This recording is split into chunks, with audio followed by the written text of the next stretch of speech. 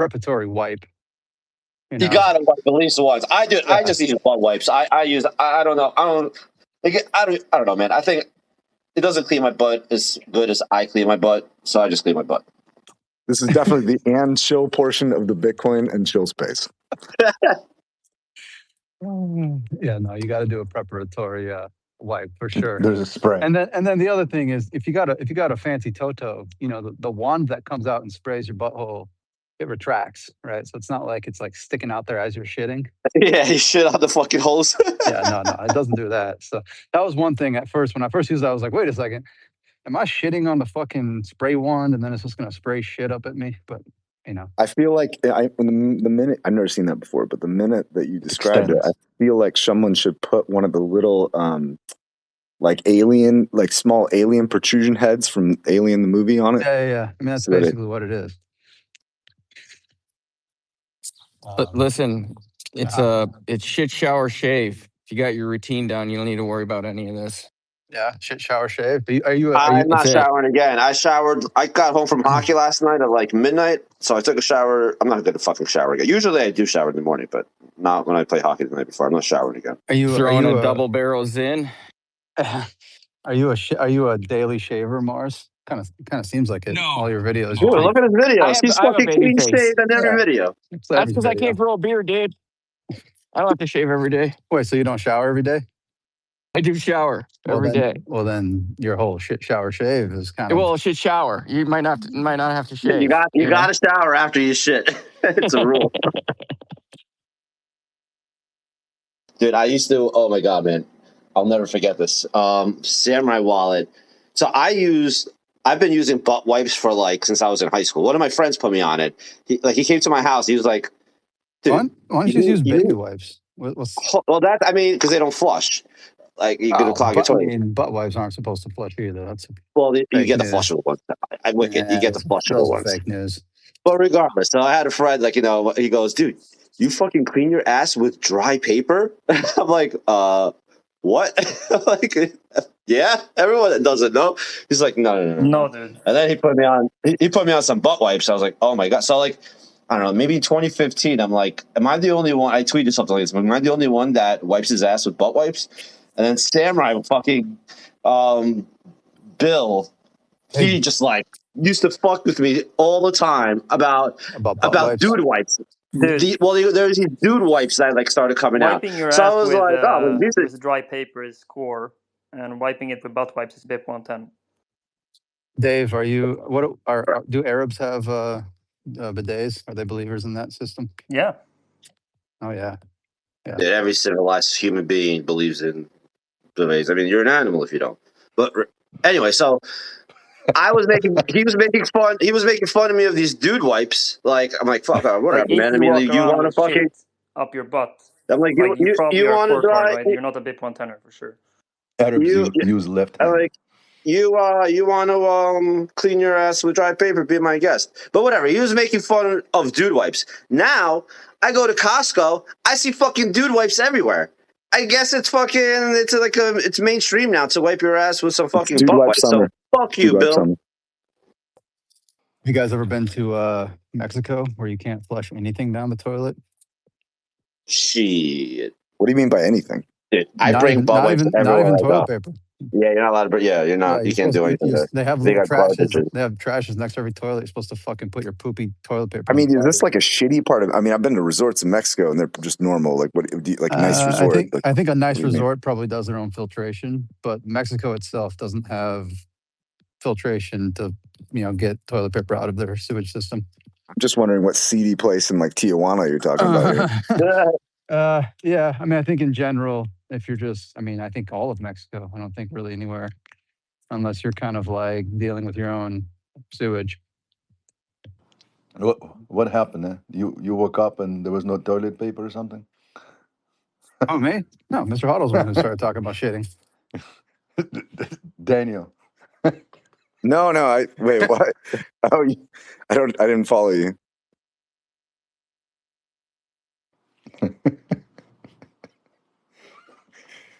You guys were talking about bidet? Well, I asked Mr. Hoddle if he had a bidet. Because he was shitting. and he said he was going to wipe himself. It was a natural next line of questioning, you know. So Wicked, you're gonna run 2 streams on the Yeah. It'll be very. I mean, one side will progress, the other not so much. But yeah, I'll run both streams. I'm gonna test it today or tomorrow. Why do you need both streams? Why can't you just do it on one stream?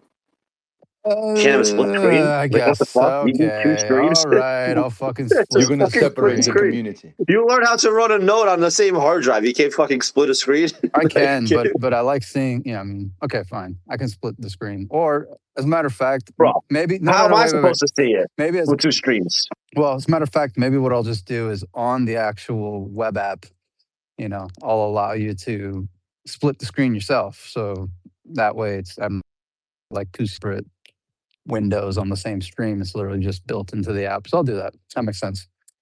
I almost wish that there was going to be like a little bit more going towards the 110 thing, just so the visual of the race is heating up. By the way, Roughnecks is now the largest miner on Ocean Mining, right? They're renting. Rico's Roughnecks. They're was that? What'd you say? Rico's Roughnecks. When you say heating up, do you mean there's like tens of, They got 4 blocks yesterday. They have 4 yeah, out of the 6. So they have, I think, I don't know if I remember correct. I gotta go look at the dashboard. I actually didn't even look at it today, but I think they might have like 10 exahash, more than 10 exahash now over the past 14 days. It's a 14-day average.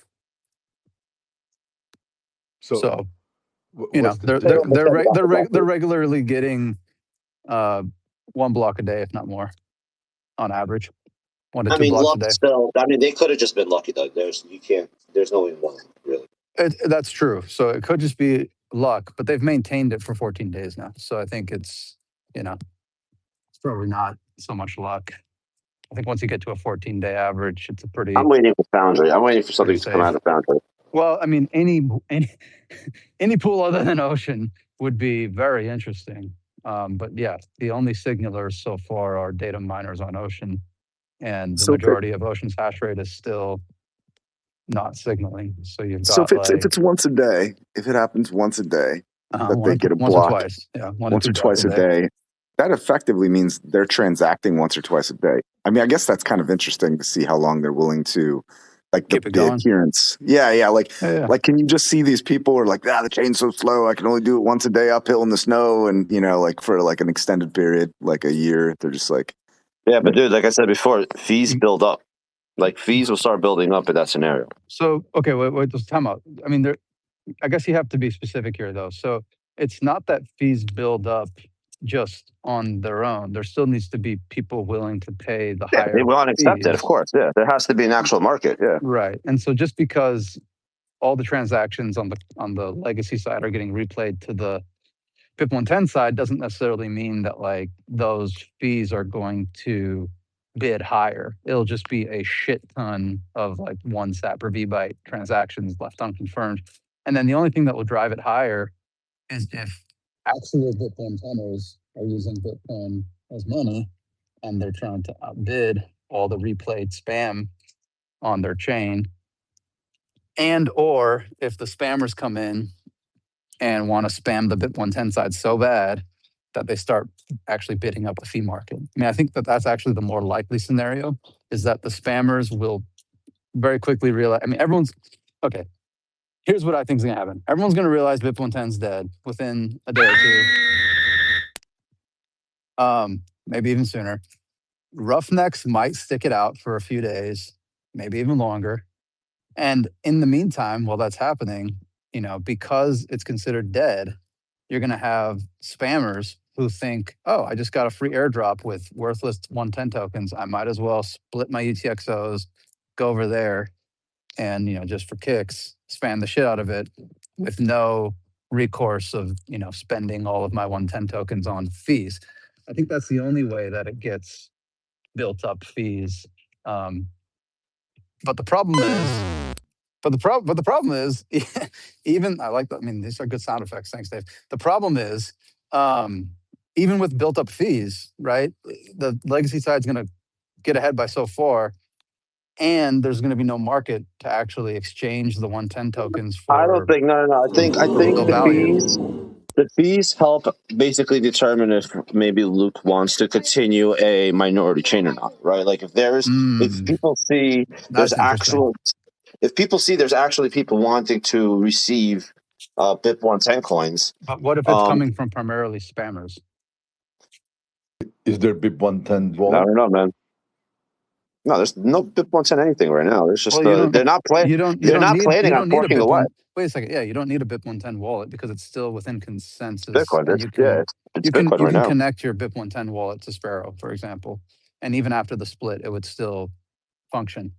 So any Bitcoin wallet that allows you to connect your own node will work with BIP-110 if you're just running that node. And by the way, you can run both nodes on the same computer, so you can switch between the two at will, like pretty easily, right? I can craft a transaction on Sparrow, broadcast it to Core or Legacy, I should say, and then flip to the 110 node in the same breath and broadcast, a different transaction on the BIP-110 side.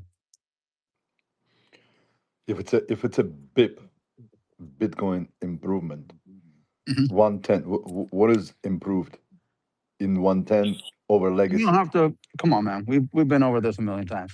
It kicks out all the scammers and spammers and core cards and people that wipe their ass with dry paper. But it really doesn't, though, Dave. Right? The spammers are still going to be there. They've already routed around all the rules. I'm going to be there. I'm a core tard. I'm running a 110 node. I'll be transacting on that bitch if there's any blocks coming through. Right. You're so not going to get invited any to the of us. BIP-110 conference, though. Okay, that's fine. There's going to be like a conference of 12 people. Anyways, I don't think it doesn't actually achieve any of its stated goals. Even the ones that are more wishy-washy, like it kicks out the spammers. Like technically it doesn't stop spam, and socially it doesn't even kick out the spammers. I think the only thing it effectively does is installs Luke & Co. as like a kind of de facto center of gravity for dev. That's the only reliable thing that it would do, which is great if that's what they wanted. I mean, I think that's what they want, right? I mean, some of them might want Luke to be the benevolent dictator of Bitcoin development, but I think most of them, in a perfect world, would want there to be a vibrant team of developers who are working on BIP-110 post. One Luke is better than a million core tards. Okay, well, I mean, I think you're one of the few who think that a one dev. I mean, you talk like a status right now because we have governments with like hundreds of thousands of employees and they all suck. And now you're not really for though. big Bitcoin kind of management. So you're not really though, because there's Bitcoin. I'm big Bitcoin. But you're doing the things there's plenty of development and actual improvements that are making Bitcoin better money. Yeah, but do you know how like funding right? works, and when people get funding year after year and they become like they don't produce any value? Do you know how anything? Hold on. Let me blow your mind, Dave. Dave, let me blow your mind real fast.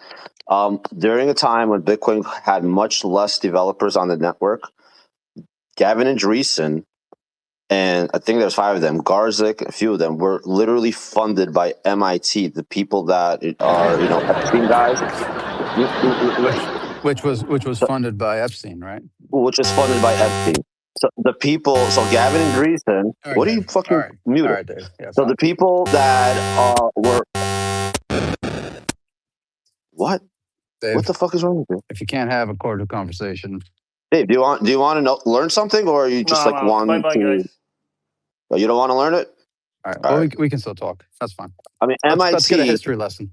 So the whole conspiracy that Jeffrey Epstein has funded Bitcoin Core, really he was funding Media Labs, and MIT was funding a few core developers. Those core developers were the start of the block size wars. I just want to let you know. Those core developers that are being funded by MIT, those developers wanted larger blocks and a hard fork. The ones that are funded by Epstein. I'm just letting you guys understand this right here. So like the developers that got driven out that wanted to hard fork Bitcoin into a bigger block size were directly being funded by Epstein. And was that known during the block size wars? Because I am actually getting a history. It started with that. Like that's how. No, Mr. Hoddle, he's asking if the Epstein funding was no. That was something that came out more recently. But I mean, that's just what MIT does. No. That's not. Hold on, wicked. That did not come out recently. What didn't come out recently? The Epstein stuff? No. So we knew. No, this was pretty old. That G League, what's his name? The guy from the media guy who was friends with Jeffrey, he's the one that got the money from him. Yeah, the Asian guy. I forget his name. What's his name? I'll get it in a second. Well, then why did it get so much traction in like the past? Because the emails came out. But everyone knew at that point. No, but like 5, 6, 7 years ago, when Jeffrey died, that came out. Like that part of the story came out a long ass time ago. That was not. That's not new. Like during the block size war. Yeah, yeah. When Jeffrey got murked, like after all that happened, it came out that Jeffrey was funding MIT, like the Media Labs department, and Media Labs was funding. Like they were giving money to Bitcoin Foundation, that was giving money to Gavin Andresen, but to temper some of that. So I did stuff with Neha when she was running, the kind of the student or the assistant side of MIT Media Labs, and did various events there over time with Jeremy and stuff. And the thing to remember is like MIT Media Labs is kind of an illustrious center for activity. And everyone wants to fund it or have their name associated with it in some way. It's not like Epstein was like the guy funding Media Labs. There's hundreds of other people that were giving money to Media Labs, and they do it to do like a project or to have some intent. A lot of them do it just to wash their name up against MIT. And so I think we should be a little bit right-sized about this in terms of like MIT Media Lab isn't forever sullied. Do we know how much he contributed, and on a relative basis, how much it was compared to? I mean, they're part of the endowment dole out is huge. I mean, MIT Media Lab is like really, really prominent at MIT. So, I mean, I would imagine it would be kind of a little bit of a rounding error if you kind of averaged it out. It's just, I don't think it's like some hotbed for vipers or something. You know what I mean? Like it just happens that guy was probably an asset, and his whole job was to get close to and infiltrate all sorts of influential things. Just like Elon, Elon had that picture with him at that one party. The guy sidles up and says, "Can you take a picture?"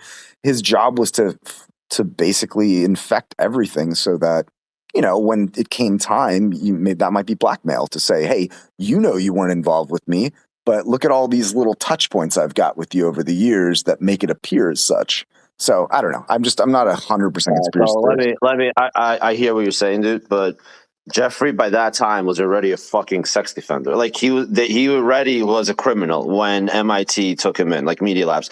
And I'm sorry, but the reason Jeremy isn't getting much traction in his entire Bitcoin career was specifically because of that. The conspiracy. I always had a feeling that Jeremy was fucking his Jewish fucking sidekick that is his Bitcoin guy. Like that was something that I've always had that feeling. I've known Jeremy for a long time, man, since he was a student.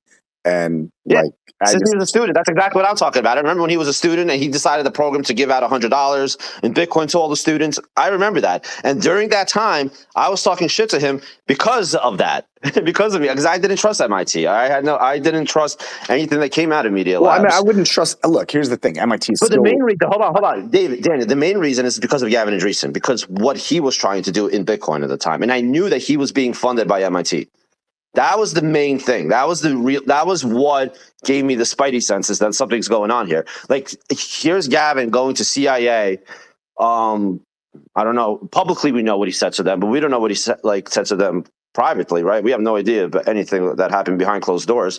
But here's the same guy that's literally trying to centralize Bitcoin and trying to tell me that the reason we send Bitcoin transactions is because it's fun, and that Satoshi meant that nodes should be centralized, completely out of context, is the same guy that is a Bitcoin Core developer who's literally being funded by MIT.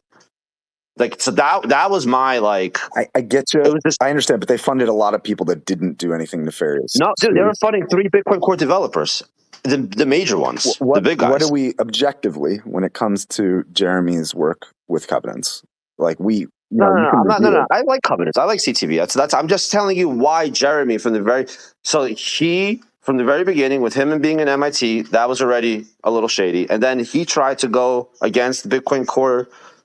I mean, I don't want to say like consensus, but he was always pushing different buttons that most of them didn't want pushed, and I just really think like he tarnished his reputation because of that.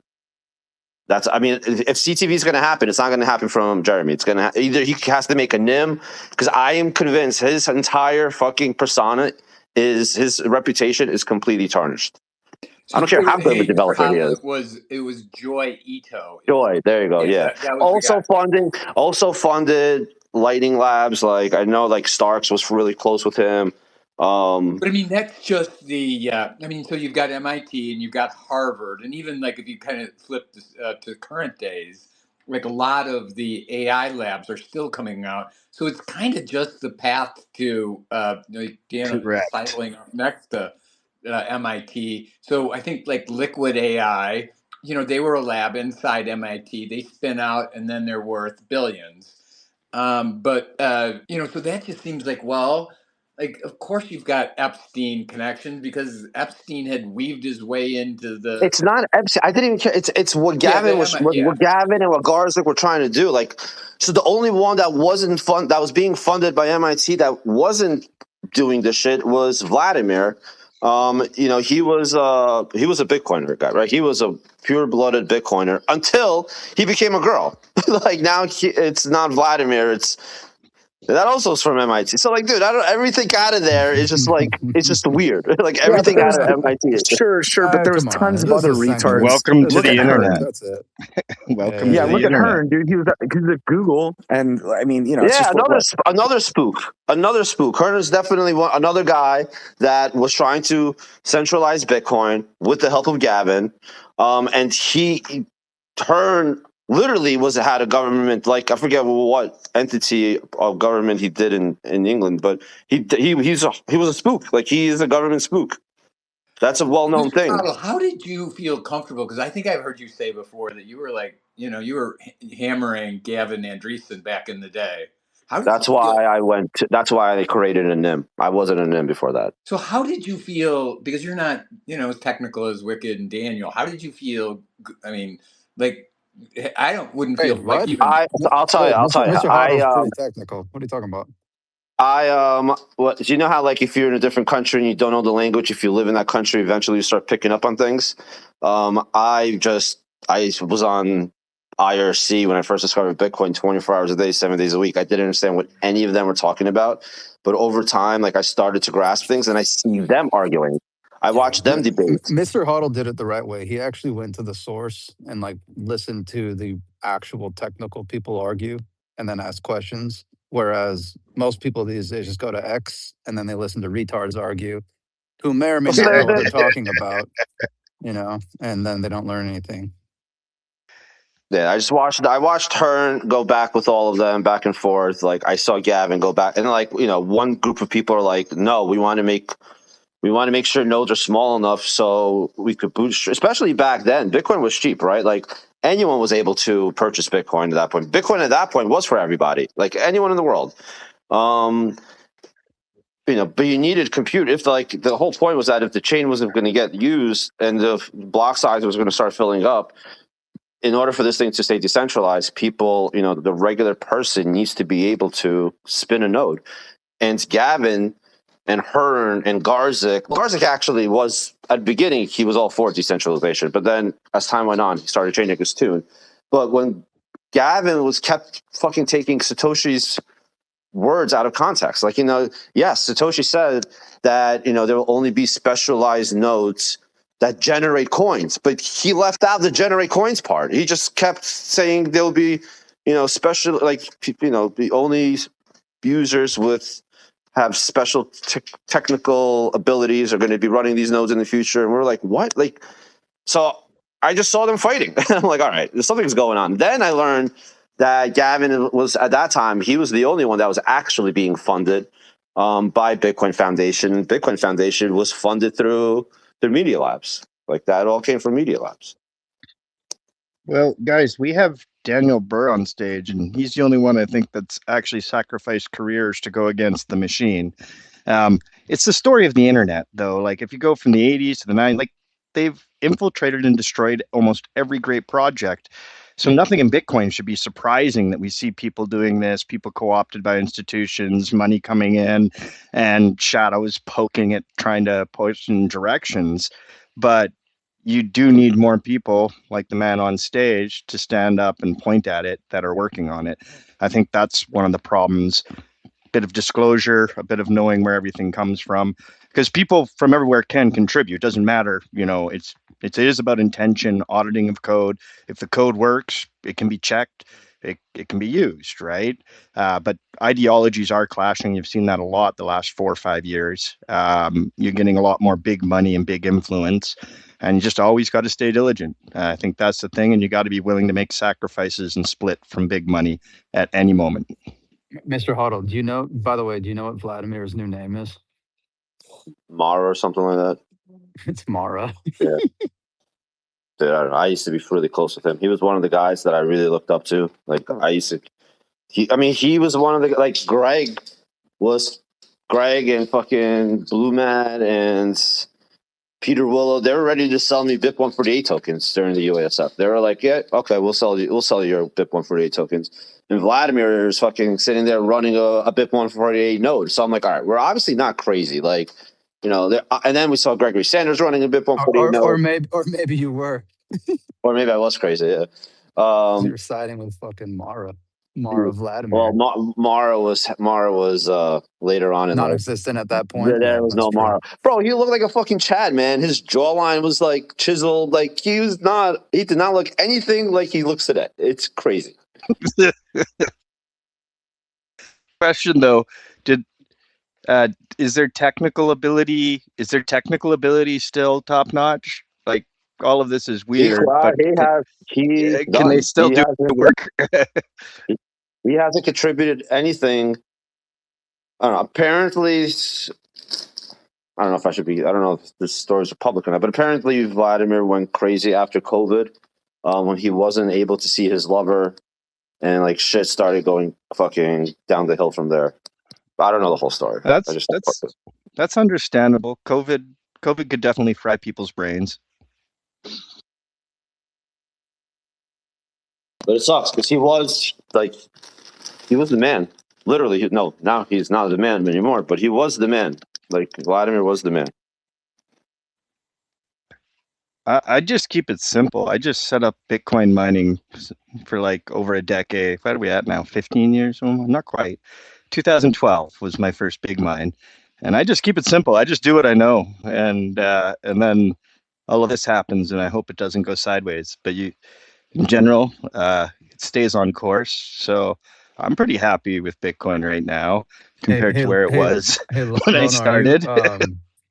So obviously you're not signaling at all. Are you following along the signaling, come mandatory signaling, and ready to flip the bit if you need to?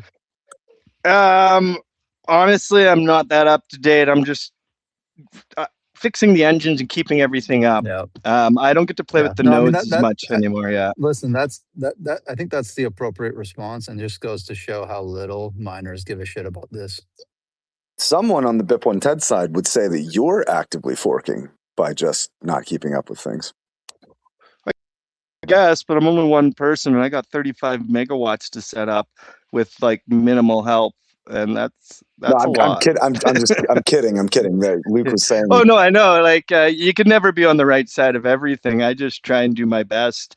And if there's stuff that becomes very, very, very poignant, we'll pay attention, right? If it's it's like last minute type stuff when people are voting on things and stuff like that. The momentum gets going, people get chatting, but you really do have to go, like they're saying, to where technical people are chatting and try and understand it, so you don't get washed away in the propaganda or ideas that you don't understand, right? If you're gonna start to put your power beside something, and you're going to actively do it, you should probably understand it. And you should probably take the time to hire someone to teach you about it, because we're at that point where there's a lot of expertise and you can go out there and pay for the work, get the good information, find the people that are on the right side. I think that's always good. But again, there's a lot of people that have been in this a decade working and they really understand these things. So drop into what they're saying, their spaces, read their Substacks, like you guys were saying. But again, that's work. That's a lot of too long, don't read. I think that's one of the problems. People don't read enough anymore. They don't have the attention span to go through a technical document. Do you get the I get the sense with this? I mean, I think that BIP-110 is going to fail too, but in like an alternate world where they somehow pull it off, I feel like it's like it would end up being like one of those situations like the dog actually caught the car and wasn't expecting it. Like what does it do now? Like Joker.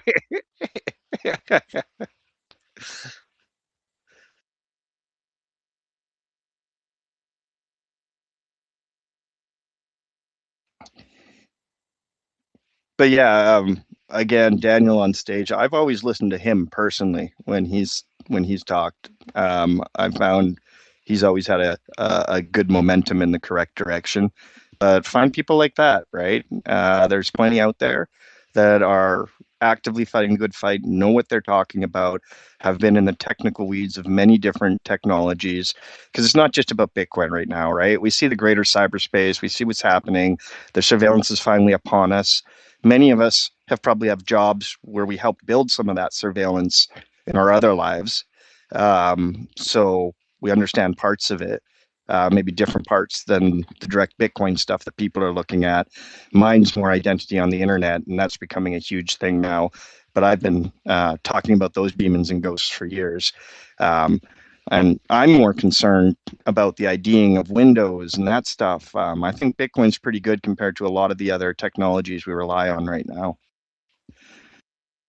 Yeah, it's interesting you bring it up. I was talking with a 110 person yesterday on Twitter, and I asked them. We got down to brass tacks about like what data should be quote unquote allowed in Bitcoin, and I said, something was skewering me for that work I did at Microsoft on that layer 2 that it was well within the OpReturn limit. It was like 41 bytes. So it was well under. And it was sort of like a supercharged version of open timestamps. And open timestamps, I think everyone can agree, has value and really can't go anywhere else, right? Like you can't really tell like open timestamps, like you're spam, just go, to the other decentralized blockchain that's going to be around for hundreds of years that's secure and keeps record. You know what I mean? It's like the catch-22, I think I find the argument, and maybe 110ers would call me a spammer for this, is that I actually do think there's a few other things that Bitcoin is useful for that are maybe not directly monetary, but certainly like self-sovereign supporting. And for that reason, I am a fan of certain protocols that can be anchored in Bitcoin without dominating it. But I think that I'm hopeful that the mindset will fail, because I don't think money is the only thing. And I think that that's actually a counterproductive perspective to think that like no one can use this utility. Daniel, how about this? Bitcoin can't work if it's not money.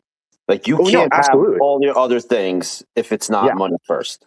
No, I agree that it's money first. I'm just saying like the yin and the yang of it, and sort of this intractable position is that some of these other things, if they're going to be a decentralized system, they are a metered system. They're a system that needs proof of work effectively to limit ingest and things like that. So implicitly, like if you were to create a decentralized DNS system, or we've talked about this before, or open timestamps, other things, you have to have a system like Bitcoin, and you can't just go somewhere else, right? There is no somewhere else. Unless you're going to tell people like, I don't know, Ethereum's secure enough, it'll be here in 10 years and somehow is good, apparently, for this. Like, I wouldn't want to tell people that.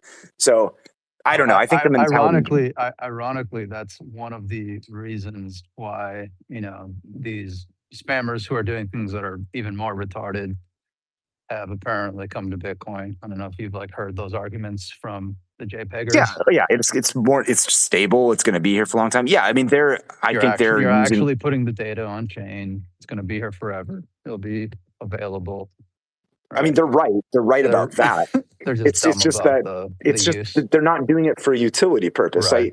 I talked to the person. I think is valuable, and I think most people would agree it's pretty worthless. But some people, I guess, find value in it. I don't know, man.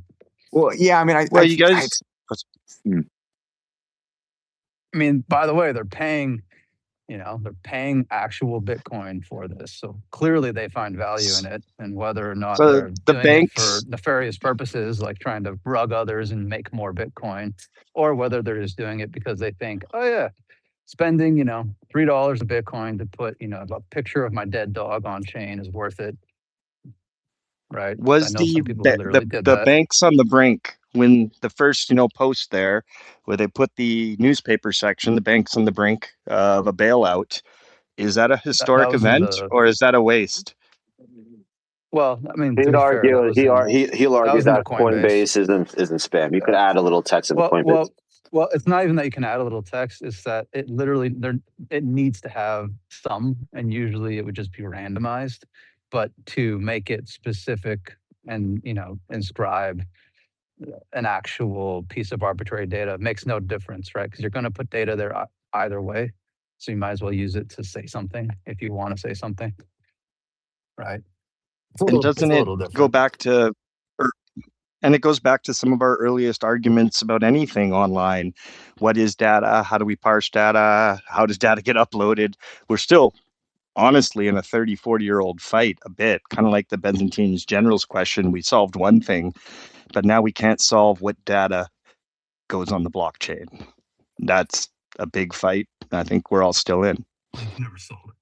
It's not a solvable problem unless you're going to do some really crazy, magical. Exactly. So then how do we moderate it would be, I guess, what's the proper words then when we look at the data? Are we moderating data? Are we limiting data?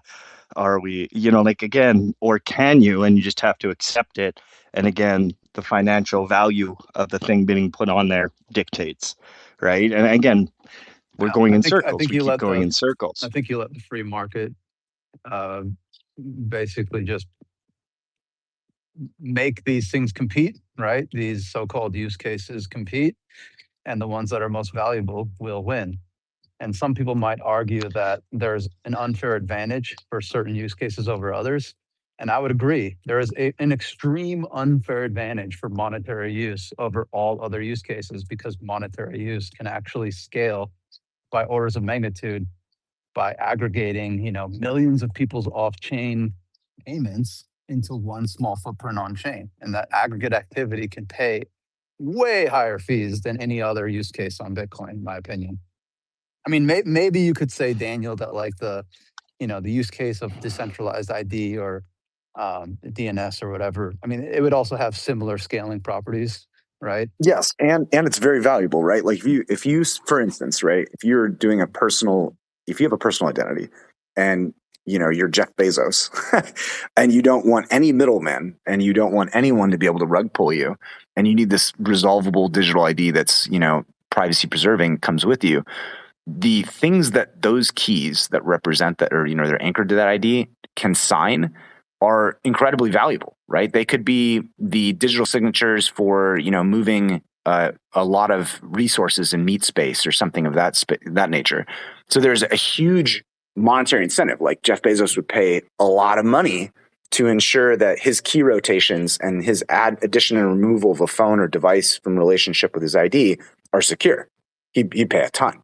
So I think I would posit that I think money and the root of identity moving away from DNS, the certificate authority system, the centralized system, are the two clearest things that could support it, because there's good aggregate protocols. And both, and both of those can scale, right? Whereas you have other quote unquote use cases like inscribing JPEGs or even minting shitcoins, which if you are doing it in a way where you're relying on data availability and actually inscribing the full footprint of the data, it very clearly cannot scale because you have to put the entire data on the chain. Yeah, exactly. Like to get rid of DNS right now, we have like really good ZK some of these folding schemes are very, very attuned for this. Like you could do, like, I don't know if people know how DNS works, but there's all these registrars. Like when you go get a domain, you're like, I want to reserve a domain, right? It's a totally centralized system. There's like 7 master key holders for the internet.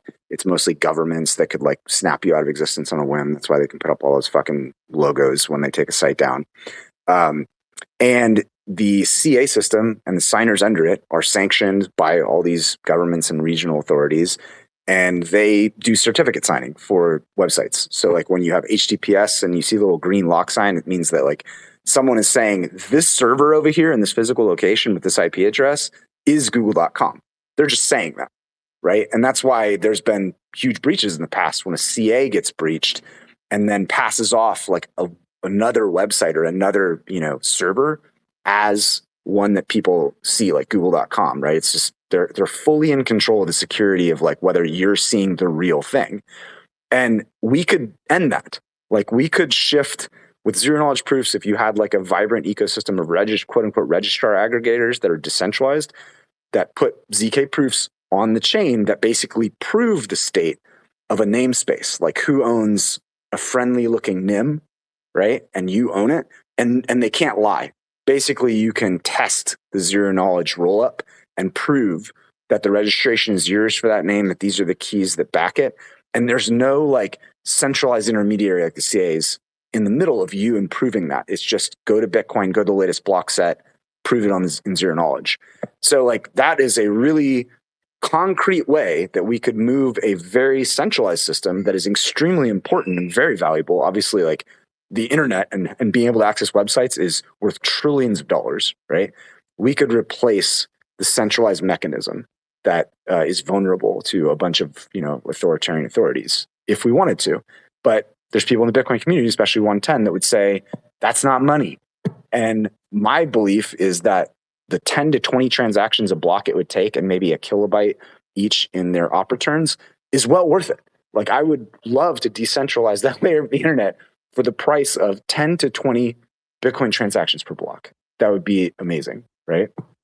Sorry. And imagine how much. Yeah, and imagine how much. What does he say when like he hears that? Doesn't he like go like, yeah, bro? Who? Doesn't he? I mean, you've had the audience with Dorsey before to make that pitch. What does he say? Honestly, dude, when I worked at Block for doing that shit, I only met with him twice, but for like 20 minutes in 3.5 years. It was fucking insane. So I didn't actually talk to him that way. Like I was kind of not down the ballast, but like I was in charge of more of the open source side of that stuff in TBD that ended up not even really getting used because they flipped things to a rather centralized stable coin cross-border use case that Cash App didn't end up picking up. Like it just like the business plan was bad. Like Mike was kind of leading us and the business plan was really bad. It like never would have made money. Like we didn't know this, like working on the open source side, it was all kind of happening. And then when I finally got a hold of spreadsheet, like 2 years in, I was like, dude, this is never gonna make money. And it's just some weird stable coin, rather centralized thing that was restricted to a couple corridors and they weren't even using our stuff. So I was kind of just, I don't know. It was a weird time and it was an opportunity squandered, I would say. Not that I wasn't trying, but just the org was just a mess.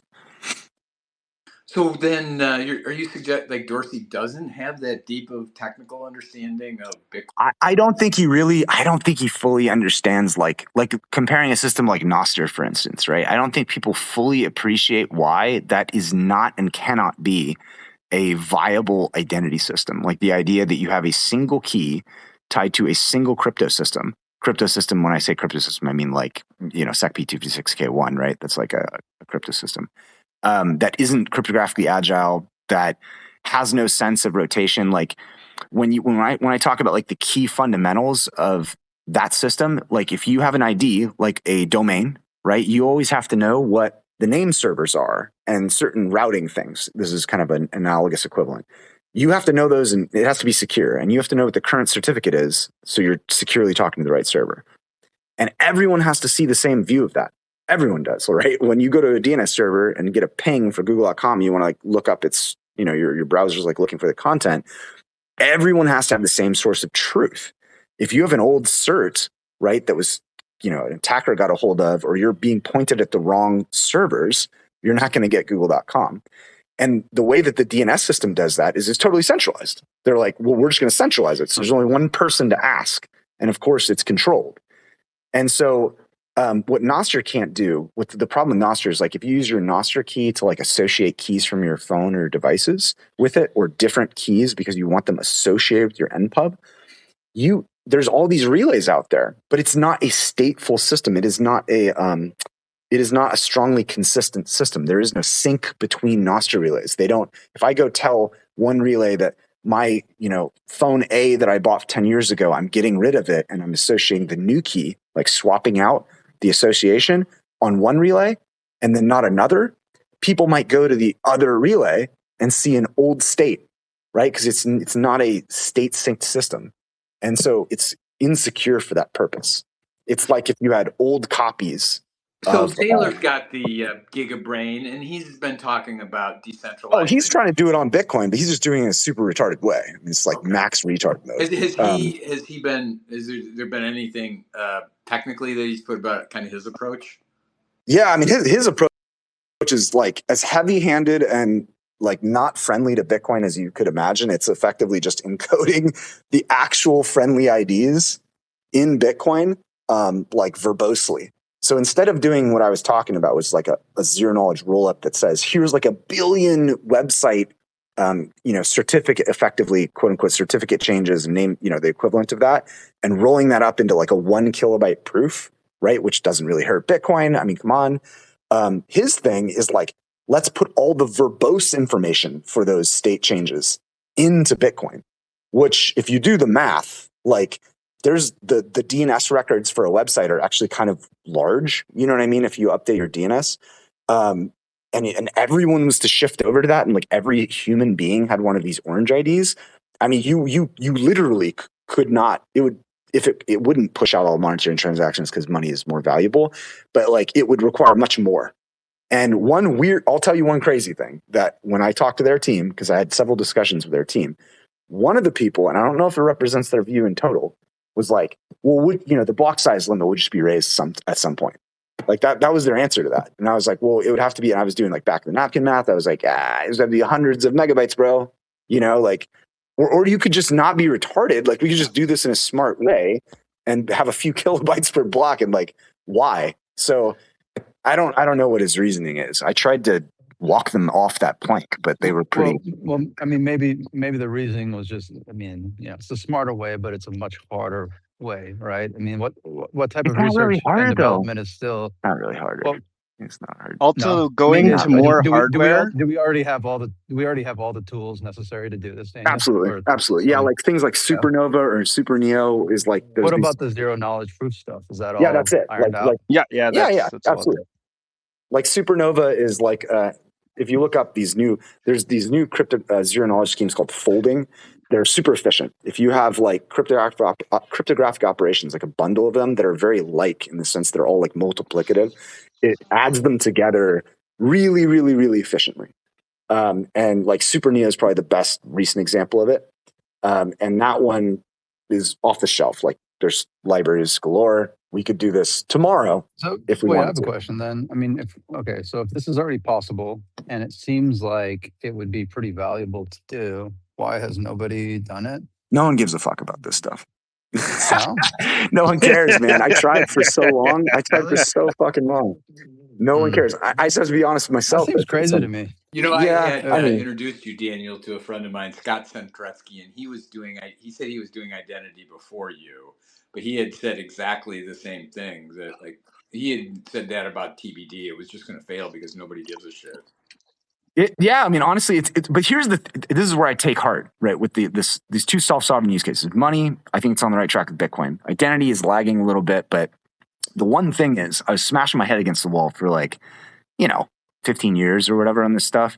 And no one cared. Like you would say, oh, this is so much more secure for the users. And they'd say, well, how often do we get, we're not going to get breached. It was just this thing where everyone thought they weren't going to get breached, but obviously every company is. It's like your turn in the rotation, basically. Like whose turn is it this week to have like some fucking gigantic, database leak? But they all look at each other like it won't happen to me. I'm like, it's definitely going to happen to you multiple times. So we could protect against that. We could shift liability away. It was all these sort of incremental, like part of it was like be the good guy sort of thing. And be the good guy never works as a sales pitch. They need like either to be making windfall profits from something that they say, yeah, you can turn a huge profit quickly, or save me from a catastrophe. Like I am so fucked right now and you can pull me out of it.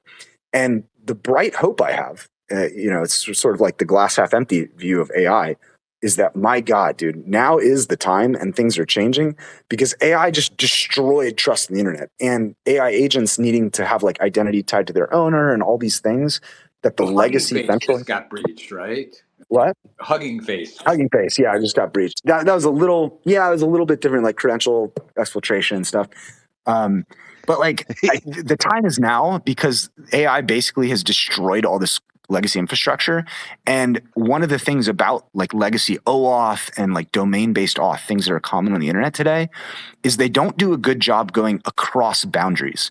Like OAuth, like when you log into, with your Google account or something, it's really just one DNS domain host talking to another who's very specifically integrated a connection to say, I want to do specifically Google's auth, right? The problem is agents, and that doesn't scale. You don't integrate the auth of every other website on the internet. You integrate a couple because it's intractable to go integrate like direct connections. But agents sort of break this paradigm in the sense that they fucking start looking up shit on all over the internet, right? And they have to authenticate themselves everywhere. So unless you want your agent literally to be like reporting back to Google or everything to be owned by them, it sort of is asserting the need finally for this stuff in a practical way where people are like, oh shit, like I should probably have my own ID. My agent has an ID. It's starting to become pretty obvious, but I do want to just quickly ask you if I'm understanding correctly. So, Jack had been talking about, he hated GitHub and he wanted a decentralized version of it. He's been on sort of that soapbox for, 5 years publicly.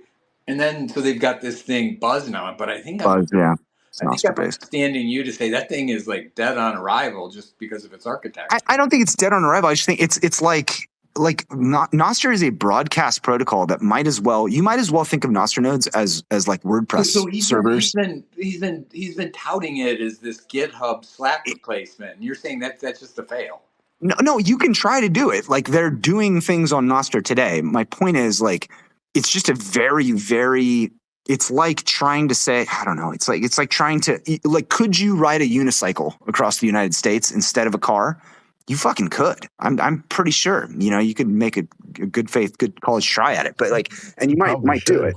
But like, you probably shouldn't. That's maybe the argument, is that it's just maybe not the right tool. It depends. If you're live streaming it, I mean, you could, you might be able to get a following. Yeah, no, yeah. Things aside, I was like the practicality. I'm trying to find an analogy here. Like Nostr is effectively like if you took a WordPress server. You know how WordPress servers, like they could stand up the exact same website, the same template, right? And they look identical and being on different domains, but they don't talk to each other. They don't like sync data and articles between each other, even though they're running this exact same template and WordPress edition, right? If Nostr is a lot like if you did that and left the comment section open, like free for all. That's effectively what a Nostr server is, because they don't sync. It's the funniest shit in the world, dude. You know that meme of that dude who is on Twitter and it's a meme where the dude's in front of a whiteboard and the people will be like, oh, it's two versions of himself. He's talking to himself and he's like, so this is how it works. And he's like, no, why would you think that? Like, why would you think that's how it works? Do you know who I'm talking about? I came to a conclusion that Nostr as a social media platform is nuts. It's just not. It's not that great. Just because like there's no.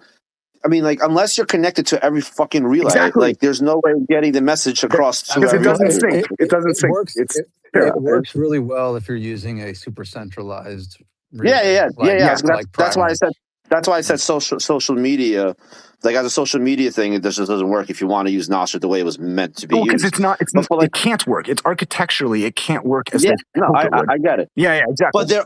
But there are things that are building on top of Nostr that I think I wasn't.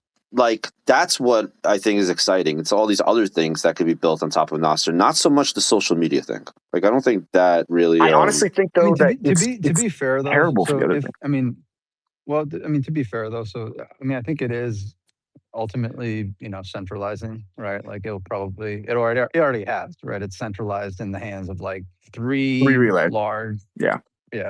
three large ones like Damus, Primal, and whatever. And like the fact that you can take your account and sign into any three is kind of nice, you know, like. But that's a trivial. I mean, that's the property of any What system. difference, Wicked? What difference is it if I use the same credentials to sign onto Facebook or Twitter?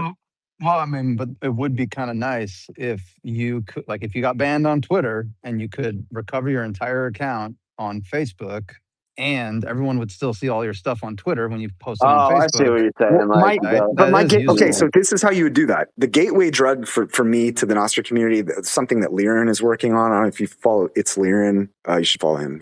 He took the work we're doing. He's still working on it. And he's like getting funded for some VC stuff. The way to offer an olive branch to the Nostr people is exactly your use case you just said. What the problem with Nostr is when you look at the wallets and the clients, they're all hard coded to those three relays.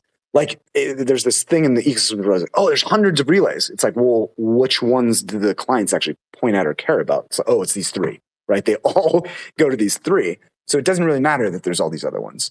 One thing that would help decentralize it is if it used truly decentralized identifiers that had routing, like you do with DNS, that say, look up my DID and my service endpoints, the endpoints in my DID's like effectively DNS record will point to the current relay where I have my posts.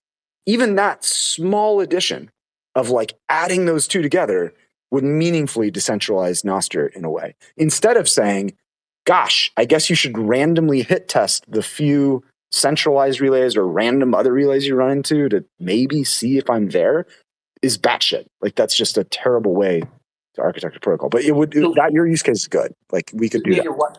Why, I guess, I mean, is that set up better like for agents, agentic type things? I guess like if I wanted to just use like a service principal or something, you know, like you're getting away from.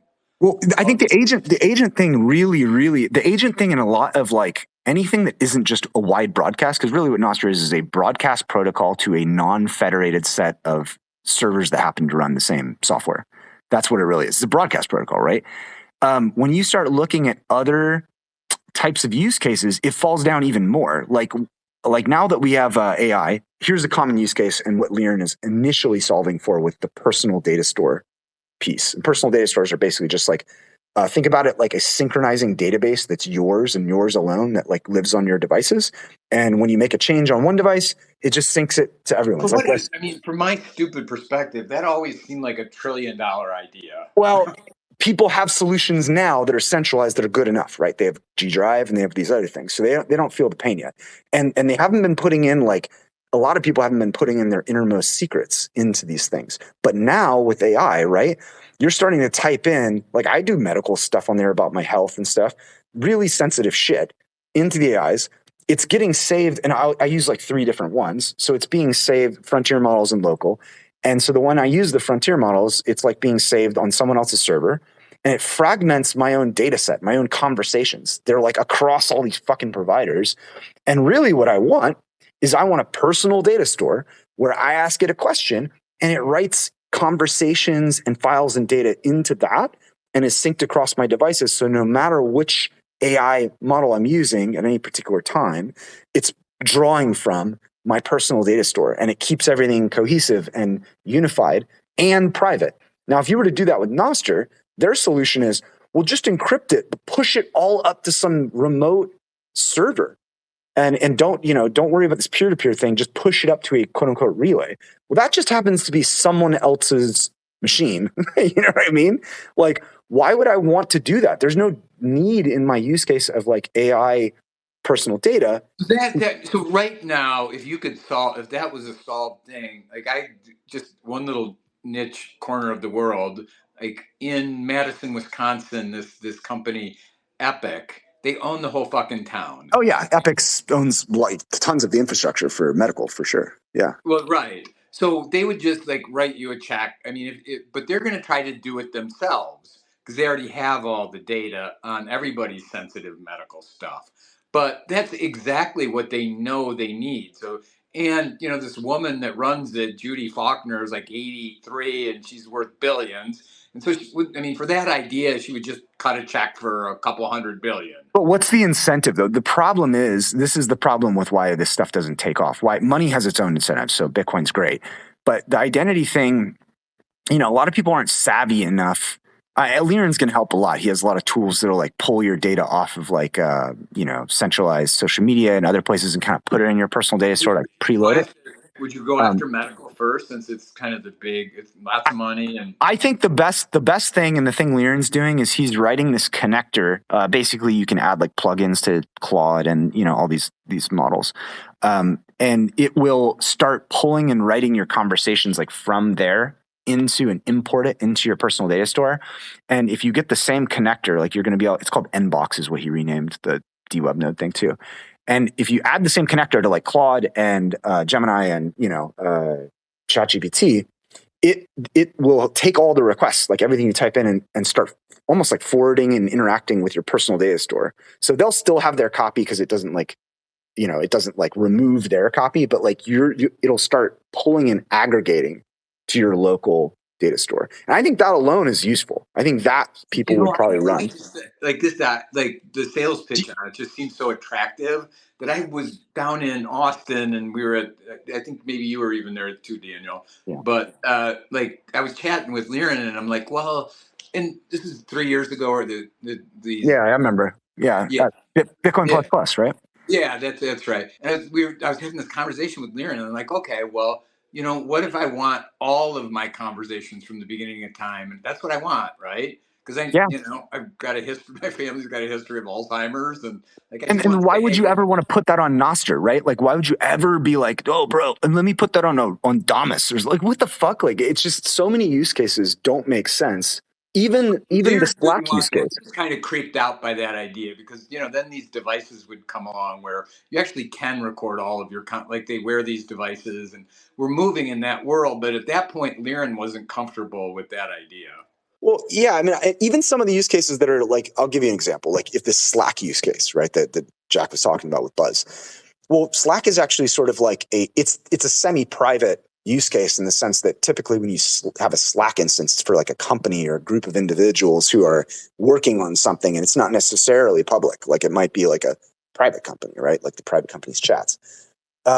Why on earth would you say the best architecture would be to pick like a rather centralized external party, which is an ephemeral server? These Nostr relays don't even promise to keep your data, right? Ephemeral server. Why would you do that when you can have a system that's much more peer-to-peer where like the 50 people who are in your company? I don't get it. They created their own server and it's only for whitelisted users. You mean, what are you talking about? The Buzz thing, like that they created with instead of Slack? Well, I think it's just in demo phase right now, though. No, dude, you could use it. They created it's their own relay. It's a private relay, exactly, with whitelisted users. That if you have access to the, you know, to get onto that relay, exactly, it looks like Slack. No, 100%. But it's using Nostr.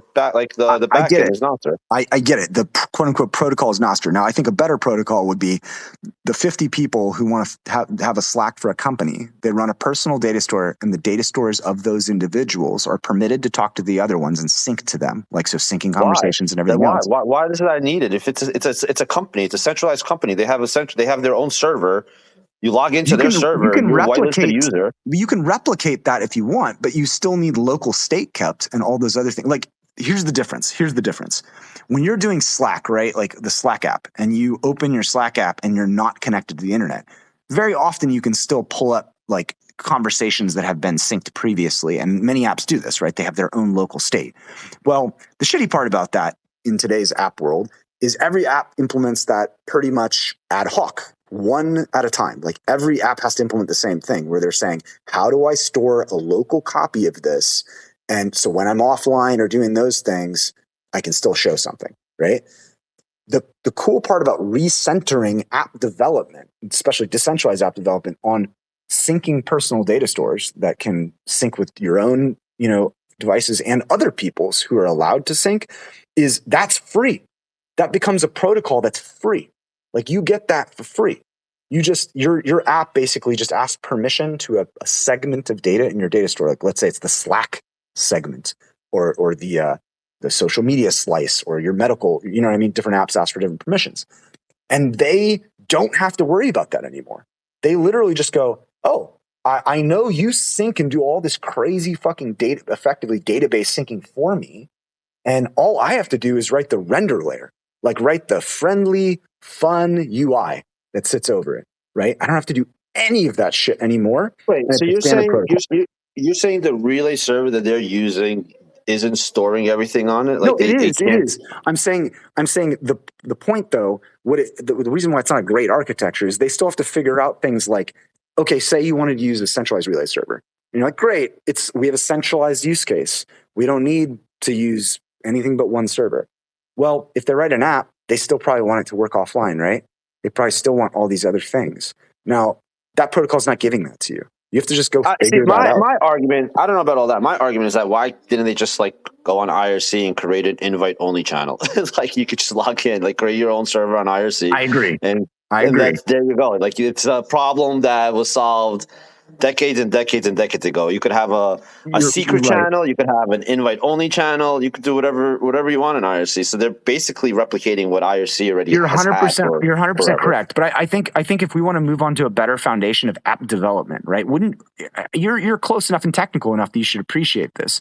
As an app developer, if all I ever needed to do was kind of like OAuth, how an app will ask permission for you to log in and maybe see your birthday or your, there's a few fields you can ask in OAuth when you authorize something. Imagine a supercharged version of that where you with your Claude or whatever write an app and all you do is write the front end interface, the actual cool shit that people tap on and do stuff with, right? You never need to think about the data layer ever. You just write a permission request to the data store on the individual's device that says, hey, I'm a medical app. Can I render your medical test for you and shit like that? And so you go, okay, cool. I trust this app. I'm going to give them access to that. And the medical app never is in the fucking business of owning your data or doing any of that shit. It just I see what you're saying. So Google has so I did one of these Google takeout things, right? And they know, what I had for dinner 15 years ago, right? And so, that's pretty cool, right? It's creepy in, Stalin's hands. But, if you could have what you're talking about, I think we would all want that. And so I guess, is it, do we come back to it's just there's no good? Because Google would have already... There's no incentive, man. There's no incentive to build this. That's the thing. It has to be paying, man. That's kind of what I was saying earlier. We were on a good track before the rug pull thing at TBD. It was taking a while, but we were on a good track. It was by 80% done. Liren's finishing it out. But there's no incentive. We would go tell people and they'd say, well, I don't know. I don't feel any pain. Are you making me $1 billion tomorrow with it? And we're like, no, unfortunately. And yeah, there's no pain right now. But the AI thing is bringing pain. It's laying the fucking wood. So I'm hoping, I'm actually kind of in glee. Everyone else is running around with their head cut off. AI is going to take over everything. I'm kind of smiling because I'm like, wow, it's really lighting a fire into these people. And we might have a shot at this because they're in a sufficient amount of pain. Speaking of Google, have you guys ever downloaded your data? A few years ago, I stopped. I prevented Google from tracking me. But before that, I didn't. So for 10, 20, 15 years, I guess, it just knew everything I was doing. And I downloaded my data. Bro, that shit is fucking crazy. Google, that's what I was just talking about. Google. That shit is fucking crazy. It knows literally more about me than I know about me. I didn't remember half of the things that I did. I was like, what the fuck? It was so scary, man. It's so weird. But it's Google Takeout, so they've got a service to allow you to do it. But it's got shit in there you would never remember. What's up, boys? Hey, before we kind of got away from it, but I wanted to ask Daniel before you left. I think you were talking about the did project from MicroStrategy. Is that what you were referring to earlier? Yeah. We talked a little bit about it. Yeah. Yeah, that I mean, you talked to Michael about it? I have. I talked to his team and his VPs about it on like 3 occasions, and I actually met with Michael. We didn't talk about the orange stuff, but I met with him at his house with Mike like one day under like the shadow of his yacht. It was the weirdest probably meeting ever for 30 minutes. Tell me you didn't look over your shoulder. Hey, so is that still a thing? Like, I thought it was kind of dead in the water. Like a couple of years ago, they stopped that approach. It was like SegWit base data, right? I don't know what happened to it. I don't know if it's just kind of like idling or whatever, but when it was first, before it was announced, they reached out and like advisory style. And so I met with their team for like 2 hours on 2 occasions. And I was just like, guys, like what? Like, okay, I get what you want to do. You want everyone to have their own self-sovereign, like domain style IDs that map to your Bitcoin keys and like can sign things and all these other things. And cool, but like, why are you doing it like this? Which is what you were saying. It's basically they're just totally overloading. It looks like a lot like inscriptions, and they're just bulking up the chain with like all this useless data that once you like rotate, it's dead. It's kind of dead data too. It at least be something live, right? And I was like, you don't even need to do this. And I kind of walked them through all these other options. And like after the second meeting, they were kind of just like, cool story, bro. We're just going to do it anyway. And yeah, that's kind of the last I had heard. I lost Lono. Is it just me? Yeah, I can't hear it. Has totally changed the hardware modeling. And that, I'm not sure if a lot of people expected that. You could see it coming if you were in it, but having push-only systems and your own area to store things, it's becoming more expensive. And I don't think that's an accident. But I'm sorry, I missed a key part of what you were saying. You blipped out there for a sec. So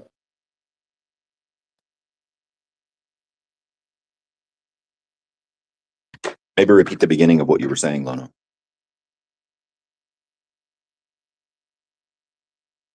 Sorry, guys, I got skateboarding there. I was saying hardware is all going up, right? Anyone watching RAM prices, hard drive prices, stuff like that. For me, that's always been a creature of hardware. It's very concerning to be able to get people their own compute, their own servers, their own places to put their data and things like that. Because, a best scenario in all of that is we have a push-only system that we control, and then there's a public one that everybody can go into, kind of like public libraries for public data. And, IDs would go along with that, everything would go along with that. But really watch what they're doing with RAM, even DDR3, DDR4, they stopped making. They're pushing it so people can't run their own compute. And that is an active process. And that's one of the scarier things I see happening right now. Well, I think that it's a temporary condition, though. So one thesis I suppose I have about the AI stuff is that just in the last 2 years, right, we've seen it get way better to the point where, now it can do really, really complex tasks. But, the 90% of people don't need to do extremely complex coding or like attempting to like solve, unsolved math proofs or something like that, right? They need like something that looks exactly like what we already have exactly right now and probably could get away with just using that for the foreseeable future, like average people. So I think what happens is all the, the hardware is being bought right now by these large companies and, because they're all racing. But at a certain point, there'll be optimizations where really good models of the quality sort of we have today will be able to be run on, phones or other devices. And once that happens, a large base of demand will probably shift to more local, versions of this stuff. Even if they're not running it like a techie themselves, it'll just get shipped in like operating system stuff. It'll become like a thing that's accessible. Yeah. Exactly. Okay, so you're saying like our laptops will be able to run stuff more. We won't need a gaming PC type thing. So we're in the yin yang kind of in between now. Yeah, and then once that happens, I think the frontier labs will just be about like ultra hard stuff. Like they'll start doing tasks that no normal person. They'll still keep running, but the investment will winnow a little bit down because that 80% of humanity's queries and everything else that goes on every day can be solved with stuff that we have today. So the pressure on hardware, the demand side pressure will probably decline, right? I don't know how many years out it is as the shift to local occurs, but this is probably a temporary blip. So unfortunately, it aids the BIP-110 side when they look at it and say, well, look how much this shit is worth at the exact time they're pulling this. But that probably won't be the condition forever. Like, we're going to start seeing like rapid declines in all of these areas probably in the next few years. So Daniel, if you this guy Scott Galloway, he's come out with this thesis. So Kimmy came out and just fucking crushed everything, right? And they're doing it on just fumes. And so the idea is that's going to be the thing that pops the fiat bubble. That like when you look at these ridiculous valuations that all these frontier model companies have, that it's basically a Chinese strategy to just to be like right there, like what you're saying, but then almost just like what do you do if Anthropic and open AI go to zero? Well, yeah, and they're over innovating because they're caught in this like dilemma where they have to compete against each other because they kind of for those 20% top complexity use cases, they need to show the market, hey, we're constantly better than the other guy. That's great. But the competition for the 80% is going to stop soon because the models that we have today, like Sol 5.6 is like totally capable. No one's, people who are just like looking up, I'm a lawyer, looking up some law stuff, or I'm a medical person, let me do some research on a study. They don't need more advanced than that. That's perfectly fine. So as those types of models start going local, they're going to probably look behind them and say, holy shit, like we way over innovated here. And like the demand can actually be served by stuff that doesn't even require us anymore. You know what I mean? Like it's just this model that people can run. Apple, it's funny. They'll probably come from behind and ship something really elegant that's just on device to some specially made silicon with like a really, compact drive and that sort of thing. And win like Amazon typically does, where they're like, hey, we'll wait till you fuck around for like 4 or 5 years and then we'll just sort of consumerize that. And then that's where 80% of the traffic goes and queries go. So they're not as useful anymore. I mean, I think that's probably how it'll end up. So none of this is related to Bitcoin, but Wicked, I'm sorry I took over your space. No, I think it is. I mean, in some ways, decentralized comms and decentralized money go hand in hand. So Daniel, yeah, I mean, we're going to pay for all this stuff with now. Lightning. Go ahead. Yes, go ahead. I was just going to say, for most people right now, if you want to get something going, like me, it's Hermes on top of my stack of AIs to control them. I have a 2 terabyte M.2, you have your 3080 or whatever graphics card going on in there, set it up on Kali Linux so it has a good base to pull off, all of that. But again, you're talking about a $4,000 setup just to get a half decent AI in your home that's your push only and taking your data. And, then you can start to feed all your equipment through it, meta glasses, blah, blah, blah, start playing with them, breaking them. So you know how to use the new techs and where the data goes. But I'm hoping that comes down to an underground level. We need to start competing at the PS5 level of, I think, cost if people want to really start having their own data. Or do you think there's going to be better solutions for personal data than your server? I think it'll be both directions, right? We'll see hardware will relentlessly become better and more capable for the same price. And we'll also see models that there's like this one, I saw that one Google paper where it was like maybe 100-fold reduction in RAM pressure by just, kind of tweaking how they do things inside the model. Things like that, like massive optimizations that just don't require as much beef. And then the decrease in cost just by the natural progression of things with like Kreider's law and, Nielsen's law, like all these, sort of doubling laws. I think it'll get it from both ends. They'll be attacking it from both ends. And so are we like 2 years out, 3 years out, 5 years out? Have no idea. But, that's the direction I think. It'll all happen in a blink of an eye, 5 years So I passes by very quickly. Excellent. That's what I'm hoping. That's what I'm really hoping. So guys, as far as the strategy of getting back to BIP-110, going into spaces and calling people fucking retards, Wicked and Daniel, I notice you guys don't do that. Do you think you could be upping your numbers on conversions if you just called everyone a fucking retard? Would it help if I started going in there and calling people pedos? That is exactly. Shinobi and Luke deserve each other. What you got to do is you got to make them write a 1,000-word essay on Charlie the Unicorn and what Charlie the Unicorn teaches you about the internet. Okay. Yeah, it's definitely the worst marketing campaign I think I've ever seen. On Like I both could just, sides, right? Well, well, I don't like. I could just that Mad Men meme where he's like standing in front of the board and there's like, okay, guys, fucking, we're gonna deliver no benefit and we're gonna call everyone pedos, and that's gonna win the day. I'm like, okay, you gotta so be so fucking I'm gonna kidding me. just like so my fucking hometown is. It looks like I don't know if it's gonna get legs, but they had another sort of George Floyd event on I don't know Thursday, I guess Wednesday, and cop shoots this black guy, white cop, and so they're gonna light the fucking town up, right? And it's like I've been in Madison for like 14 years or something, and really since Obama, the whole and that's why I guess I've been a little open receptive to the the 110 crowd about like how the wokeness like it infiltrated a whole fucking city, and it's still kind of there now. And they're I don't know if they're like throwing bricks through windows this week, and there was just no way you were going to be able to get a degree like at Berkeley or at UW Madison without being inculcated and sort of like being against all the worst things. You're saying the core. This you sympathize with the 110ers about the core issues. It's Well, like, just like I know, like it was just like you couldn't like be a decent person and not have the right opinions about. Yeah, but you know what, man? The BIPs are all public, and the code is public, and we can review it, and we've got a lot of good technical people and like educators like Wicked and Mr. Hoddle. Not only that, but I think this is actually like a major fucking trope. To say that like, oh, the good people couldn't just support it, blah blah blah. It's like, dude, look at most of the quote unquote good people supporting BIP-110, and did they or did they not drag Gloria's name through the mud just because they watched Well, some clip of her making fun of them?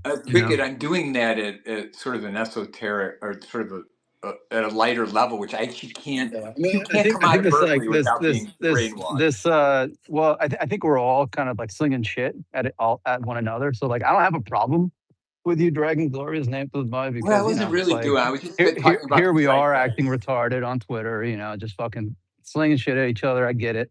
We're all kind of trolling in a way, right? And maybe some of us more serious than others.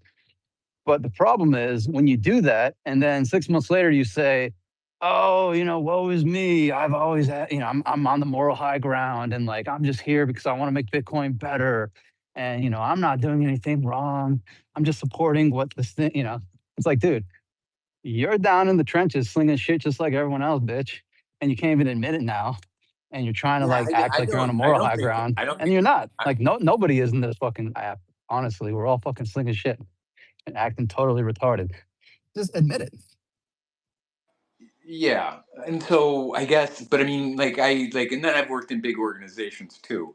So like, you just kind of know how when the new kid, you're bright eyed and bushy tailed, and like even Wicked, you said yourself where you didn't necessarily want if you're gonna try to climb the ladder, if you will, in an organization, like you want to go, you just spent a bunch of money on college and you want to make a name for yourself, so you climb that, and like I imagine that same dynamics at work at any of these places. That much on college. What's that? I didn't spend that much on college. Well, I just you know what I'm saying, right? Like that's how organizations work. Got a major needs-based aid, baby. Anyone that's worked for a big organization has probably had an NDA shoved in front of them when they find something illegal, and it goes up to the top lawyers, and then your morals go out the window because you work for the organization. You apply your morals for the audit, you apply that, but at the end of the day, they make the decision, and that's one of the hardest things to stomach in cybersecurity or IT at billion-dollar corporations, is you're going to get NDA'd to hell. But I think that with Bitcoin, it's different, right? I mean, we're seeing the process work. I mean, I feel terrible. I feel bad for Gloria, and in the sense that, yeah, she was effectively bullied out of the community. And I don't feel too bad for her, and I'll tell you why. I think she actively engaged in trolling them, so she kind of opened herself up for criticism and for like like I was saying, the shit slinging. So if you're gonna be the dev who slings shit at the Nazis, absolutely, you have to be also the one that's willing to take it. And I think she kind of was, but then got too crazy. But what does it prove? I think it proves one thing, though. The idea that like there's this conspiracy with Core where they're like, oh man, they're in such control, but people on Twitter control you out of Core. You know what I mean? Like, I guarantee you, the larger group of Core devs probably didn't like the fact that Gloria was trolling the shit out of Nazis. I agree. But I guess what I'm trying to say is, I think the evidence of the fact of what transpired with Gloria shows that the conspiracy that Core is just some all-powerful thing that's been corrupted and, you can't impact it. Well, you guys, you basically ejected a Core dev by trolling them on social media. You know what I mean? Like, so that's besides the point. What about the fact that people went around? The reason non-standard transactions was a thing was because people just ran around Core. Like, Core didn't have a monopoly on what could go inside the chain or not. Like, people just literally routed around them because they didn't like their rules. Like, how does that not tell you that Bitcoin Core is not in charge? I mean, it's not only that people didn't like their rules, so they routed around it. It's miners could make more money running other templates, so they made their own custom templates. Hey! I need more money. Don't hate on us miners. We love money. Well, yeah, for sure. But like those custom templates today aren't making you that much more money, if anything. No, right? Like not. that was not. But, that was but time out. So, who was it? I think Randy has done an analysis on all of the non-standard transactions that weren't in Core or NOTs standard, and it's like millions, right? Millions of dollars. Now, that was in a span of maybe like 40 days when that happened. Well, but still, I mean, millions of dollars, right? That's going to drive some miners to say, well, that's millions of dollars being left on the table, right? And you can make the same argument. You can make exactly the same argument when Rare Pepes came out. Like, there was a short period of time. Sure. Yeah. So like, sure, there's going to be spurts. There's going to be there's going to be spurts when a different template than Bitcoin Core might be more profitable. Same thing as there might be spurts of shitcoins that are SHA-256 that are more profitable to mine at any given block. Like, it's the same thing. Sure. Like, in general, Bitcoin Core is going to give you probably the best. So what happens when the only people that can, move quick enough and capture that extra value are the ones who have the resources to, figure out how to adjust it. Your AI agent is doing it for you. Yeah, that's true. That's in essence, your AI agent. I don't think another. I think it just. Do we want miners to rely on AI agents to adjust and customize their Core nodes or NOTs nodes? They're already using it to run their mines. Would we rather, they've been doing this. They've been doing that for a while. Or would we rather just ship a Core node that just has defaults where everyone can just run them? But pools don't run default Core nodes anyway. They never did. Pools don't. But that's the entire point. You're missing the point. The entire point is that pools customize their shit because they have the resources to put a dev, right? Like a fucking $100,000. I mean, wait. So you're talking about solo miners right now? Yeah. I mean, just all like that's the entire solar miner. Dude, come on, man. What, are you kidding me? A solar miner is he needs a different template, like at any moment in time, to extract a few more sats for like a week. Hey, I mean, any small centralizing force that can be mitigated by changing a tiny little bit of policy, I think that why not? Why wouldn't you just change that tiny bit of policy? I think pools have been changing policy since the inception of pools. That's the entire point, Mr. Hoddle. You're missing the point. The point is pools are changing their policy. We're trying to decentralize miners. We're trying to decentralize mining and having other people build their own templates. Those other people building their own templates, right? Like people who are using Ocean aren't using non-standard templates. They're not putting in transactions to optimize fees because they're just fucking running a home mining operation. So the question is, do we want to level the playing field and just ship a client by default that accepts everything and makes the most fee optimized template just by default, so that miners can plug and play and then get the most sats right out the box? And I'd say, yes, you do. Yeah, I mean, in general, and if Core doesn't build it, someone else will anyways. So so now there's actual competition, and there's a reason why Core is like, well, fuck it, we're going to do it too. I think the rules need to get closer to the law, or the law needs to get closer to the rules. That's the only way. One way or the other. And obviously, one way is way easier to achieve than the other. So That's kind of what's happening, right? Now, I But think over time, what will be very interesting. Over time, that was expected to happen. Like even like everything, the policy. So like, well, I mean, some people would agree with you and some people would disagree, right? no, it has to. I mean, like when they put the dust limit on, they put the dust limit on because it was extremely cheap. The dust limit was put on because at the time a UTXO value was so little that it was basically free to spam the chain. So you needed a dust limit. So like but also it was put on because they wanted to ensure that users wouldn't just be creating UTXOs that would be more expensive more expensive to spend than they're worth, right? Because that has an actual negative consequence and a bad incentive, right? The other thing about you all have your Libra decisions for your Relay. client is you want to remove malincentives. You want to remove bad blockchain hygiene as much as you can. I agree with you, but I mean you got to get then consensus closer to the rules. Right. Or the rules closer to the law. Like there's no way around it, right? Like it's because as long as consensus tells you one thing, anyone could spin up another implementation within consensus rules and do whatever the fuck you want. Like it doesn't matter. Precisely. So at some point, either consensus merges closer to the rules or the rules merge closer to consensus. Well, and as time goes on, that should be more and more.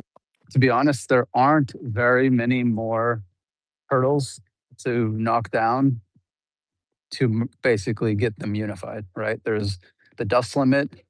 There's all this, DOS prevention stuff, so the DOS prevention stuff, we're obviously using policy right now. But I wouldn't be surprised if you get things like poison block prevention, which is a consensus change. So like you would come at that type of prevention from the consensus side. But the other things like dust limit, I mean, I think that's probably gonna maybe get knocked down eventually. That has to get knocked down. If you have enough people who just want to, use low one-sat transactions. The other one, the one that I'm really interested in, to be honest, is the policy transaction size limit. So you can have 100,000 weight units per transaction by all node policy. I think Knots and Core share the same policy here. So they won't relay a transaction that is over 100,000 weight units on the open network. However, now you've got these fucking retards with their dog mode client, and they're knocking down that policy. So like they're going to start to relay 4 megabyte transactions across their nodes. They're going to start to relay, 1 megabyte OpReturns. Yeah, but they need pools to agree with that. Correct, but there's already one pool, right? Luxor is willing to mine 4 megas. That's the one that you typically go to. How many times? I was going to say with Luxor was a good example. Like they've really started. They focused purely on their hash rate index stuff too. I've used them for a long time. I know Ethan. Ben Harper is actually the son of our ex-prime minister Stephen Harper that works at Luxor. It's pretty interesting. What? Are you serious? I had no idea. Yeah. He talks about mining. He works in mining. It's pretty cool, actually. That's pretty funny. He hates politics. You look at them, what they focused on. So yeah, their mining side became a secondary thing for them, and I would hope they would give me better, tools to work with things. But also, like, I don't find many miners that deploy under $1 million that would even think about running a node. All the people that do like the $400,000 stuff, the 250 kilowatt engines, and we're doing the smaller flares, there's just zero desire to run a node. Zero. They rather rely on a pool operator that's specialized in this shit. Like it makes sense. Yes. Yeah. Yes. That's why pools exist. That works. I think that works. For the most part, unless you find yourself in a jurisdiction where you now have to like KYC your shit. That's the only time. And so then you would rather just, it's probably better or easier just to run a node and use a default template on whatever node you're running. While Stratum V2 or Datum or whatever into a pool. While we're in the honeymoon stage, I see absolutely no reason for people to be constructing their own block templates. But while we're in the honeymoon stage, we should also be preparing ready for that. Defaults. Yes, so I agree. No MEV, right? I agree. Right. I think as long as pool operators aren't being attacked, then you might as well just fucking do it now. rip off the Band-Aid. But yeah, but then you're relying because there are trade-offs to this, because now you're relying on ideological miners not to mine the most profitable block, and if they see transactions that they don't like, they're going to exclude them, and then you get fucked by that. So like there are trade-offs. Wait, what are you talking about with that? If someone starts taking money away from my mining operation, the miners are going to be on another pool very quickly. Oh, I mean, I think you can actually. So okay, and I'll have to confirm with Jason, because I've had multiple conversations with Jason trying to understand the dynamics here, and I still can't quite wrap my head around it. But I'm under the impression that they're doing something on their end to penalize templates that would result in lower fees. And so if you're using, for example, a template that would, in theory, result in blocks being mined, that would capture lower fees than another template, then you get a lower payout, a lower weighted payout once someone does find a block. That's my understanding, at least with Ocean's rewarding. Guys, this has been great. I got to go hang. And Ant, your image you posted gave me the feels. We got to do another Spaces soon. So peace out, guys. You all rock. Yeah, it's about time. So I think that the removing of the policy for the Four-meggers is going to be very painful for a lot of people when that shit happens. I feel like, it's going to be one more notch. But the problem with that is that's much more obviously for spammers, right? I mean, when you loosen the policy for data carrier size, there are actual monetary uses that might be using, larger OpReturns than 83 bytes. And so there's some argument, right? And some footing you can stand on by saying it's not for spammers. And other people will argue it is. And then you can say, well, there's no reason, there's no incentive to use a large OpReturn JPEG when you can just use a large inscription JPEG. So there's some back and forth there. But as soon as you loosen the policy for a fucking 4-megger, it's pretty clear who that's for. So, that's going to be one that if it does, get punted up to Core, I'm guessing Core would actually never change their policy on that one. The argument's always going to be that it makes transaction packing in blocks harder. And so, it fucks with that algorithm, so it's not worth adjusting the policy. I think that would probably be the argument. And so even if you get a small group of retarded spamming plebs running dog mode or whatever, and then you get a couple of mining pools also running it, and they kind of have their own secondary network that is regularly relaying these 4-meggers to one another into those pools, and they get mined or whatever. I don't know. I don't know if the argument that making it default and reducing that MEV or whatever is enough of a good argument against the argument of how much it fucks up basically fee estimation when you're packing blocks with other transactions. And honestly, I should probably look into the algorithm a little bit more that's responsible for building the templates, because my understanding is when you start including really, really large transactions, it fucks up that algorithm. I don't know if I'm right there. Someone who's probably smarter than me could come up here and school me. Rob, maybe, I think your assessment is very accurate as far as the economic incentive. I don't think Core will make the change immediately, maybe over enough time if there's enough economic incentive. But the reality of the 4-megabyte, I mean, it's extremely expensive. So most people, there's definitely going to be people that want to do it. Much, right? Yeah, I mean, if they want to do it right now, they could do non-standard transactions by finding a certain amount of miners. I did want to come up about, and then they pay an extra premium to do that. So I guess the real forcing function is when you start getting it on a public relay network, and you don't have to pay that premium, right? That's, I guess, I would save us a little bit of money, right? Yeah, a little bit. anyways. But if someone really wants to do it, they could do it now, and they just pay the premium. I did want to come up about the 1 sat for VByte. I don't know if you've seen this. Some people already they have a tool to extract some of these from the ordinals or from the runes transactions to extract those sats and to lower it to 1 sat per VByte. So we're kind of already seeing that. Well, but no, you mean 1 sat per UTXO? What do you mean 1 yeah, sat? sorry, 1 sat per UTXO. Yeah. Sorry, my fault. Mm-hmm.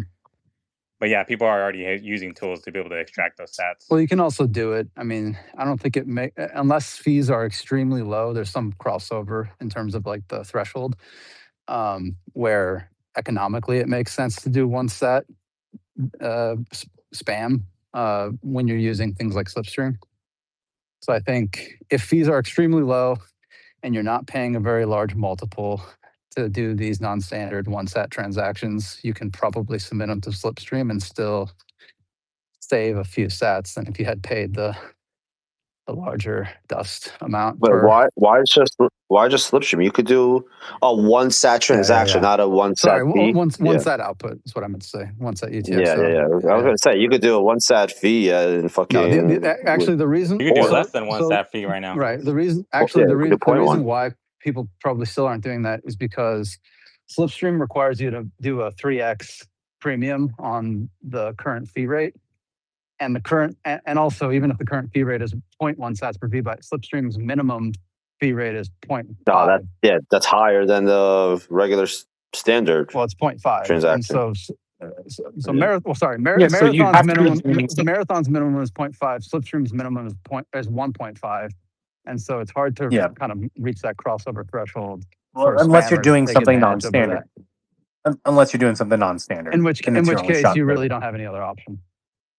You have to do it. You have to pay up. And as for the dog mode stuff, there's the two main pieces are one, with it being live, you're going to have two pieces. You're going to have one where mining pools that connect in Pure and relay, like this stuff, will make more money on the margin.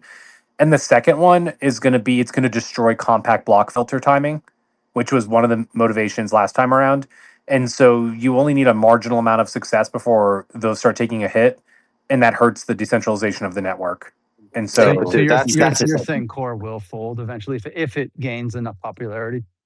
It depends. I was going to say, if it gains enough popularity, that's for any implementation. This is the Peter Todd end state of him wanting to remove all filters, basically. Like, is there already let's a do PR it, baby. Remove all of them. Is there already a PR to remove the transaction? Yeah. So there's a couple of them that may stay. Like the dust limit, like a 1 sat output transaction, like maybe because of the UTXO set, they try and put pressure against. But if you have a lot of pressure and you're paying like thousands of sats to make a 1 sat output, and the miners are just rationally self-interested in collecting it, they'll probably capitulate. That one's harder. The 4 megabyte one is really annoying, and the reason why is the default mempool right now is 300 megabytes, and so you don't want to have a bunch of like sub 1 sat per VByte outputs. You have a 300 megabyte mempool? Mine is 600. It's the default is 300. Yeah. Yeah, the default. I'm saying the default, right? So like another option is Core could change their defaults, but like if they make 4 megabyte blocks massively proliferate the mempool. If anyone in their basement with like 10,000 sats can be, well, what is it at one sat per VByte to take up the entire block? Is it like 1 million sats, or is it like 100,000 sats? Well, it's 1 million sats. At 0.1, it's 100,000. But here's the thing, right? If you're doing the bottom of the barrel, then your transactions are the ones that are going to get injected anyways.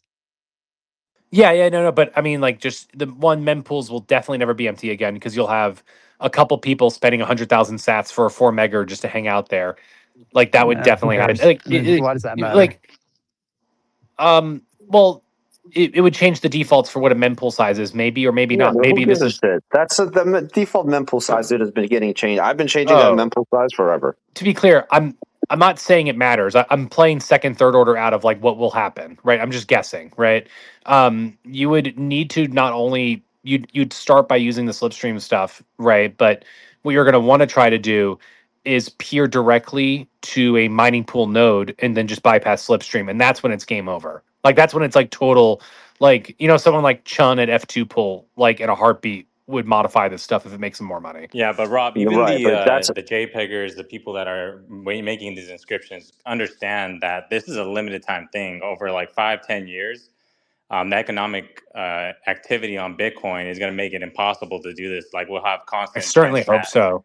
I Yeah, certainly hope it. I that's if certainly hope there's so. demand. There's that demand. should be That's the if case. We Bitcoin should have has a very demand. active blockchain if Bitcoin is If we have, successful. if the entire mempool is BRC20s 10 years from now, No, like that's a It won't be that's a problem. BRC20. That's not a problem. That means Bitcoin is effectively dead at that point So because there's no demand. That's what I mean. That's what I mean. Like that's Um, what I mean. It's a problem. Bitcoin being dead's a yeah. Yeah, problem. Bitcoin Um, being dead is a problem. I will say this though. You could have any implementation you want. If there's no value behind these like transactions, these tokens, then it doesn't fucking matter. Well, Mr. Hoddle, Right? the difference is not that there's someone on the other side willing to buy the token. If people are just willing to dump the transaction fees and pay the miners, Right, but they don't. you're dumping the transaction fees. You because you think you're going to make money on that Yeah, they're one stack. speculating. Totally, they're there's speculating. some So people who there, might if you beat want the to just create speculation, a JPEG for no other reason than just to have it. I mean, like they'll yeah, already but move the fine, you can market. see that. Yeah, They that's can fine. On chain. they can change the relay policy stuff before they find out that there's no other side of the market, and they could just change everything, and then there's actually no bid, and then it doesn't matter because they've already spent the money. You can also change default. I mean, you can change defaults back too, as a matter of fact. Not that it would really You matter. could. I mean, if you've already loosened them, then there's really yeah, no but point at that tightening case, if them there's no more if nobody's using it. four-meggers, then Right. they change the policy. Then it's like, okay, the free market decided, okay, this isn't popular. And at the other point with the free market, as far as like the BRC20s, those are already falling off as a fungible token market. And Runes is becoming much more popular. It's much more lean and uses the UTXO. which is much better. Which is actually a BRC20 good is much thing. more damaging to the blockchain because of the Listen, UTXO. runes are so good. BIP-110 doesn't even ban them. Yeah, exactly. Like, let's I just be mean, honest. Use the UTXO like 40 bytes. That's what I Yeah, mean. I mean, sorry, the runes OpReturn. aren't a problem. Runes aren't a problem for the Bitcoin network. Runes is a problem for the less technical people thinking they're going to make money off some Why? JPEG. So, okay, well, I have a question. I mean, can't you mint shit coins on like RGB off chain? Sure. Yeah, that's the whole point, isn't it? It's client side. It's client side validation. Why are people so obsessed with minting shit coins that have a JSON file on chain? Like, because they think there's something special with it being on top of like Bitcoin. It doesn't make any sense because they're retarded. They don't understand Bitcoin, so they think there's like something special here. That's it. Mr. Hoddle, can we do a quick update? You and I were at PubKey for like 5 hours the other day, and you called out and said, anyone wants to talk about BIP-110, I'm going to be here. No one showed up, right? Zero. No one was there. No one was there. No one showed up. Nobody cares. No one cares. Nobody cares. Nobody cares about any of this. At one shit, point man. during the panel, someone said, should we talk about BIP-110? And everyone said, no, that's fucking retarded. No one cares. Like, no one cares. This is entirely... Because they're scared of big no one Bitcoin. cares. No one cares. If I was there, I would have talked about it. Oh, of course you would have. You would have. Yeah, Wiki would have gotten his knots hat out and just been there ready to go. But that was funny. Yeah, like Really, I fucking... ready to go, man. Like Mr. Hoddle and I hung out at PubKey for hours. We were waiting for anyone to show up. Anyone. And no one. And I made it pretty. I mean, I made it. I'm like, I'm Mr. Hoddle. Like, I wasn't keeping a secret, right? Like, I wasn't trying to. No, you weren't. Not to mention anyone who's heard your voice. We were standing outside the bar. You would know right away. We were standing outside the bar yelling the whole time, so it was pretty obvious. You're just yelling like, "Does anyone want to talk about BIP-110?" I saw people looking. There is after I guess during intermission, while they were doing what Bitcoin did, we all went to the by the back of the stage. And I'm standing by like Rob, Matt, like everyone's standing, like they're all known. Everyone knows their faces. Nobody really knows my face. And I see people looking at me, who the fuck is that guy standing next to all of them? Like, it's pretty funny. I heard one dude was like talking to his friend. He goes, who is that guy? Yeah, that was good. It was a good time.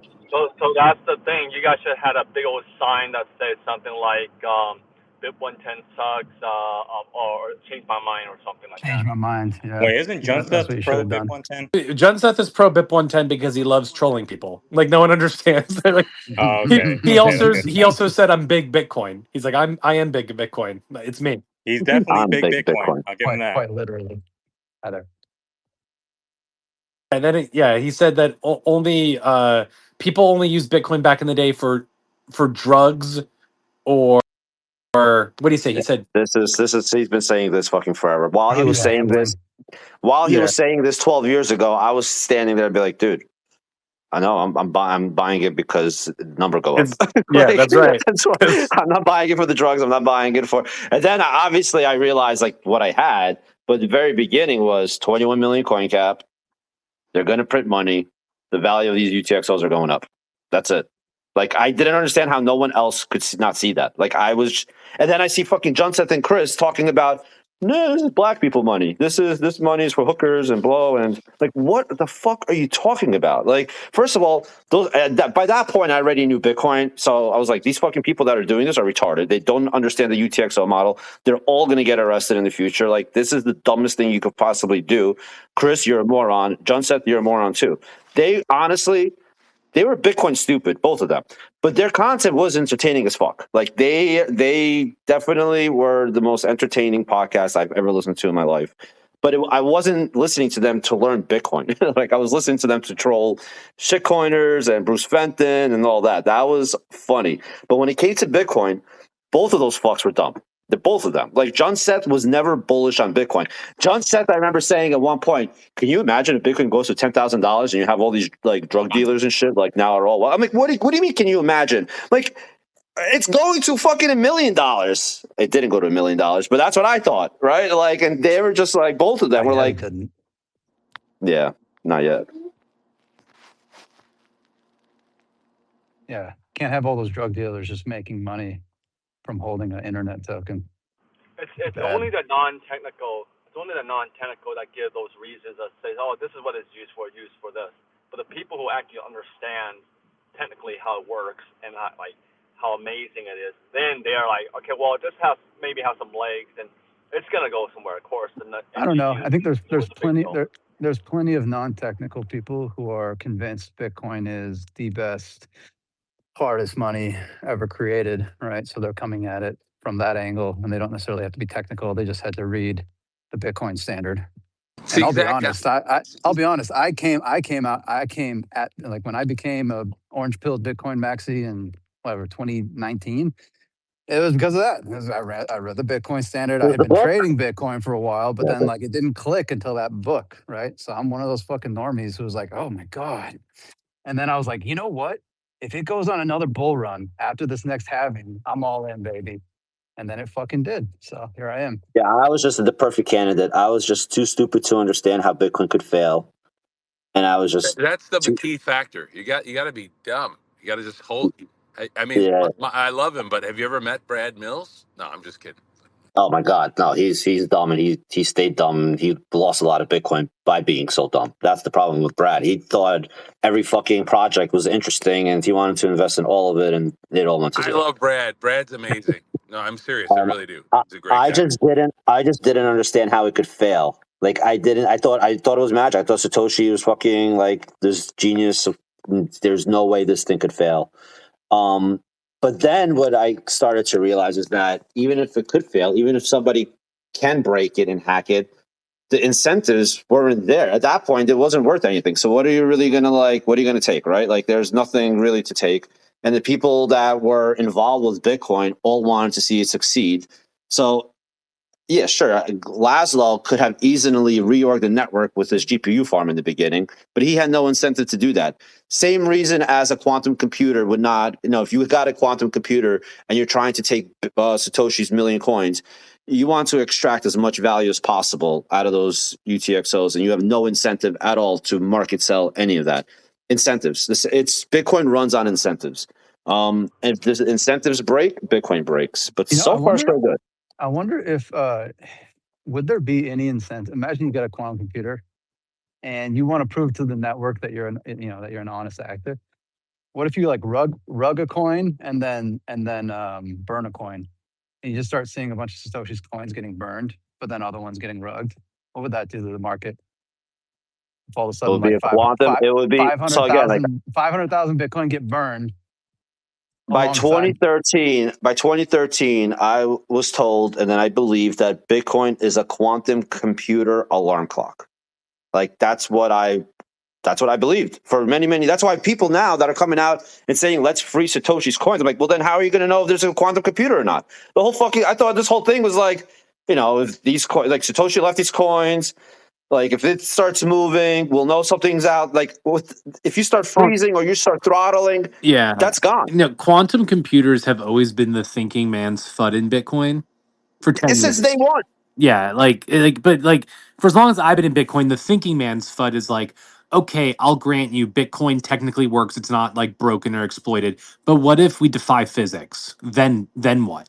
It's like, okay, yes, if we defy physics and cryptography breaks, there's a problem. You got me. Like, okay. I agree with you that I think like the actual big fight is not like when the time comes to upgrade, we're going to upgrade. It's going to be about freezing Satoshi's coins or letting them just get lifted. And that's it. That's the only fight. I mean, that's the only fight. Signatures, I'm shocked. Peter Willa on the mailing list said, "Oh yeah, we definitely need to freeze these." Just like matter of factly, he said that in person. I was in Chain Code Labs when he said this, and I looked at him. I'm like, no, like that. You think that's good? Same thing I told Blue Matt in 2012 when he thought like they'd be able to like hard fork Bitcoin. He's like, what do you mean we're not going to hard fork Bitcoin? Of course we're going to hard fork Bitcoin. Like I'm like, no, you're not. What are you doing? What are you doing in the belly of the beast, Mr. Hoddle? Shinobi was here. Shinobi was here, so I met him at Chain Code Labs. Yeah, then we all went to PUBG. I think if you let the coins get stolen, it'll incite excitement actually in the space. Like people would be like, "Wow, that's true. okay, You'll get a lot of eyeballs. Do this, right? A lot of eyeballs on Bitcoin. I don't know if that'd be a good thing, but that would be that would actually be a fork in Bitcoin that would have economic demand on both sides, and you'd have a permanent split. That would be an actual split. That wouldn't be good. That wouldn't be a good day. Well, it'd be good for engagement. So, a question for folks: when BIP-110 fails, what is the reaction from the crying crowd? Like, what do they do? Like, what's the next step? Do they just like? That's $1 million question, Joe. Like we definitely see more crash outs. That is the $1 million question. We get different answers depending on who you ask. You'll get a different answer. Joe, first, there was like, it's not going to split. It's a soft fork. There's no way it could split. It's gonna fail. And now everyone, even them, are saying, well, yeah, there's a chance of a split, but. And then I'm like, okay, what happens if there's a split and there's no hash rate or like a couple of percent hash rate that's enforcing the minority chain? Well, Mr. Hoddle, I don't know. I already told you this. I don't know. No, so this is my thesis on this, going exactly to your point, Mr. Hoddle, is just like the week before BIP-110 was announced, Luke was on a panel with Jameson Lopp, Stefan Livera, etc., and they said, "What are you going to do about it? Like you can do consensus change," and basically Luke was like, "Oh, like nothing's good. Like don't you worry about it." Like Luke had the code already written and refused to like discuss like, "Hey, this is my consensus change." I think he has in his back pocket a proof of work change ready to drop. And he's had a proof of work change ready to drop in 2018. But I mean, he'll literally have the commit ready to launch. Like he'll just pocket, drop it, be like, here's the new proof of work algo. They mine one more block to or a couple blocks to activate it on the new chain. And you can notice because we've been having this discussion now for like 3.5 years about all of this filter stuff and the spam and everything. And originally it was, we're not going to do a consensus change. Filters can fix this. And then it was, we're going to do a consensus change, but there's not going to be a chain split. And now it's like, now there's going to be a chain split, but we're not going to need to hard fork. And then Mechanic over the past month is saying that he doesn't care if he's sitting on a dead chain and they need a hard fork. So this is like continual goalpost shifting. And now when he makes multiple videos and comments about he doesn't care if we have to do a proof of work change, is him conditioning all of the minions that this is coming. Right, so the first time they hear about it, which is a good thing, which is a great thing. Like that's how it should be. Like right, like don't try to hijack the network with a soft fork. Like if you don't see enough support with a soft fork, split and compete. Right, like compete against Bitcoin. Yeah, that's what's happening. Give us a real shitcoin UTXO fork. You will, right? When they hard fork Bitcoin. The problem is, Joe, if it's if you get the Luke coins and it's a soft fork, you can't sell them, right? There's no liquidity, there's no market, there's no. Gotta be replay protection. Yeah, there's got to be a hard There's fork. There's gonna be idiots that buy things. There's always idiots. No, it's not. It's not buying things. The problem is without a difficulty adjustment or a proof of work change, there won't be blocks for you to move your Luke coins in. You need to wait 100 blocks. So like when the fork splits, They need to. You can't move Bitcoin UTXOs that are just mined. You have to wait at least 100 blocks for them to mature. Once they mature, then you're able to move the UTXOs. The problem is if you're only getting a block or two a day, it's going to take a while for you to reach 100 blocks. Months before their miners get paid, and then even once they get paid in Luke coin, there's no market around Luke coin. And so there's really no incentive to mine it. So the cleanest way of when you get your airdrop is when the hard fork happens, because then you can run You separate gotta wait node for the hard fork. software. Yeah. You run The separate node problem software. is- It's good. You still have to let's do see. replay protection. You still have to worry about replay protection. I can enter into a private contract to sell the Luke coins upon earliest liquidity. I have no You You, can do problem you that. could do in- it. I will do that. Find a counterparty to do it today. I built a I trustless. will. I'm going to call Wait, how do I Brad short Mills. this? How do I short this? Brad Mills. There's no way. Brad Mills is not Team 110. That's not true. No way. He's not that. I'll call No. Fred Krueger. I'll call Fred Krueger. Well, We'll I see. built. want to do it is- Listen, you might be able to get Fred. Joe, Yeah. there's Yeah, Fred. there's two markets at the moment. I tried to get Fred to bet with me on BIP-110 success, 10-1 odds, right? And even not even that much. I said, I'll put up a Bitcoin, you put up a tenth of a Bitcoin. And he wouldn't take it. I mean, this motherfucker, he's all talk. There is 3 Bitcoin of volume right now on the 110 prediction market, and it's pricing it at like 9.5%, 10%. And 8 months ago, I built a trustless on-chain open source contract anyone could use to fork futures, and no one's taking me up on that. You got to make it pretty, man. You got to build a website. You got to if make you it tell pretty. me I got to sit here and vibe code something up, I'll do it. And if you make it pretty, and if you make a website that competes against Pre-X or whatever the fuck that website is, Mr. Hoddle, and like you make it pretty, you can want to do hear it. this? I can make it work with cold card. I can make it work with the cold card. Oh yeah, dude, now you're talking. You got another business coming. I think this is a profitable business, and I will gladly work for you if you do it. For the 4 Bitcoin in volume of people that are going to be willing to sell the 110s. Rob, you got to set up the infrastructure so that it's ready to go when we get the quantum fork and when we get all these other ones. Right? All those, we want to have trustless futures for all these things that are actually going to have real liquidity. I could do that. Yeah. It was more of a performance art just to show that none of them actually had conviction. And this is something that people don't like. People think it's gambling. Like, oh, you're just gambling. It's like, no, you have a commodity, which is Bitcoin hash rate. People who do large scale hashing want to hedge their risk. So they want to price the value of their commodity today into the future. Just like if you had a field of corn, you have all of your costs now. You want to have the ability to sell it at a future time at a certain fixed price. It's the same thing with hash rate because hash rate's just a commodity like Bitcoin. And so you're just offsetting risk of uncertainty. And if you do any, like people who are renting hash rate today, you're giving hash rate to your enemy of the fork. Like you're just securing the mother chain. You need to have a divergence and you need to be able, if you buy Bitcoin today, you're buying both sides of the fork. So you need to be able to sell one side of the fork and buy the other side. And a fork future is the only way you can economically signal and do that. And the fact miners, that you can do it trustlessly now is pretty fucking dope. Is pretty cool. And then the last thing way, too is, could you have done this?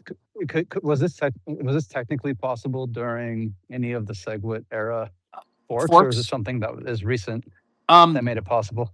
The reason why this one works specifically is because they're removing functionality from Bitcoin script, so you have a spend path that's violated on the one side, right? That's what makes it really wouldn't necessarily clean. be possible with quantum, then, would it? I'm trying to think if you could do it fully. It depends how it gets implemented. It would depend how it gets implemented. Like the details matter because you're doing it all on chain. You know what? Well, no, okay. And the last thing too is just like the reason why this also matters, like the price of each fork, is a miner can only mine on one chain tip at a time. They can't mine on both sides of the fork. So they need to understand if I'm pointing my hash rate to chain A, how much is that worth versus chain B? And there's opportunity cost. So you need to find a market price. And the desire to obfuscate the market price is not one coming from strength, it's one coming from weakness. Yeah, I mean it's part of their bluff. I mean that's the thing is the bluff the metaphor. why there is no market. The bluff metaphor is retarded because there's always a showdown because there's always another block. You can't force someone fold. Yeah, that's what I was trying to tell you. You can't bluff. You can't bluff it. The block will grow and continue. New question. Well, I mean the way you bluff it is you try to posture as though your side has real economic demand and they're not going to back down. But the thing is, you can't, like you're saying, right? You can't actually bluff that because if you're not putting your money where your mouth is, then nobody's going to believe you. If there was economic There's no demand, bluffing there here. would be There's liquidity no in bluffing. futures. There would be deep liquidity in the futures if there was actually multiple markets. Jihan and Roger Ver, say what you will about them, they burned hundreds of thousands of Bitcoin for Bitcoin Cash to have a chance at winning. Yeah, millions and millions of dollars. Question That you can't. for the group here. Other than Mechanic and Luke, who are the top 5 most prominent supporters of 110? Cratter. I think Fred Luke. Krueger, It's Luke. Not even Justin Mechanic. Belcher. Mechanic doesn't do anything. you got Jamie Dixon. Chris Guida, Matt Chris Guida, Crater, the You author of mean the Data Fred book. Mo? Krueger. These are the most prominent people behind it, other than Mechanic and Luke. So Start It's Nine actually, really just Labs. probably one. Start Nine Fred. Honestly, Labs. Fred Krueger. Fred Krueger, Start dude, Nine Labs.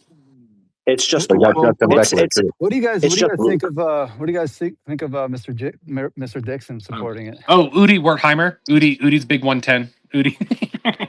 Well, he's a supporter for other reasons. He's Wait. Simon is supporting BIP-110. Yeah. Simon Dixon. Yeah. Are you fucking I kidding said me? Jamie Dixon. My bad. Simon Dixon. Yeah. Simon supporting BIP-110. Yep. Yes. All right, I got it, DVR. Mr. Hoddle's Where taking did you see that? How do you know? How do you know he's supporting he's BIP-110? literally putting out videos and posts about it. Yeah. Mr. Hoddle, When? I'll send it to you right now. He was tweeting it out like last night, this morning. Oh, okay, Oh, that's why I Hoddle didn't not. realize it. Hoddle Okay. not. Hoddle not. Yeah, The but none of roster them. is weak. Here, I'm forwarding it to you right now, Mr. Hoddle. I'm just not impressed, guys. That's not like an all-star crew. It's not exactly like Murderer's Row of Bitcoiners. There's that website that Xander made, None of them are captured by consensus.health. big Bitcoin. That's why, Joe. Consensus.health. It's a pretty good website, and I think that Right. kind of demonstrates who's supporting what. All right, Mr. Hoddle, check your phone. I just sent you the tweet and the YouTube video of him saying he's running a 110 node. How long is this video? Oh, so am I. I didn't even load it. You kidding me? I don't need to watch it. Like, I don't need to watch it. Wait, Rob, were you aware that you can run 2 nodes on the same computer? No Yeah. one's aware of this shit. You were You aware can- of that? You were aware of that? That you could split the data, dear? Yeah. No. Yeah, you can split the couldn't- data directory. Yeah. You just have 2 separate data directories. Well, I know So- you can have many nodes run because how do you think people Sybil attack and have one node look like 1,000? Right. Like, do you know how many people are Sybil attacking this thing right now? So you would do that by using. I didn't think they would do that on their own computers. but You have one node and then you the, spin up a bunch of proxies. Yeah. Here's the beautiful insight, though, because what those people are doing is they're just pointing to the same underlying data directory, right? But what I did, because I want to actually run both nodes and I want to track both chain tips when they diverge. So you see the 110 node with pointers to the core data dir and all the BLK files. And then as soon as you're done pruning the 110 node, because obviously you don't need to fucking store all that other shit, then you let it rip and it starts updating the BLK files in its own directory. And so like moving forward, once you actually start running it, it starts diverging in actual files. It's no longer the underlying core data dir. Yeah. And then you just use different ports, or you can run 1/Tor. It's probably the cleanest way. Yeah, Mr. Hoddle, like when you do a Sybil attack, you don't actually spin up 1,000 nodes. You spin up one node and then you just run a bunch of proxies so your one node looks like 1,000 nodes. I didn't know you could do that on the same hard drive. Oh yeah, that's how easy we're talking about how it is to spin up. I had no idea. I mean, I never had a reason to spin up 100 nodes, so that's probably why I never really looked into it like that. Right. But because I remember when I tried to run a newer version of Core and an older version of Core on the same hard drive, I was never able to do it. So that could cause problems because sometimes different versions will re-index and remanage how the database is run. Well, right? that's only if they're pointing to the same database, right? But if you split the databases and you have them pointing to separate ones, I never split I never even knew how to do that. But now with LLMs, because you're cloning it and you're pruning, right, Wicked? So I'm cloning with pointers that are what's the technical term? Like whenever they get written to, then they create their own file in the new data directory. Yeah. So the old ones that aren't being written to because they're already You're doing linking. Yeah, you're linking files. So like it automatically spins off. Yeah. Anyways. Yeah. So I mean, hey, real quick, which sorry. honestly, dude, which is pretty fucking cool that you could do that because well now I don't have to like point I on anybody ran a no. else I used to run. to split my UTXOs, right? Like I can point That's Sparrow one at one reason. Yeah, node that's one reason. and split them in that way, and then I can point it at the other node on the 110 side and split them in that way, right? But that's that's beneficial when like during this type of shit. But like just in general, being able to run two different versions of core, like we had an inflation bug on the newest version, right? But the prior versions had no inflation bug. So if you had both versions running on the same hard drive, you can like also. you're. So one of the things we talked about with BIP-54 yesterday is you can run a firewalled node, behind your main one that basically only peers with your main one, but then has a protection where it doesn't accept the block until it's been fully validated from your main node. So you would have a firewalled node that wouldn't accept the poison block if that was an attack that was attempted, right? Until it's fully validated.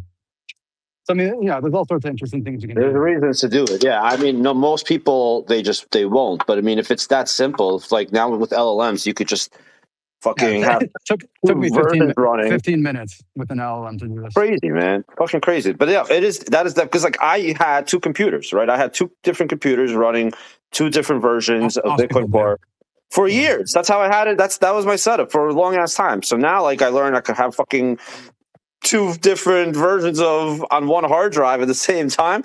That makes things a lot easier. Not only that, but you can have one. You can have one primary data dir that has like the full, archival chain, and then the other one, like, you just run it pruned. And if there's ever any divergence, well, I guess if there's divergence in the pruned one, it doesn't matter.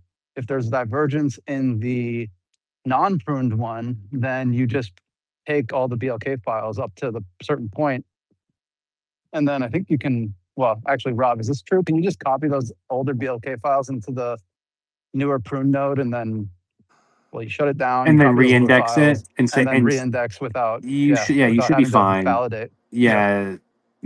You also could always turn off validation with assume valid equal to current block hash. You could always do that too. Yes, Well, that's what you do because you've already validated all those blocks with the older node. I mean, it's funny. I mean, we're coming up on the last difficulty adjustment, right? I'm looking at it here. We're looking at 25 blocks at the moment. We haven't hit 2%. They fucking crushed it, man. Yeah, they crushed it. This one. They finally definitively. Oh boy. They finally definitively got over 1%. They definitively got over 1% hash rate. It is no longer a rounding error, and it looks like 6:30 on Eastern time on August the 8th. 2.5 more weeks. Congrats. Well, this is the final. Yeah, we're entering the final window.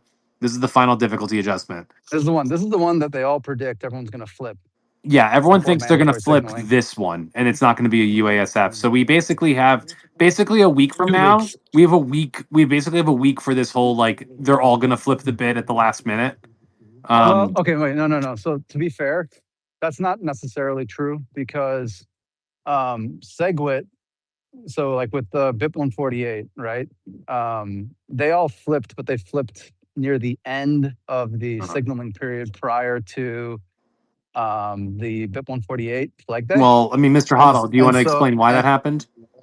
Well, we all know because it's BIP-91. It was BIP-91. Yeah, right. What are you talking about?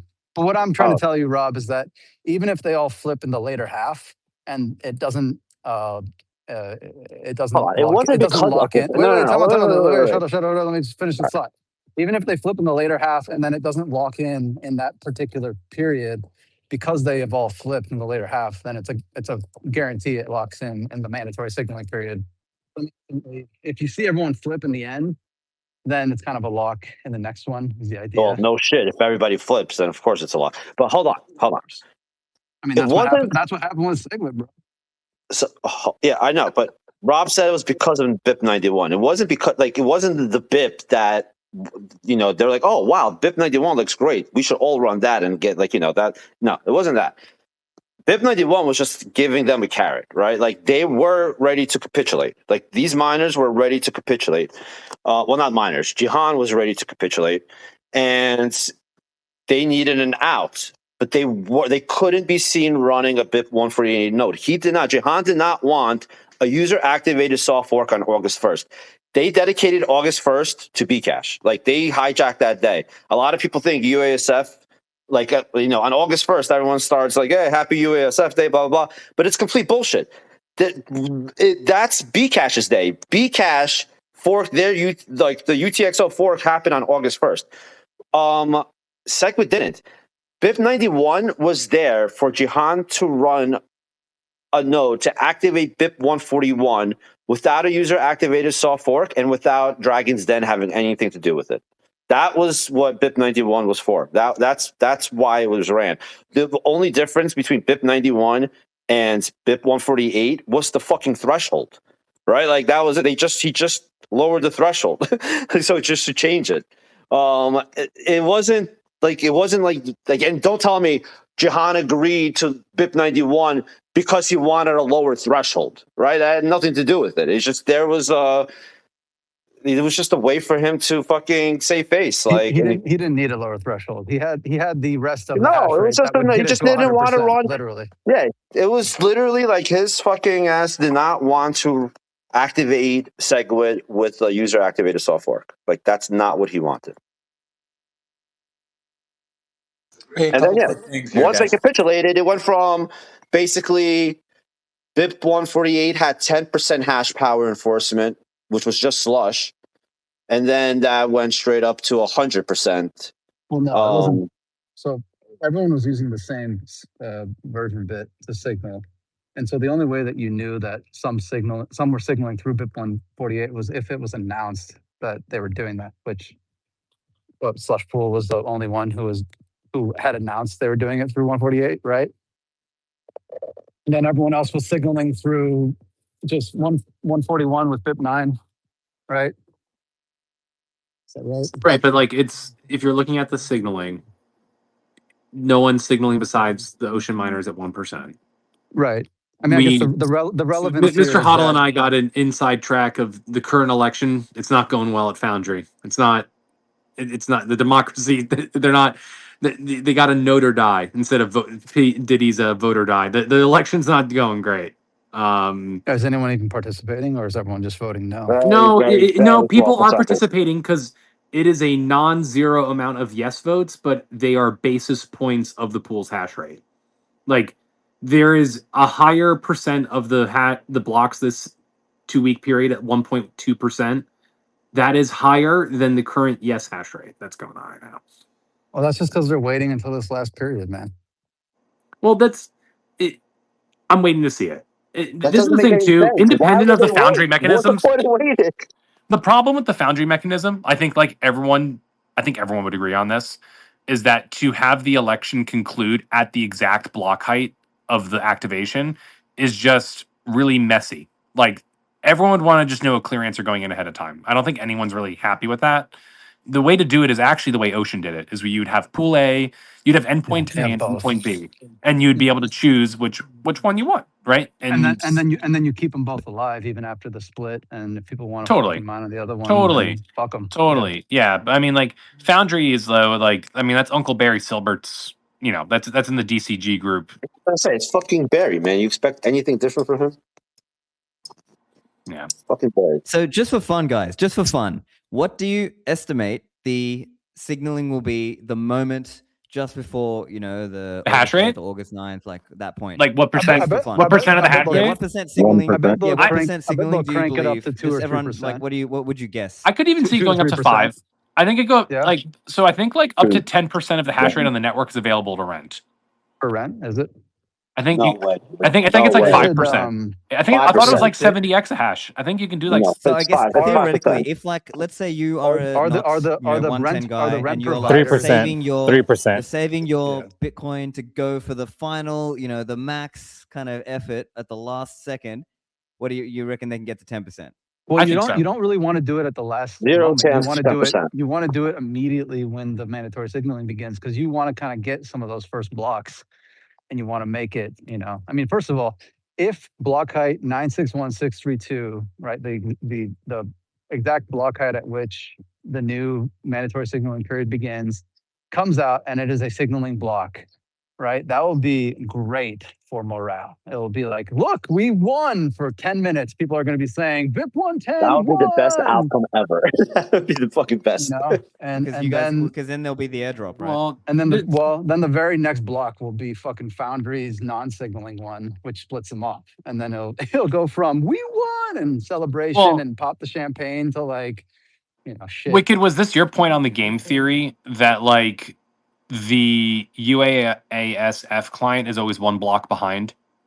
Like they always are by design. They are always going to Not be. always. No, not always. From in the beginning, like when the chain first a minimum of they're a minimum of one block behind. They can never be even from the get go, right? Unless they have more hash power. Unless they have more hash power. Yeah, that's what I mean. Like right from the beginning, even, you don't know. Right, but like, listen. Even when they have more hash power, as soon as a non-signaling block is found, that's when the split happens, and now the non-signaling side is, by definition, one block ahead. So the split never happens evenly. The split always happens with the legacy side one block ahead. Yeah, it's the split itself. Yeah, I agree. And so then the UASF side doesn't only have to catch up, but then mine an additional block before the legacy side just gets one, right? The biggest, the reason why you need, this is why I've always been saying like the fucking 45%, extremely close, hash rate. And yeah, I'll give it to them, right? If it's super close, like 45%, then sure. Some people might actually get afraid and they'll say, just luck alone. That would be luck. You got to be scared of. You got to be scared of the luck alone at that point, because 45% with really good luck. It's not even the luck alone, because blocks get fucking orphaned all the time and people deal with it, and so sometimes it's just it's the luck of the draw. The luck alone isn't enough at 45% to keep a sustained reorg regime. You might get one or two. No, in the beginning of the fork. Right. Yeah. Right. And so that's not really the thing. Variance. The main problem is that you're afraid now, being so close, that one of the other pools will just flip. So that's where the real, this is where they say the prisoner's dilemma, right?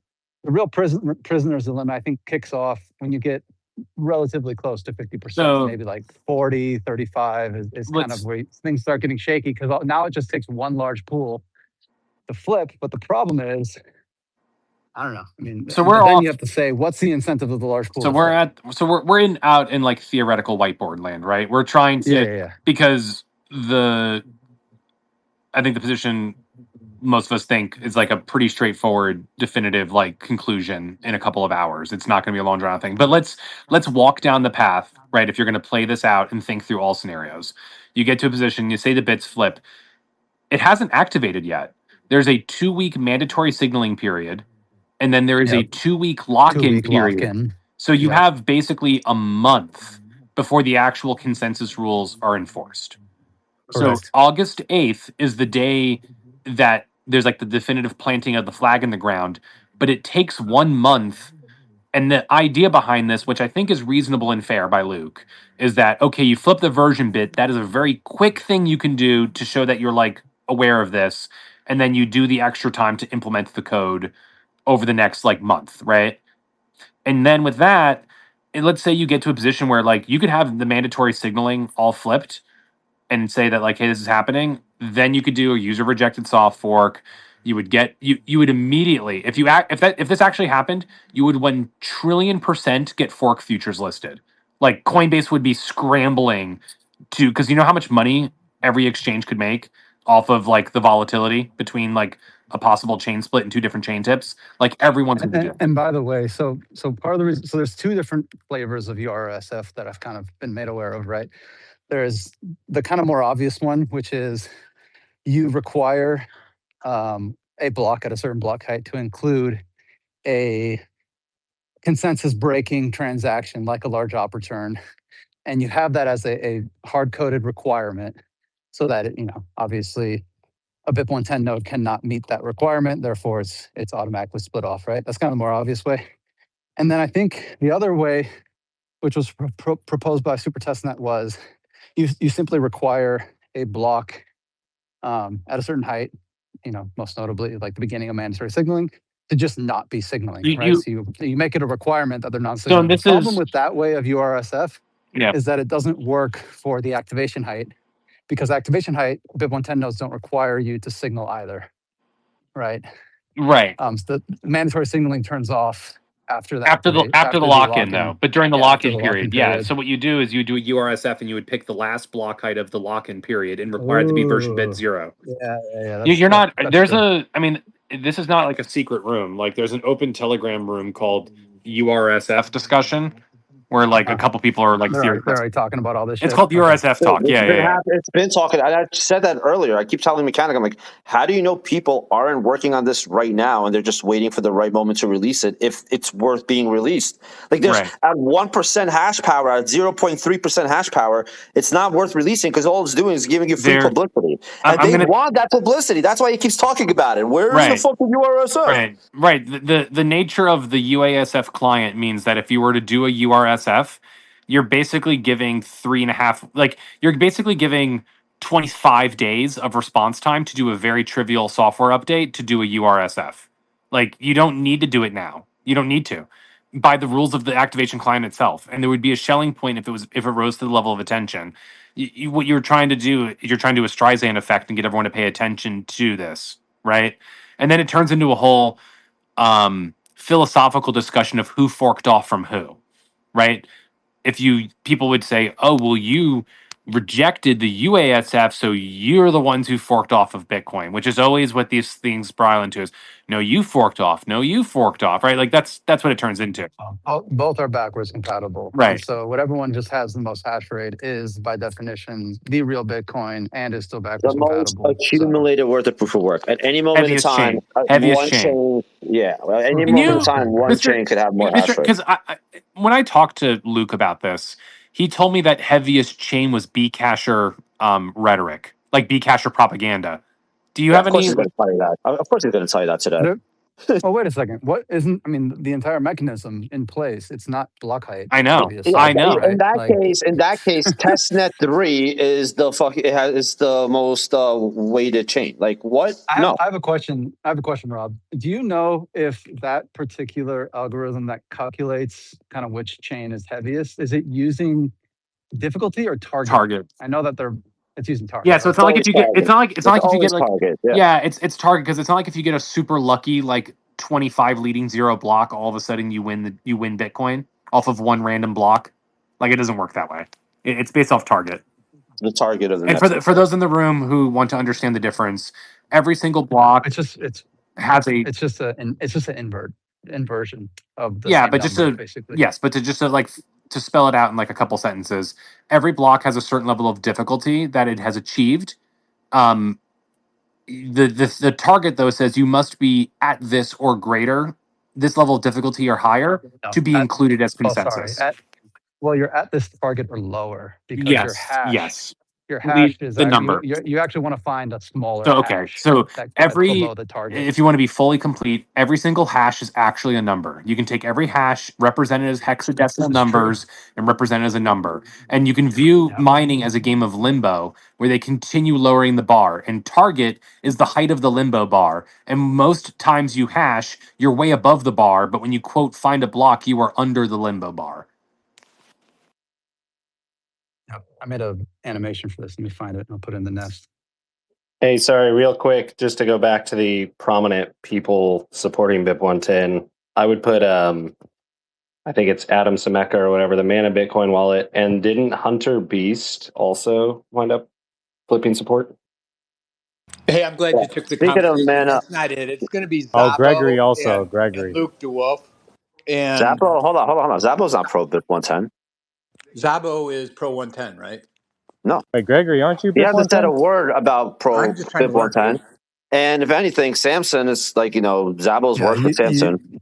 And Samson just went you guys are conflating you're conflating pro knots / anti-core with pro BIP-110. Yeah, no one cared about knots. At that point, I kept saying, like, you have the right to run whatever implementation you want to run. Like, that's your choice. If you want different rules on your personal node, have fun. There are plenty of people who are, anti-core for whatever reasons, and then who kind of clung on to the pro knots because it was the de facto anti-core thing to do. But then once BIP-110 came out, they either went silent or are actively against it, like Samson. No, hold on. It wasn't. No. a lot of them just didn't do anything and stayed on a prior version of Bitcoin Core, and they didn't run Bitcoin No, I'm ops. Like saying if you of the weren't ones who happy, did, right? There was yeah, Samson, who right, was like yeah. anti-core, pro-knots for a time, and then kind of said he was going to do his own thing with whatever ready, production ready. And there was and then there was Zaba, who was anti-core, pro-knots, and then basically went silent as soon as 110 came out. That was helpful. Thank you, Wicked. But a lot of people assume, because the arc of most, like retards on Twitter is anti-core, knots, BIP-110, they assume anybody who was in those earlier camps is now by de facto BIP-110. And But it's not a correct assumption. You saw how Carl Sari popped in and wanted to know because I mean he's coming at it from he wants to kind of see where the power is, right?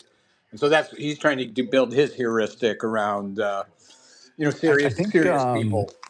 And so I guess I would like this. Do you guys take this this fellow Luke DeWolf, because he has kind of gone back and forth. And he seems like he's coming at it with technical arguments. No, like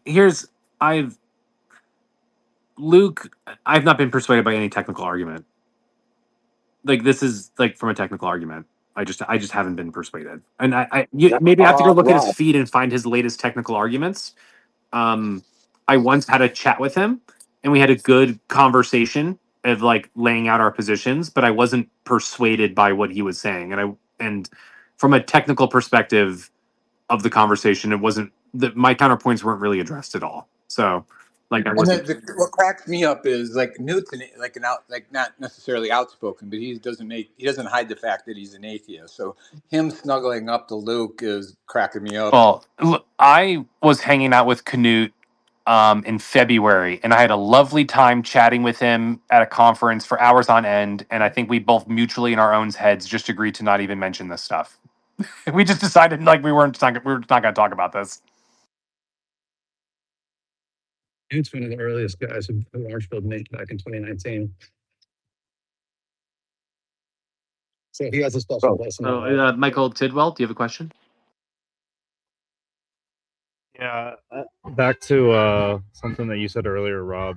You said something about the chain with the most work being Bcash propaganda. Can you delve into that a little bit more? So I asked Luke about. I made a comment about quote the heaviest chain, and to explain to the room, this is to say that if the Bitcoin blockchain one has a height of 1 million, one has a height of 2 million, the 2 million one is not necessarily more secure.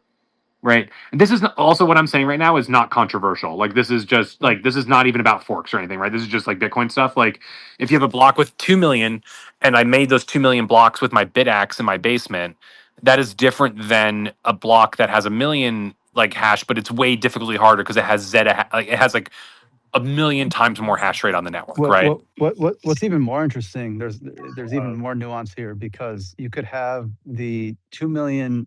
I mean, you could have one that has way more accumulated proof of work, but then for whatever reason, its hash rate falls off a cliff. So now it has less security moving forward than the other one that had been lagging behind, and maybe all the hash rate that diverts to.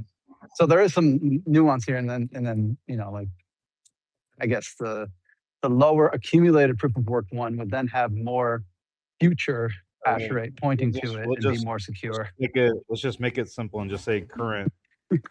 No, but the rule is based on accumulated proof of work. So you could actually have you gotta have more accumulated. This is exactly what happened. You could have a more secure chain without most accumulated proof of work, and it'd get really messy in that case. All right. Anyways, so you're saying that.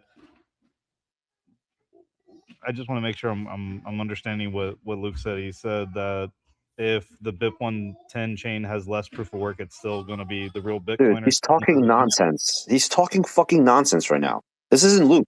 Luke is compromised. I'm just trying to I just want to clarify. It doesn't make anything. He knows exactly how Bitcoin works. No, right? Like hold on, Mr. Hoddle, relax. I want to make a follow-up point. That's why I want to make sure I get this point correct. Take a hit of the bong, Mr. Hoddle. So if I'm understanding correctly, Rob, just level with me.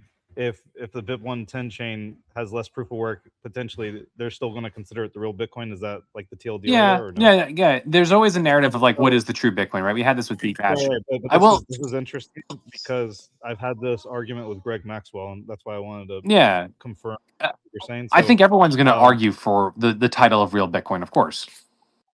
Right. But when this happened, and like I had this debate or whatever at San Francisco, the BitDevs with Greg Maxwell, and I think he would also argue that is Bcash propaganda. So that is sort of a shared sort of sentiment amongst a lot of Bitcoiners. No. The Bcash propaganda part was, I said you need to look at the heaviest chain, and Luke said no, that's Bcash propaganda. I mean, it was Bcash propaganda it's the opposite. What I'm trying to tell you, Bcash was trying to say they're the real Bitcoin without the heaviest chain. Christ, guys, hold on one sec. I'm trying to actually give an interesting point here. There's more than just Luke that feels this way. Is what I'm trying to get at. Greg, what are you trying to say right now? Greg Maxwell thinks that the most chain with the most accumulated proof of work is in Bitcoin. Hold on, I'm trying to make a point. So. No, you specifically said Greg Maxwell.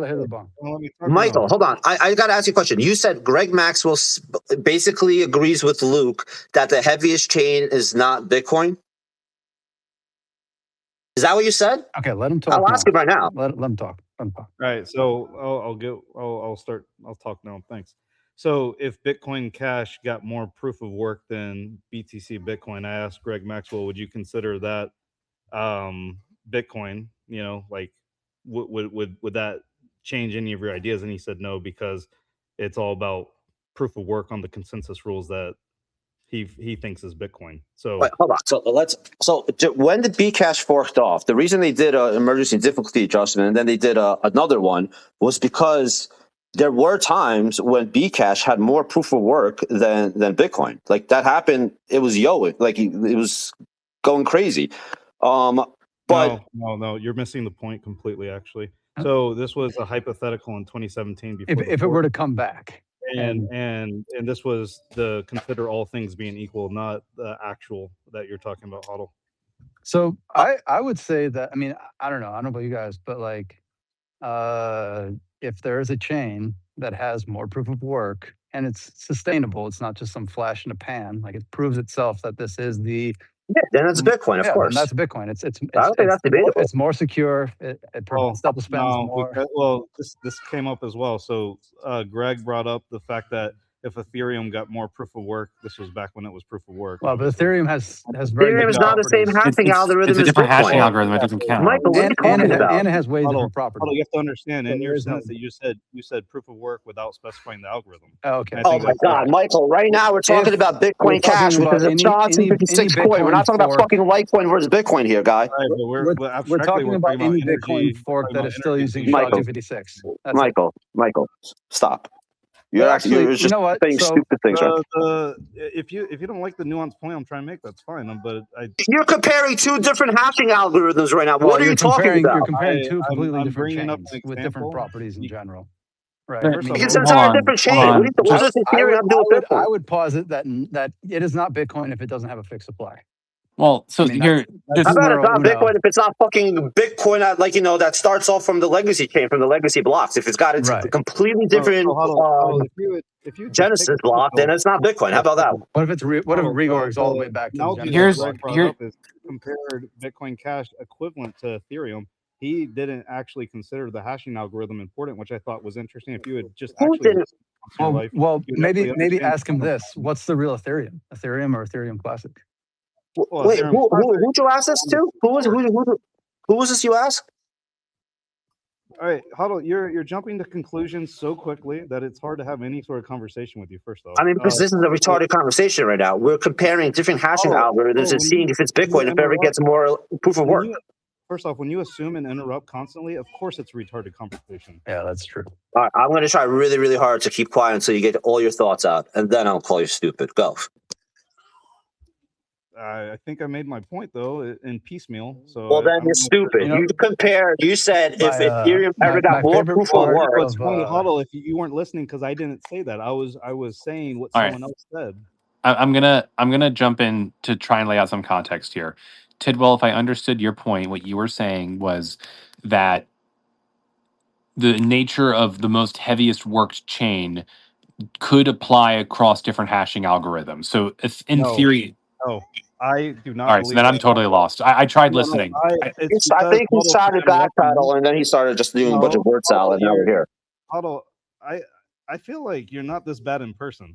You gotta I'm step just it as up. bad, I promise. We're No, all you're worse. not. We're all You're worse not this bad. online.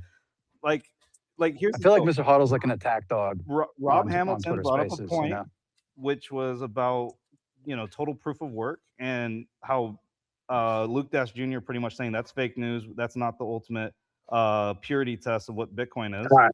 And what I was trying to say is that's a shared sentiment amongst, in my Yeah, opinion. I think there's two things. Fuck it up. Fuck it up. Hold on. I'm not gonna yell. I think there's two things. I think the fact that Greg said this to you, either there was a misunderstanding. You misunderstood him, or he misunderstood you. Okay, that's number one. But number two, hold on. Let me ask you a question. Do you think the chain that solves the double spend problem the best, would that be Bitcoin to you? Not necessarily. All right, so that's the disagreement. Like the idea that, like, a lot of people think that blockchain was created to try to solve the double spend problem, and if the chain has the most amount of work that you're going to have to do to undo those transactions, you would think that's Bitcoin. Yeah, but based on your definition, that could have also involved Ethereum when they were proof of work. So right, it could have. With more, 100%. If there was more proof of work, if it was harder, if Ethereum had more security than Bitcoin, and it made some money where it was really hard to change rules. You're like the guy getting caught up in like when I make a statement, you're like, yeah, but not everyone's like that. Like you're like the per capita idiot lady that's like getting like pounced on. No, wait, no, I know. I know an Asian guy who's want to know what my definition is. Why doesn't Tidwell do a long form piece? And then you guys, so we have something to sink our teeth into. And I actually love this format where you put a long form piece out and all you nerds kind of look at it. And then we come in here and fight. I think that's a cool format. Dude, this is So crazy talk.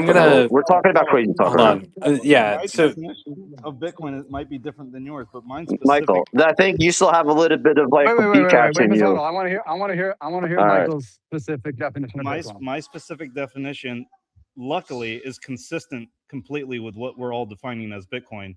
That's good. That's good to hear. What is it? Wait, what is it again? Can you lay it out one more time? The most proof of work using SHA-256. Very, very the most accumulated proof of work. Yes. Yeah.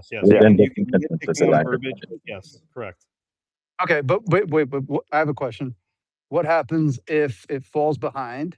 So you get something like, let's say, in a theoretical world, BIP-148 wasn't successful and forked off, and now you have this, UASF that's running alongside a minority soft fork chain.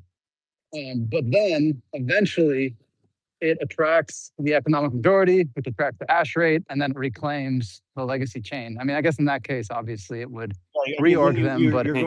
But you also might expect at that point the legacy chain would URSF. So now who's the real? So I'm just going to jump in now because I've been raising my hand politely, and I realize this is not the room for that. So let me just break very quickly, because what started this whole thing and this little spiral of what the real Bitcoin is there was a disagreement when I was talking to Luke around cumulative proof of work being Bitcoin and different definitions.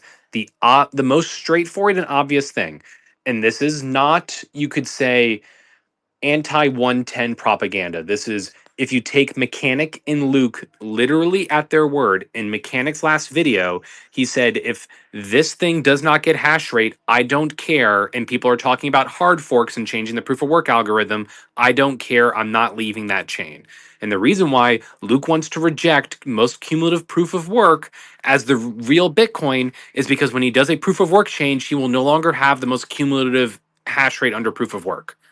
So that is internally consistent. If you fire the miners, and just to complete this thought, Luke, it'd be a different hashing. But Luke is 1000% right in the nuclear button of the Bitcoin protocol with malicious miners is you do a proof of work change and fire the miners. There is a No, disagreement. There's I a think even in disagreement. that Hold on. scenario, Rob, even in Well, that scenario, you're still creating a shitcoin. That's not Bitcoin. listen. Bitcoin at that point is done. No, Like Bitcoin got co-opted, the experiment stopped, and now we're on to other things. I think Bitcoin is maybe, over at that point. maybe, but Bitcoin I is whatever understand. consensus rules you want, and then once you decide your preferred consensus rules, then it's whatever's the heaviest chain on those rules. So most of us would say that. No, but if you have the same, if you have the same hashing algorithm, you're inherently insecure. If you have two chains that both use the same hashing algorithm, the one with the minority hash is insecure. You know, like the BIP-110 hash rate could 51% Bcash right now. Like, there's more hash rate on the Yeah, that's BIP-110 so chain funny. than there is on Bcash. Like, they could literally go That'd co-op probably be a Bcash. better use of their time. I'm not to be saying they honest. should. I'm just saying that like they have more hash rate than all of the Bcash hashers right now, right? And so to Luke's point, Mr. Hoddle, I take your point on maybe at that point the project is dead, but from a pure whiteboarding like game theory out, I could see firing the miners being a thing that All sits on right, the I'll give you. chessboard as a Let me throw button. this back. Let me throw this back at you. What if two different Bitcoin Core developers decide on two different hashing algorithms? Well, then you have two different chains. Yeah, You have three I different would chains at say that point. You have Bitcoin, and now you have two different chains. Like, which one one is big? reason Like, why who gets to say they're the Bitcoin one? How about we just say that Bitcoin's done at that point? well, But it's the let's most say accumulated they proof of find work, SHA-2 collisions. They optimize SHA-2 collisions and they totally just break SHA-2. SHA-2 actually breaks. You can't say Bitcoin's dead because SHA-2 breaks. Just like if quantum computing doesn't kill Bitcoin, if No, in that SHA-256 point, dies, in that point, we rely on a central group of people that we've earned our basic trust. Well, I'll tell you what. And At then that they point, decide on the hashing algorithm, and then we go from there.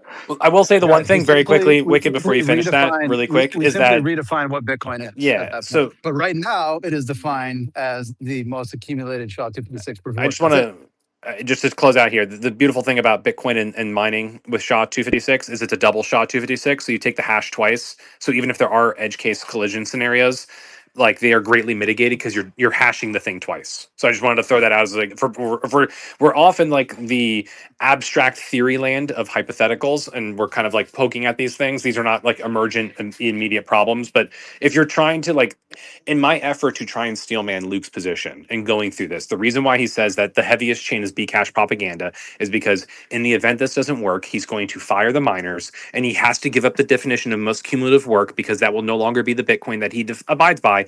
And this is not me coming up with random FUD. Listen to Same Mechanic in thing. his last video. Yeah, it's the same exact thing with freaking the Roger and Jihan were doing. I mean, they try to make you think that Bcash was Bitcoin, even though it was a much less secure chain. Like, they didn't care. Yeah. Well, I think we solved all the world's problems. I will say, I'm probably gonna drop Rob. unless you have anything for me. Well, in response to one of your points. Wait, 1 second. In response to one of your points about you not changing the proof of work algorithm and then being the less secure chain because the other one can easily re-argue.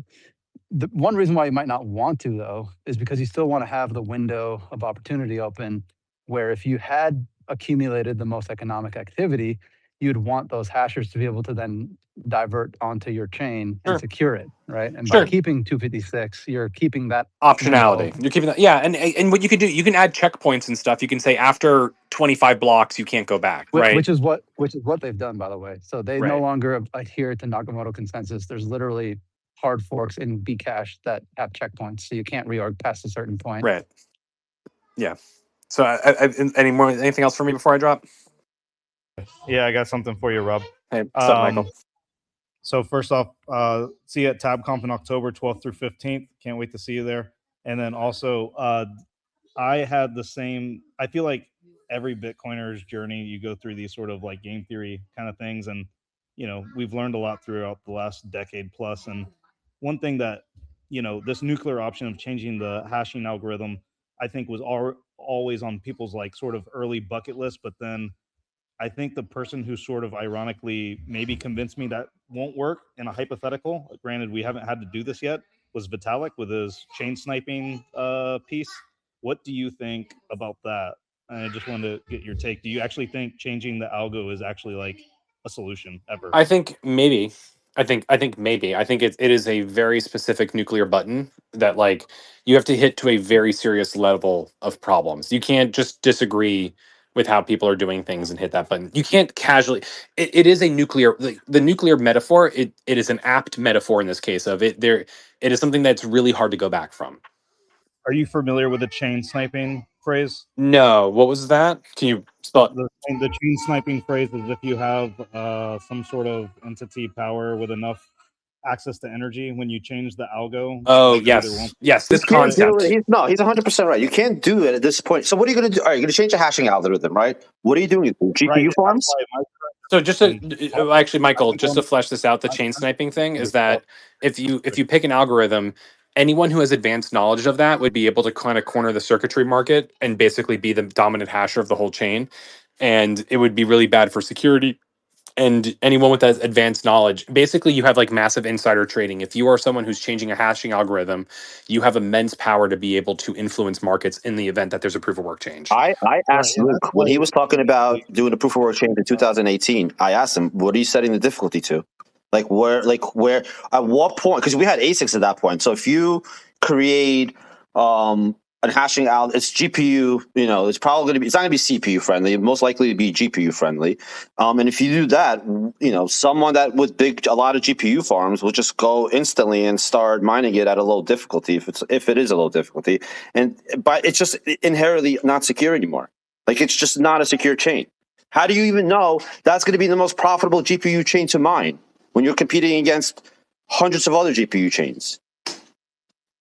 Yeah. Anyways, Rob, the point I want to make was this is why my nuance. I feel like it is a little bit of a nuanced take where you are forever sort of embedded to this SHA-256 unless something happens that I don't quite understand at this point. Bitcoin's definitionally tied to SHA-256 unless there's something that happens that I'm not really understanding here. It would be SHA-2 is no longer secure. This is called it's called Grover's algorithm, which is not as bad as Shor's algorithm for using a quantum computer to be able to reverse engineer public-private keys. You're able to have there's a similar algorithm called Grover's algorithm for reversing a SHA-256 hash function, but it's not like a pure crack, like a total reversal. It's like an efficiency gain. And we had a small version of this with ASIC boost in the block size wars, where some miners figured out ways to be able to do more optimal hashing to like the same machine could be more efficient in finding blocks. So like but the question it'd is, be an example. Does the efficiency gain from that actually offset the cost of a quantum computer? Which it may not. No, probably not. No, because and here's the thing too is that if it's the beautiful thing about Bitcoin is that your UTXOs are your private property, but the hashing is a global commodity asset that everyone gets to leverage for security. So the moment that this thing breaks, as long as like it gets roughly distributed quickly, that's fine. That was the whole problem in 2017, like with the introduction of SegWit. There's a reason why some like Jihan and others were against it, and for many reasons, but one of them was that they had this thing called like covert ASIC boost, where they were able to more efficiently find blocks. But using SegWit, the SegWit upgrade broke that asymmetry. And so they didn't want to do it because they had like a huge market advantage. They were able to find Bitcoin 10-15% cheaper, whatever it was, compared to everyone else. And so like you would have to have something like that again, where someone's banking a quantum computer somewhere. One, it's way more valuable for you to just try and attack the private keys of Satoshi. And then two, you would have to have only some people have access to this, but not others. And like, not to mention the hashing problem. Every 10 minutes, there's a new block to mine. So like you're constantly reshuffling what hashes you have to do. So like, I don't think it's a likely thing. But like, if we're just like, we're off in la la land here talking about hypotheticals. So I'm just fleshing out my thoughts on it. But point well taken, Tidwell, about chain sniping. I think it is a legitimate problem of how do you set up a secure, distributed, decentralized supply chain if you were to change the hashing algorithm. I mean, this is literally the only thing Greg Maxwell and I disagree on.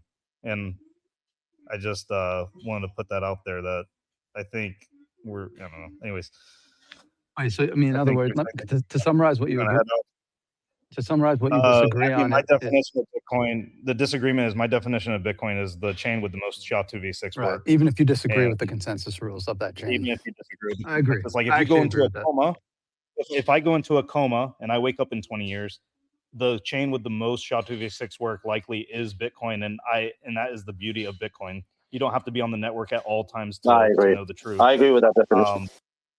And Greg Maxwell and Luke, this is like a shared sentiment amongst longtime Bitcoiners apparently that consensus takes priority over SHA-256. And I think you only say that type of thing when you're always one. The ironic part is both of these things have been congruent with each other. So we've never had this split. So it doesn't really matter what you think. Well, the ironic thing is that the people who have those opinions have always been on the heaviest chain, so they never had to exercise that actual idea. But it's like if Greg found himself on the lower proof of work chain, would his ideas hold or would he capitulate? And I think he would probably capitulate. Luke, on the other hand, may not. I think that's a really good summary, to be honest. All right, guys. I'm gonna drop you all. Have a great day. See you, Rob.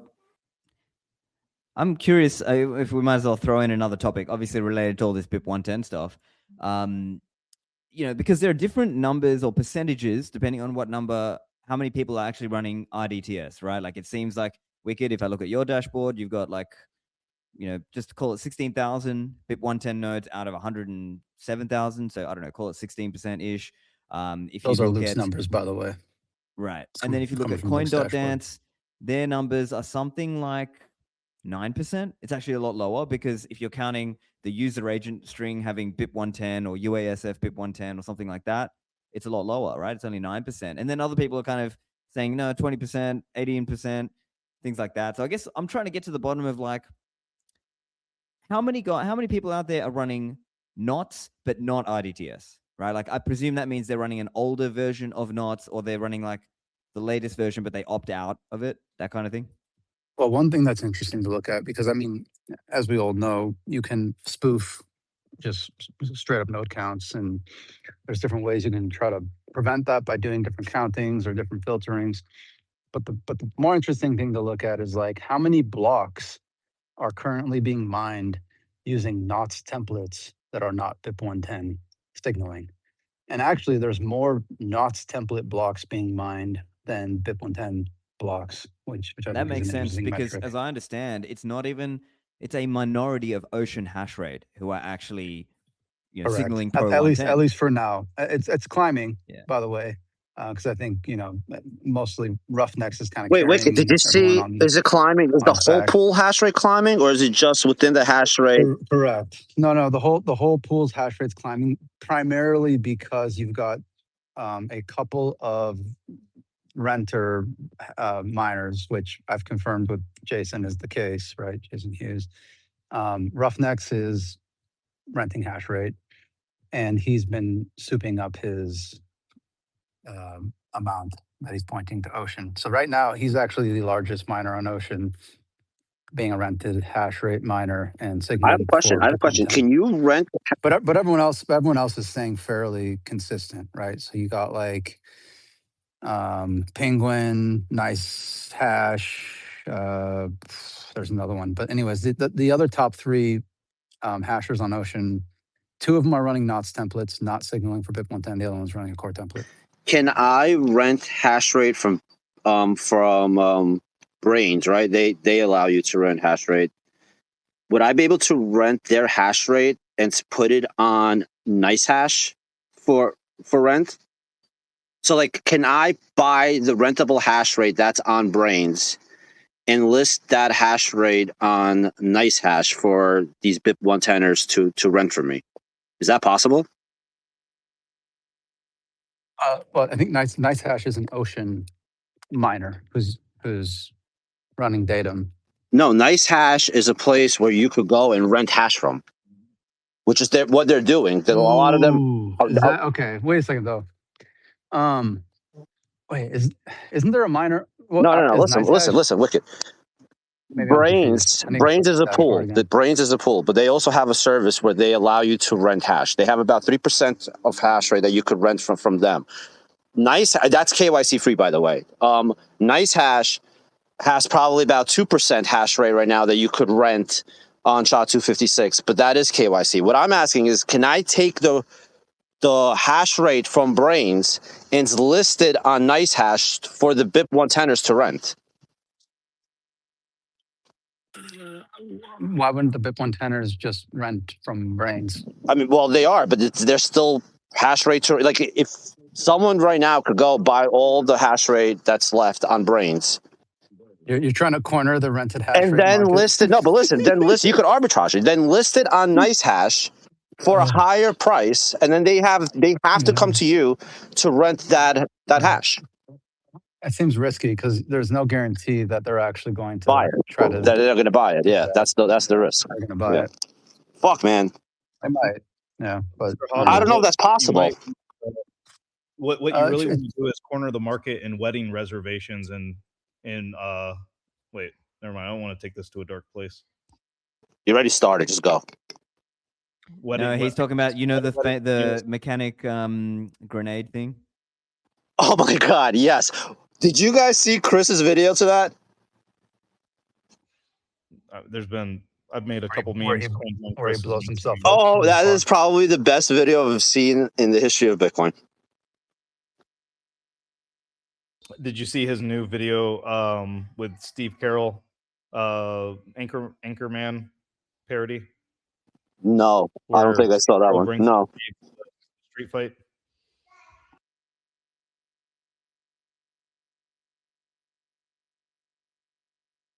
I just couldn't stop giggling about how on the nose that analogy was, where the analogy is just to compare themselves to terrorists now, and like how like that's what they want.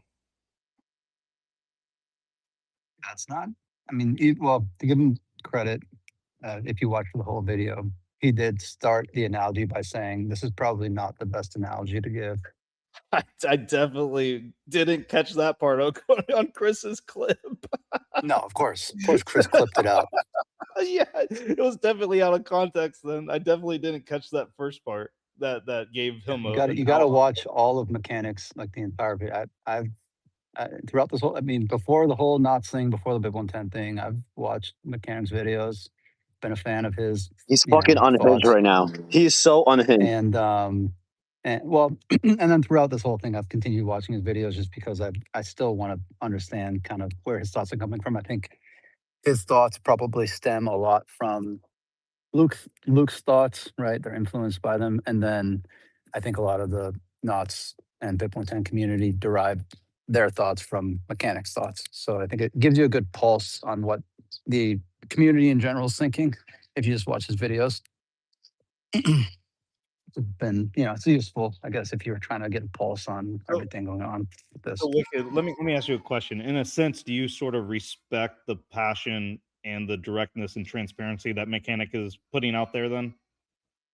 Yeah, I do. I mean, I think, like it would be worse if he was only having those thoughts in like back channels. But on a similar note, I mean, obviously then he wouldn't have as much reach. Right, you gotta share these thoughts publicly if you want to influence a lot of people. Hey guys, I have a question for the group here. What does everybody in here think about the Bitcoin Security Consortium? Is that like do you think it's going to yield some new influence on Bitcoin Core development? I mean, you had different. I mean, money's influential, right? So you had people that were influencing Bitcoin Core's direction, I think in a very liberal way. And I as somebody who supports BIP-110, from my personal perspective, is just because I want Bitcoin to stay non-captured outside the system and compete with government-issued fiat around the world. I think that's very important to me. And that's why I support it. How does BIP-110 do that? Well, I don't want to get lost in the weeds on that because I'm not, I want to ask you guys a question. Do you feel, is there any concern about Bitcoin Security Consortium and the companies that are involved with that kind of, influencing Core in any direction or having government capture it? Before you answer, one second. Before you answer, I'm going to say yes, I am concerned. What should we do about it? Okay. Well, let me answer too, and then we can maybe circle back. I mean, it feels like, I'd love to hear you guys' thoughts on it. I mean, you guys obviously have a lot of insight. Here's my thought. As far as I'm aware, there has never been a contentious fork which Core has supported prior to it gaining, let's say, widespread support from the ecosystem. So I think if this consortium was trying to push through, let's say, a quantum. I mean, it is a quantum. It's focused on quantum, right? That's what their mission statement is. So if they're trying to push through a quantum fork that is extremely controversial, let's say they're rugging Satoshi's coins because BlackRock is afraid of the market dumps, right?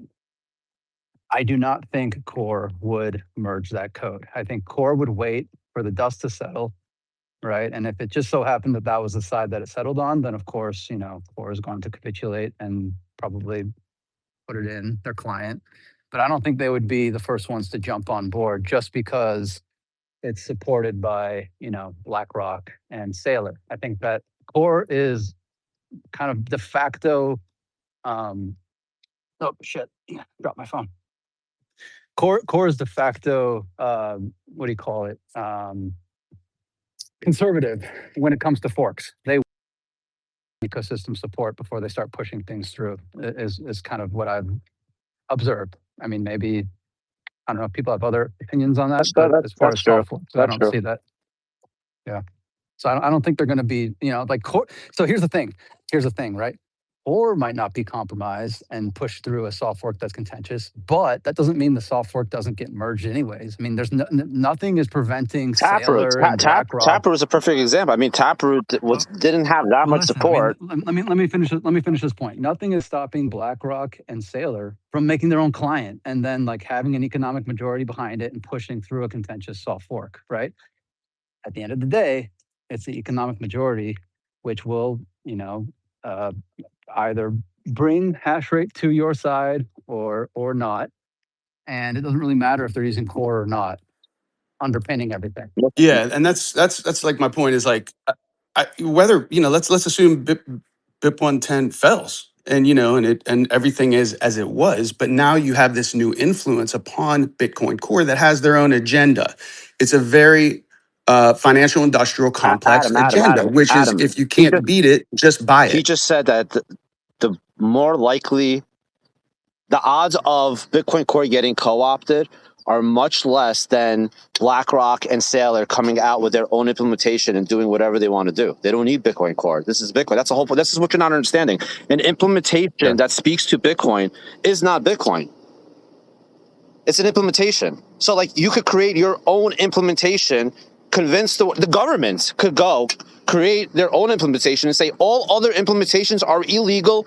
In order to interact with the Bitcoin network, you must use this implementation. They could easily do that. Do you understand that Bitcoin Core is not Bitcoin? Like it's an implementation. Yeah, it's definitely being used the most, right? Like they're obviously the most adopted, but no one put a gun to people's head and told them to run Bitcoin Core. Like it was a voluntary thing. Yeah. And also in the context of what Bitcoin is, right? I mean, I'm always going to have this opinion. I think Bitcoin is ultimately what the economic majority decides. So you may try to change the rules of Bitcoin. Maybe you have to do it in a way that is, Core doesn't support. Which, by the way, BIP-148 was not endorsed by Core, right? So there were users literally trying to force. But you could make an argument that was not endorsed by Core. No. But hold on. The argument is that BIP-148 tried to activate a Bitcoin Core upgrade. That's true, right? Well, a Bitcoin Core, we'll say, approved update. Right. Yeah, that's true. But the activation method itself, I mean, there's some nuance that was the biggest disagreement because a lot of them they didn't want a flag day, right? Like they were all for UASF, but it was just that's getting back to my point that Core is conservative, right? They don't want disruption. They don't. If there's any contention in anything to do with an update to Bitcoin itself, the laws of Bitcoin, if there's any contention there, whether it be the actual laws being proposed or the ways in which the laws are activated, Core typically stays out of it, right? Until kind of the chips fall. I mean, you can't really say, not like they all share different opinions. I mean, there were some people that wanted to stay out of it. There were others that wanted to enforce SegWit right away because they thought Bitcoin was fucked without it. So you can't even it's not a unified body where they all have the same, it's nothing like that, man. These are individuals with different opinions They don't always agree with each other. But when they do agree with each other, that usually they have technical consensus on something. That's when something gets released, and then it's depends. It's onto for the ecosystem to try to activate it. So maybe the fear is that the money will influence their feelings about something, and then will achieve rough technical consensus, which is almost always a precursor to then the next stage, which would be getting broader economic support. Right, but look at BIP-141. I mean, there was unanimous consensus on SegWit, and we spent 15 months fighting for it. So it's yeah, sure. They might agree on something. I mean, CTV. A lot of them agreed with CTV, and then some of them didn't, and didn't have consensus, right? So it never really got pushed by Bitcoin Core. But that being said, what was the well, are there any examples of Core or other kind of prominent Bitcoin developers who've worked on things that are either not Bitcoin related or kind of Bitcoin related, but were for, let's say, the quote unquote people attacking Bitcoin? But then those some people might think Peter Todd with open timestamps isn't good for Bitcoin. It's fucking retarded. But I don't know. Libra Relay. Yeah, never mind. Libra Relay. Yeah, I guess Libra Relay. I had I think Adam was the one that came up and asked that question. I have just a really abstract response to that if you want it. Doesn't quite answer your question directly, but my working theory is Bitcoin inevitably is going to go through ebbs and flows of capture to various different degrees, and it's inevitable. But as long as we don't do things like confiscate or dramatically change supply or something really, really critical, maybe like 3 or 4 really fundamental pillars of Bitcoin. I mean, what I'm trying to get at is if mining under an extreme example is owned by, we'll say, one consortium of people who have a lot of control, that would be an example of like a capture period. My theory is because of the robustness and idea of Bitcoin, given enough time, these things ebb and flow, and it's inevitable that we're going to have periods where it seems more totalitarian and more free. And I just think that's sort of what Bitcoin is and how it's going to work. And being okay with that means you're going to be a Bitcoiner for a long time. And I'm not saying it's not in your power to not fight for more decentralization and stuff, but decentralization is on the spectrum for Bitcoin. And I don't know if that quite answers your question, but that's how I see it. And I would use this as like one example where I think you sort of have this concern. And what I'm trying to say is, I think these ebbs and flows are going to just happen over the decades, pretty much until the conclusion of this experiment, which could be hundreds of years or whatever. Whenever Bitcoin ends, we're going to see periods of more and less control here. Yeah, got you. I would agree with that. Bitcoin's always going to be under attack by people that want to take it over, right? In some way or fashion. And the beauty of Bitcoin, there is no other monetary sort of idea system, data ledger that can have robustness to where it can be corrupted at one point and then recover seamlessly based on the same native protocol. And I think that's sort of a beautiful thing.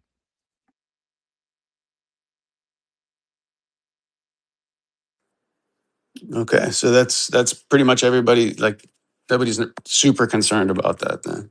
In this room, Michael, I have a question. I don't know. I'd say like maybe you could be concerned, but I mean, in my opinion, I think it'll just kind of sort itself out, and the free market will decide what's important for Bitcoin.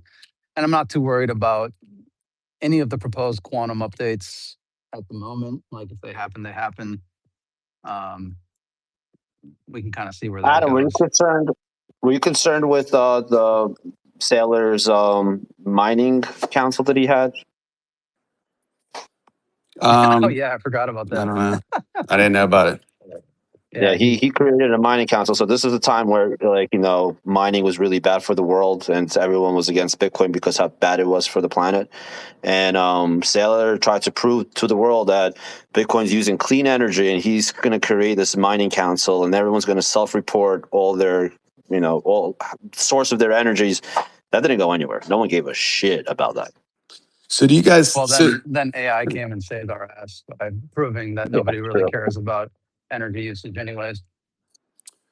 Yeah, I mean, my listening to Saylor has been that for a long time he was like, I mean, Austrian economics and that Bitcoin should be money, and then it kind of seemed to flip to where Bitcoin is property.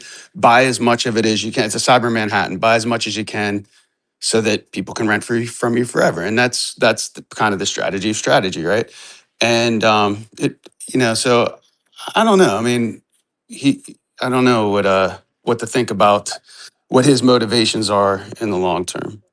I think that, I mean, his narrative is constantly shifting because it kind of has to, as he tries to unlock new pools of capital. The whole like renting off of Bitcoin idea, I mean, that's just being a capital allocator, isn't it? Yeah, he's a businessman, right? And that's so it. like, so extract as much money, make as much money as possible. He wants to just be like the fucking what's the landlord? Well, not the landlord. I mean, at the end of the day, he's probably just gonna be a bank, right?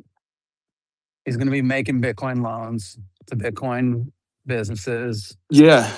Yeah, and a lot of people said, well, this is Bitcoin being the Trojan horse to the to the financial industrial complex.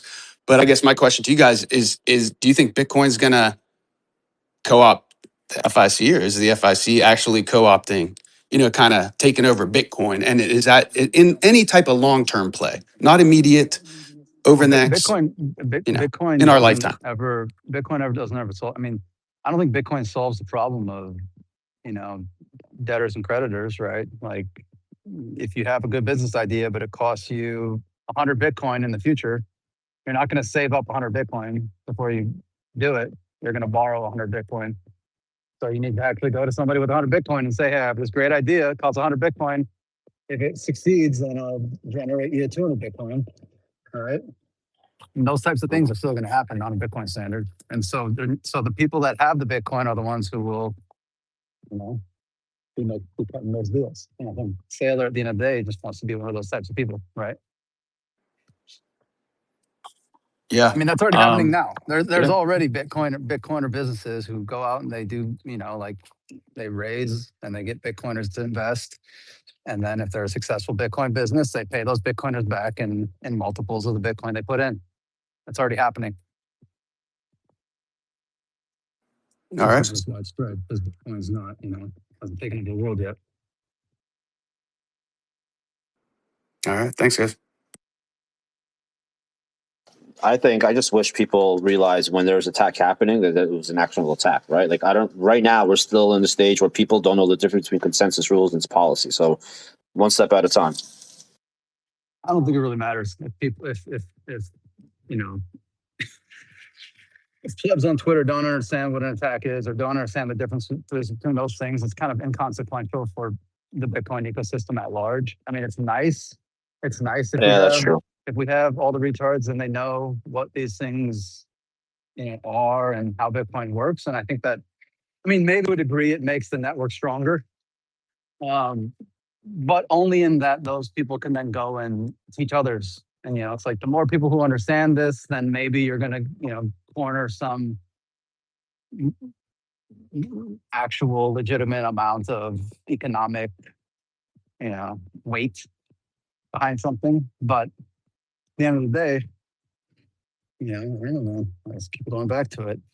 It's the economic majority that rules. So you can have a billion retards who are poor and they might know how Bitcoin works perfectly, but it's not like they'll be able to. I think the terminology, some of the wording we've used, like wallets. Do you think wallets is a good term for wallets, like in the space? Do you think that's represents what the software actually is a wallet? Or like hardware wallets, cold storage. Like, I think consensus rules and policy kind of like, because you hear consensus rules where it should have been consensus laws, and I think the normies would have gotten it way quicker, or in policy rules. Because I think that was the crux of most of this whole debate, is that they just didn't understand what it was. They thought that policy needed consensus, and like it never did, and that's why we're in this mess. And Mechanic knows, Luke knows, but they convinced all the plebs that you need consensus for policy. Just insane. I don't know. Yeah, I think the confusion was that Core changed Bitcoin with V30. And so now an equal and opposite reaction is warranted by changing Bitcoin with BIP-110. But like you said, that's a misunderstanding of what it means to change Bitcoin. Core can't change Bitcoin, kind of by definition, without widespread ecosystem support. Nobody can. That's kind of the entire point. And so when you misunderstand what it is that Core is doing with policy changes, and then you also discount what it is that Luke is doing with his own policy change. I mean, like literally anybody running their own client is constantly changing policy, right? Every single update you're making to your client, NOTS v28, NOTS v29, Core v29, v30, 31, it's all policy changes, right? I mean, and general maintenance and maybe some networking stuff. But like, there's always policy changes happening all the time. That's just how these clients are working. They're trying to optimize certain things that you can with policy. And then if you're trying to do a consensus change, you literally cannot do that unless you have widespread economic support, right? Widespread kind of buy-in from the ecosystem. No, but then they were told because it's a soft fork, it can't cause a split. Like, and then again, you're a noob. But that's what they're doing. They're using they understand that most of the world are technical illiterates, and they could bamboozle you with these because they know no one understands these terminologies. At the end of the day, it doesn't really matter though. Like again, right? Like if a small number of people get bamboozled and they end up on a minority chain for one day. Hopefully they don't lose very much Bitcoin as a result. And, it's like hopefully they'll be able to pivot and realize they were bamboozled and follow the heaviest chain and stay on Bitcoin. And if they don't, then, it sucks for them, but it's still pretty inconsequential for the network as a whole, right? So, at the end of the day, go ahead. Wicked, I have a question for you. I feel like every time we go through some event, we hit some edge of the game theory that gets tested. Are we even testing any edge case that hasn't already been tested right now? I'm unsure. So I think we're testing the game theory around politicizing minority-led social movements and seeing if those movements are capable of co-opting large amounts of hash rate to make a soft fork successful, right? Because if it were to succeed, then that would tell you that, oh, well, you can run these, kind of like political campaigns, get a bunch of plebs stirred up, and then scare enough hash rate to follow you guys to activate a soft fork. And that's a whole different game, right? That's way different than what we've always done in Bitcoin whenever we're trying to activate a soft fork, which is take, years, right? I mean, many, many months, if not years, of coordinating and explaining to, the kind of the industry players as well as the plebs, and you kind of get everyone on board behind any sort of soft fork before you even try to activate it, right? But if it's proven that you can do it by just getting, I don't know, a couple thousand plebs mad on Twitter, then that's a whole different ballgame, right? So I guess it's closing that. I guess it's closing that part of the. I don't know. I don't think anyone who's thinking about this a lot is pretty certain it won't work. And so I don't think to me it's it's kind of obvious it's going to fail because it's just so transparently led by a minority, and it's also just a dumb. But Wicked, what I'm hearing from you right now is and just to give like a TLDR, is a less social sort of consensus than Bitcoin Cash. So it's like the what you're saying is the edge case is what happens when an even less social sort of movement happens. Yeah, but Bitcoin Cash wasn't a soft fork. So that's like one of the key differences between those two things is anybody can hard fork, and you can do that with any amount. And you could do it yourself. You could do it with one person. You could do it with 1 million. You could do it with a couple industry players. But when it's a soft fork, then you actually have to kind of get buy-in from the rest of the ecosystem, unless you're able to convince the miners for whatever reason that it's prudent to just signal support, even if it's a minority enforced. The reason why I'm not understanding, I guess maybe disagreeing, is because I just assume if they start soft fork, it will very quickly result in a chain split. So I just well only if they're not able to convince the hash rate to follow them. Well, yeah, but I just assume like you assume they won't be able to. I guess I'm making potentially a bad assumption when I ask you that question, where I'm already jumping a step ahead and comparing it to Bitcoin Cash, and you're saying, well, no, it's not quite the same. If it was, that would be the best scenario. The difference is, right, Michael, and I think this is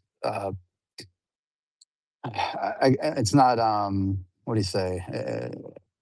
It's just a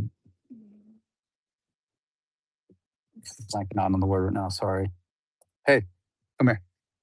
Also, my boy's walking towards the street. Come here.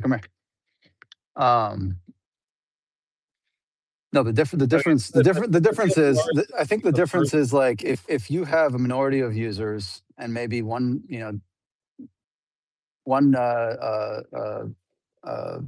fucking prominent dev, and then you take those people and they start like making legal threats to pools and coercing hash rate to follow them off a cliff, they could in theory activate a soft fork that is contentious.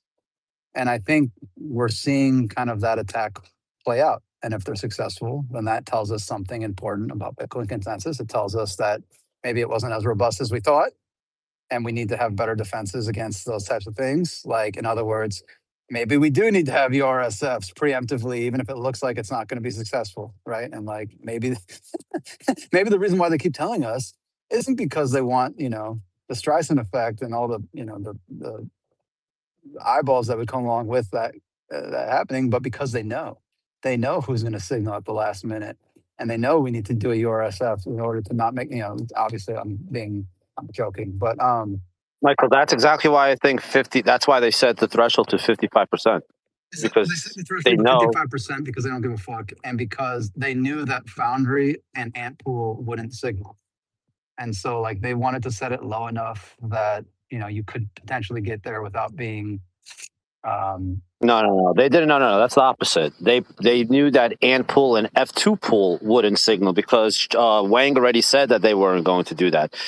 Foundry's in the U.S., so if they could coerce Foundry with lawyers to signal, okay. Yeah, you're right. That's enough hash rate now to make Antpool and F2 pool worry about that. Well, I remember Mechanic explicitly saying in one of his videos, the reason why they didn't set it higher is because he knows that there would have been a pool or two who would have just not signaled. Dude, that's 100%. That's bullshit. Because okay, fine, F2 pool doesn't signal. If the miners at F2 pool wanted BIP-110, but F2 pool refuses to signal, guess where they go? They go to a different pool. Sure. Like they don't control.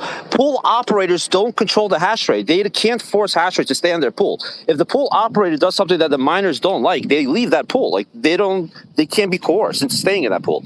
Unless you're a publicly traded miner, right? If you're a public miner where you have to point hash rate to Foundry, you can't just go and switch to another pool. So I'm pretty convinced that's the reason why they set to 55%. Matt doesn't think. I talked to Matt at PubKey the other day, and he doesn't think so. He just thinks that he's like, I don't know. I just think they knew they needed it higher than 51%. They set it at 55%. But he doesn't think it was because of lawyers going to like threaten Foundry. I do. I think that was the reason. I think they set a 55% threshold. They could have had like an actual, mathematical basis for that threshold, by the way. Like 55% is mathematically the threshold that you must reach in order to guarantee, just statistically, that you have 51% of the hash rate, right? What Because happens with a little bit of yeah, but what happens? That's but fine. Say you that's reach that, but what happens with some bad luck? What happens with what?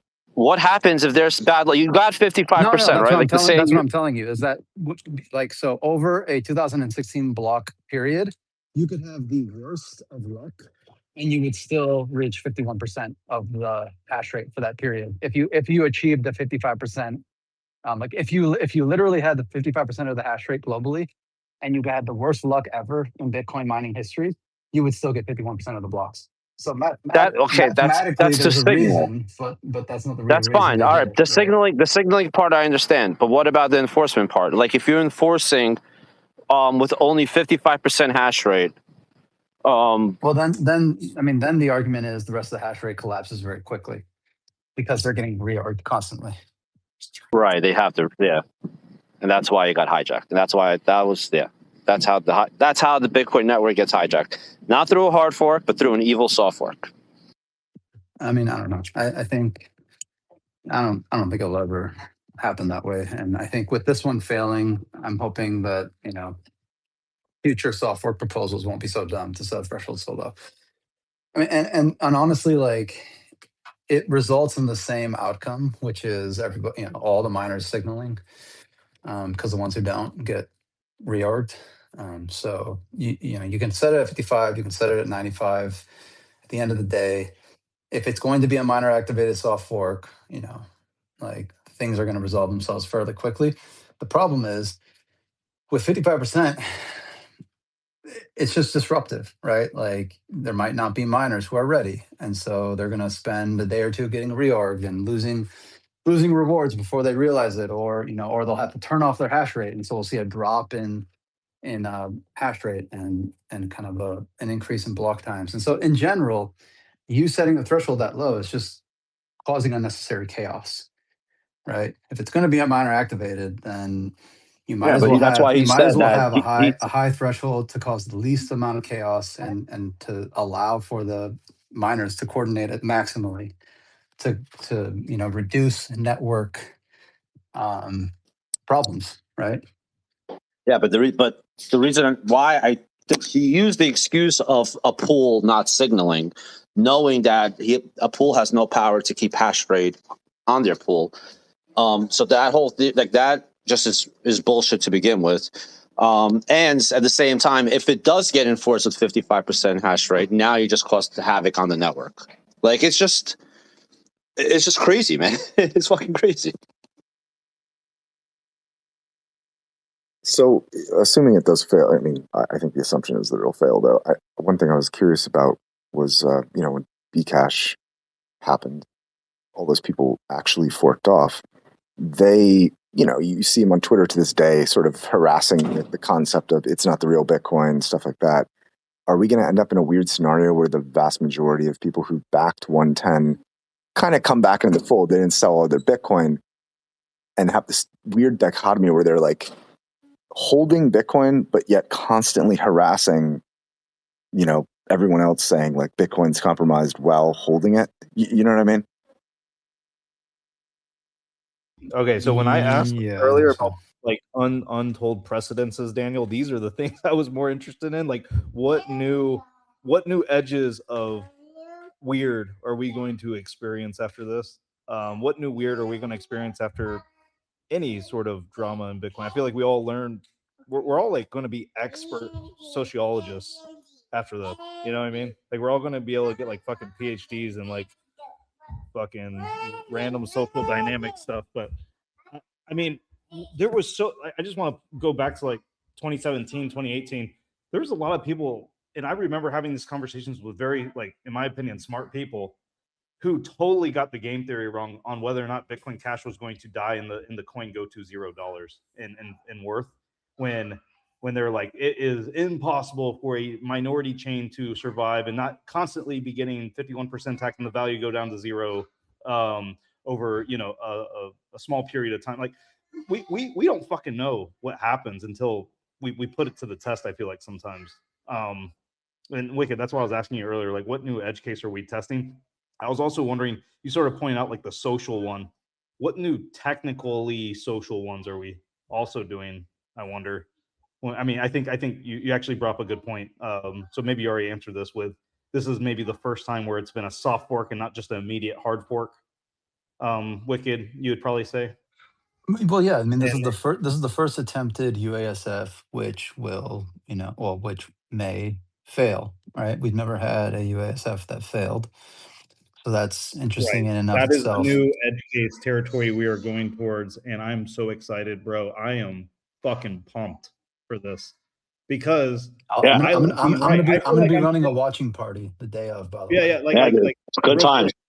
I feel like I'm at fucking Vegas right now, and I'm like doing parlay, like these crazy parlay bets on Bitcoin, and I've been right fucking 6-7 times in a row, and I'm just fucking riding this high of always being right. And you know, I'm gonna get humbled maybe one day, but I'm not gonna lose my parlay bet. You know what I mean? But I fucking feel like we're sort of abstractly parlay betting what Bitcoin is, and like the group that's right is like, fucking told you so. Kind of like, man, fucking feels good. Man, Mike, I would love to see some like Super Bowl style teaser bets or prop bets on some of like crash outs, just like what people say after. Like this sounds like a thing for Bugle. What's up, Tom? But like Lavera, like, you know, it's true. It's like the Bitcoiners that have been around since the early, I don't know, we'll just say 2010 to 2013-ish range. Like the people that are still around, that were around then, they kind of have, in my opinion, a good head on their shoulders, relatively speaking. I think now you could argue like Luke is, you know, from that time period. I don't know of any. Here's a question: who from that time period stands with Luke from that time period? Well, who from that time period just lost 99% of their Bitcoin, which could drive anyone mad. This happens to eat too many cats. You know, I mean, I think that plays a more important role than a lot of people give credit, right? I mean, I think, I don't know, like Luke, at least in my opinion, being like a 2019 class of 2019 person who wasn't really paying much attention prior to that. I came in, I knew about Luke. Of course, I heard like stories of his relevance with the block size war and whatnot. But I didn't really like, you know, interact with him much. He wasn't on my radar, just socially. None of that. I mean, he really picked up steam, I think, after he lost his Bitcoin, and in part because he kind of went crazy and started like fighting Core. And I think part of that is because he thinks it was literally Core devs who stole from him. Right? Didn't he tell the FBI it might have been a core dev?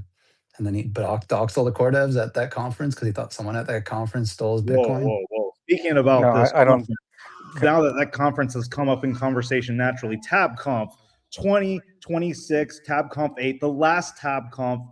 If you don't come, you will miss all the TabConfs. This is the historic TabConf. Try not to get doxed. Everyone is talking about. It's going to be in Atlanta, Georgia, October 12th through 15th. Make sure to get your tickets, guys.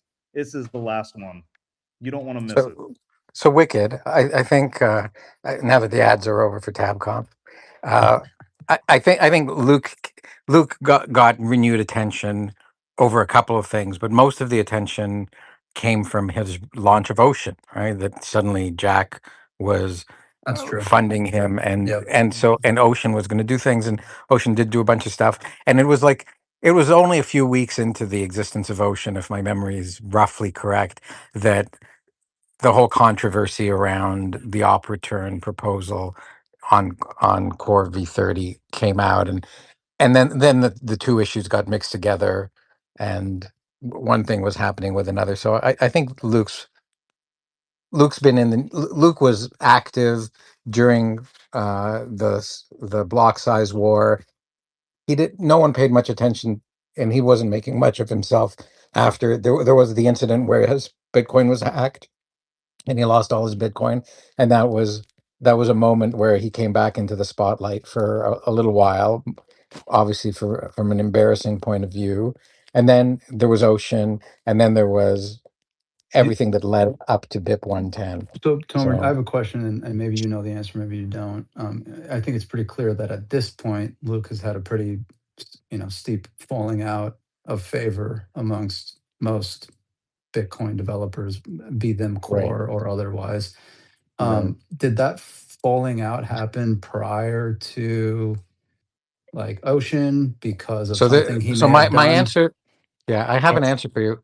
My answer is hearsay because I'm not a Bitcoin developer and I don't travel in those circles. So I'm saying what I've heard from other developers, and and what I've heard is there was he was always very hard to work with. Not that he was wrong. Some of the best people are the hardest people to work with, but he was very hard to work with, and built built animosity over time. I don't know about any accusations that, like you said, where he accused some potential core developers of stealing his coins, but he was hard to work with, and people didn't like working with him. And so when this issue of his proposed fix to the inscriptions thing came up and was rejected by core, I think that presented a schism that some developers who are who I would say are in the middle ground on this because they don't work with him or they don't work directly with core, but they're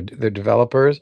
They would have said this seems personal, um, or at least the way it's been handled. Whether the solution was to reject his fix or not was the right solution. The way it was handled was all about personality and less about merit.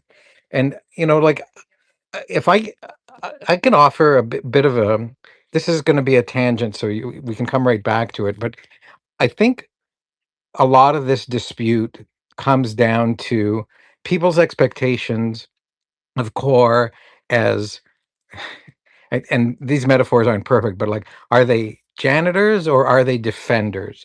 And what are they defenders of? So like when the inscriptions thing came up, there were people who wanted core to defend against what they saw as an exploit, and there was core that viewed themselves as, well, this is the reality of Bitcoin, to use Mr. Hodl's sense of the thing, right? Like, we can't change Bitcoin, and this is permissible under Bitcoin, therefore we have to change the documentation to point out that this is permissible. Whereas other people were like, no, don't change the documentation, change the code to make this harder to do. And that's the seed that grew into what today is BIP-110, right? It's obviously the discussion is more about OpReturn, although that seems like a total red herring. It's but it like that. That's where this debate comes in, and does Luke view himself as a protector and defender of Bitcoin? Yes. Yeah, Should he he? always has. That's a debate, right? Do people believe that Bitcoin should have defenders? Yes.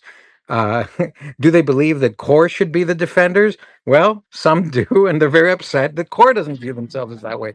And Well, I wait, really wait, think wait, that wait, wait, this wait. is not about people Tomer, being stupid, I or would it's push like, back on that actually. I mean, I think okay, if you watch, okay, so I mean, there's you got to kind of like Wait, look at. before you push back, Okay, I just want, you said, should they be janitors? And I'm pretty sure you heard a bunch of Bitcoin core developers say that, but that was for having commit access. Like yeah, that was that's for the being a janitor way. maintainer. Yeah, I would, maintainer that's what I role is meant too. Like, specifically I the mean, janitorial one. yeah.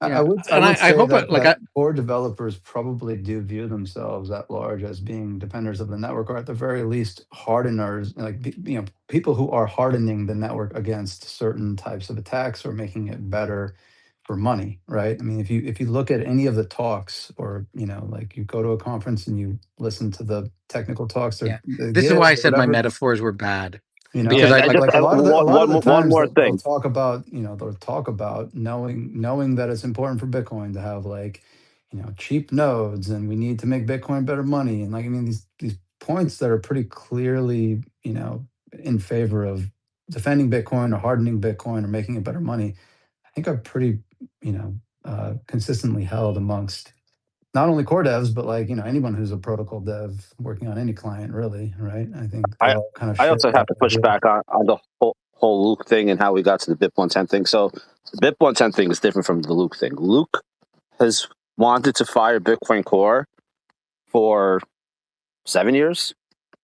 I mean, if you go back to the search history, it's just shitting on Bitcoin Core nonstop.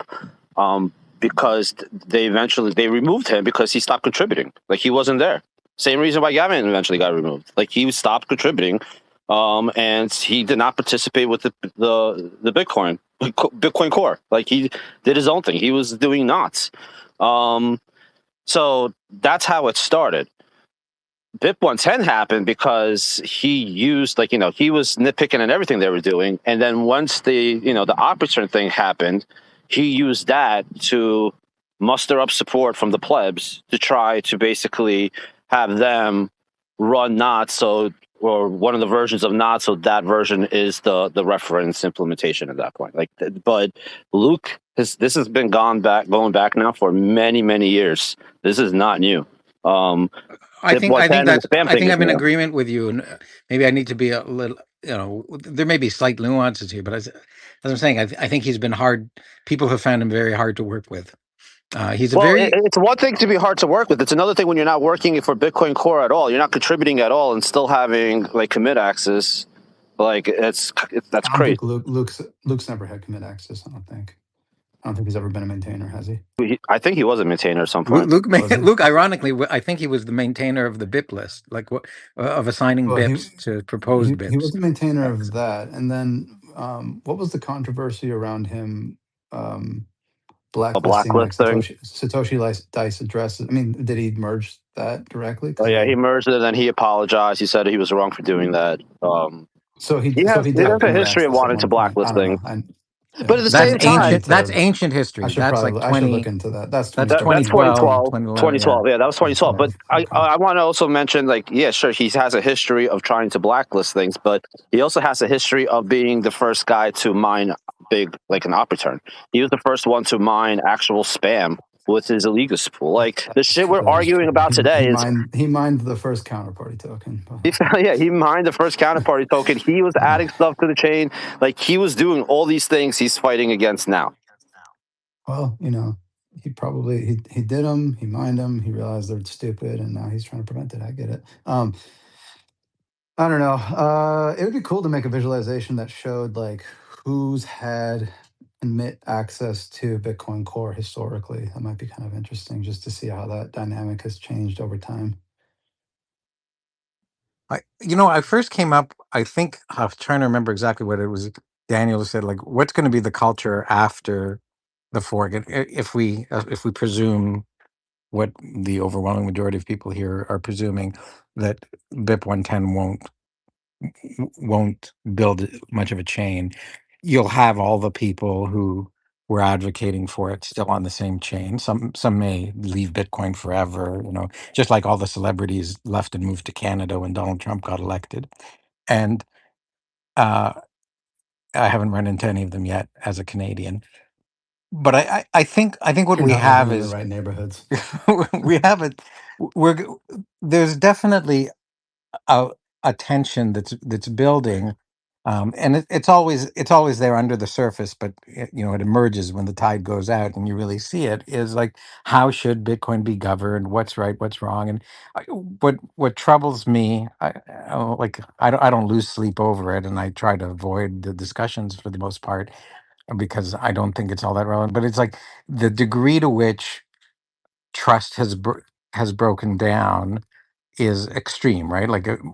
There's a group of people now who, no matter if Michael Saylor says the sky is blue now, they'll say, of course, that's what he wants you to believe. He's trying to sell you a Wall Street product. So the trust has been shattered, and that's not bad because Bitcoin is a trustless system, and we shouldn't trust. We should verify. But it's become, I don't trust people. It's become an ad hominem. It's don't trust anybody, and don't verify. Just accuse people of being untrustworthy, and that's enough.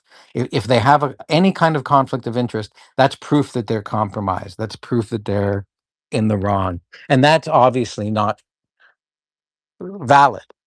because even if someone is incentivized to say something, that may be the right thing. That may be the truth. And there's been a big part of that debate, of course, here on the BIP-110 thing, or on the technical side. There's been a lot of technical truths that have been uttered that people say, well, that's in your interest to say it, so you must be compromised. It's like, it's still true that 1 + 1 = 2, even if it's in my interest that 1 + 1 = 2. So I think that we're gonna have to get over it in several ways. One is talk about ideas rather than people, and talk about ideas rather than just incentives, because we tend to confuse incentives with being the full explanation for people's behaviors. And to some degree, I think we're just going to have to stop listening to irrational voices, and you don't know who's going to be able to regain their rationality and their reputation. But like, for me, I don't know, there's a lot of patience and a lot of love for everybody who's in this space, and we're bound to have disagreements from time to time, and I just hope we can all be friends afterward.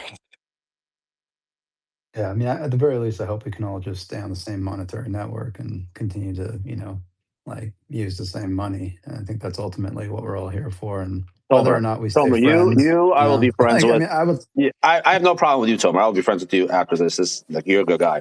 But there are people there that said, if you run version 30, you are a pedo. Those people, I don't think we should be friends with. I think we should ostracize those people. I don't think we should have anything to do with them. I think those are bad people. Well, they're bad people, but I still hope they stay on the dominant I mean, I Bitcoin honestly monetary don't care what network, they do. right? Well, I don't know. I I want think that everybody there have to been be on nasty Bitcoin, things said on including both the sides, nasty Mr. bad Hoddle. Like, people, the enemies.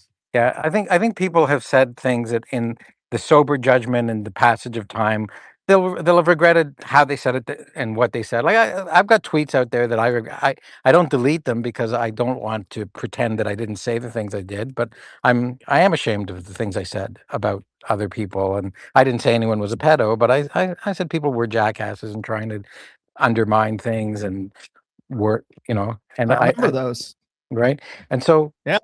So, like, I'm not proud of that. I got caught up in the emotion of the moment at a couple of times. I'm not above and beyond that, but it's like, okay, you know, am I sticking to my guns? No. I, like, at that moment in time, and based off of behaviors that people were exhibiting at that time, I felt a certain way about people, and I've forgotten why I felt that way. Probably, like, I remember that I've written these things, but I don't remember who I wrote it about or what I wrote about it. And, like, it's water under the bridge. And so I hope that with a lot of these things, and listen, you may draw a line somewhere, Mr. Hodel, that's unforgivable, or that no amount of time will heal, and no amount of change in behavior will heal it. That's your prerogative.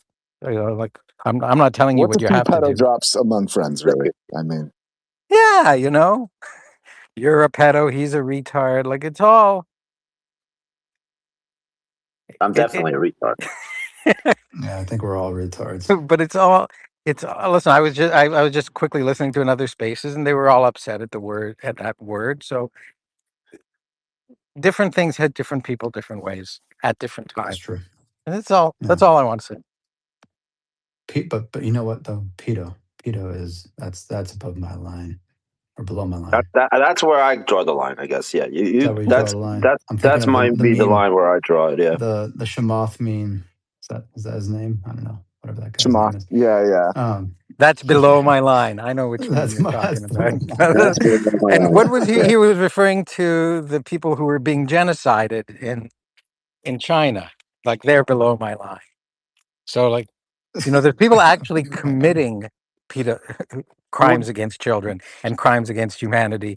That should be where you might want to draw a line.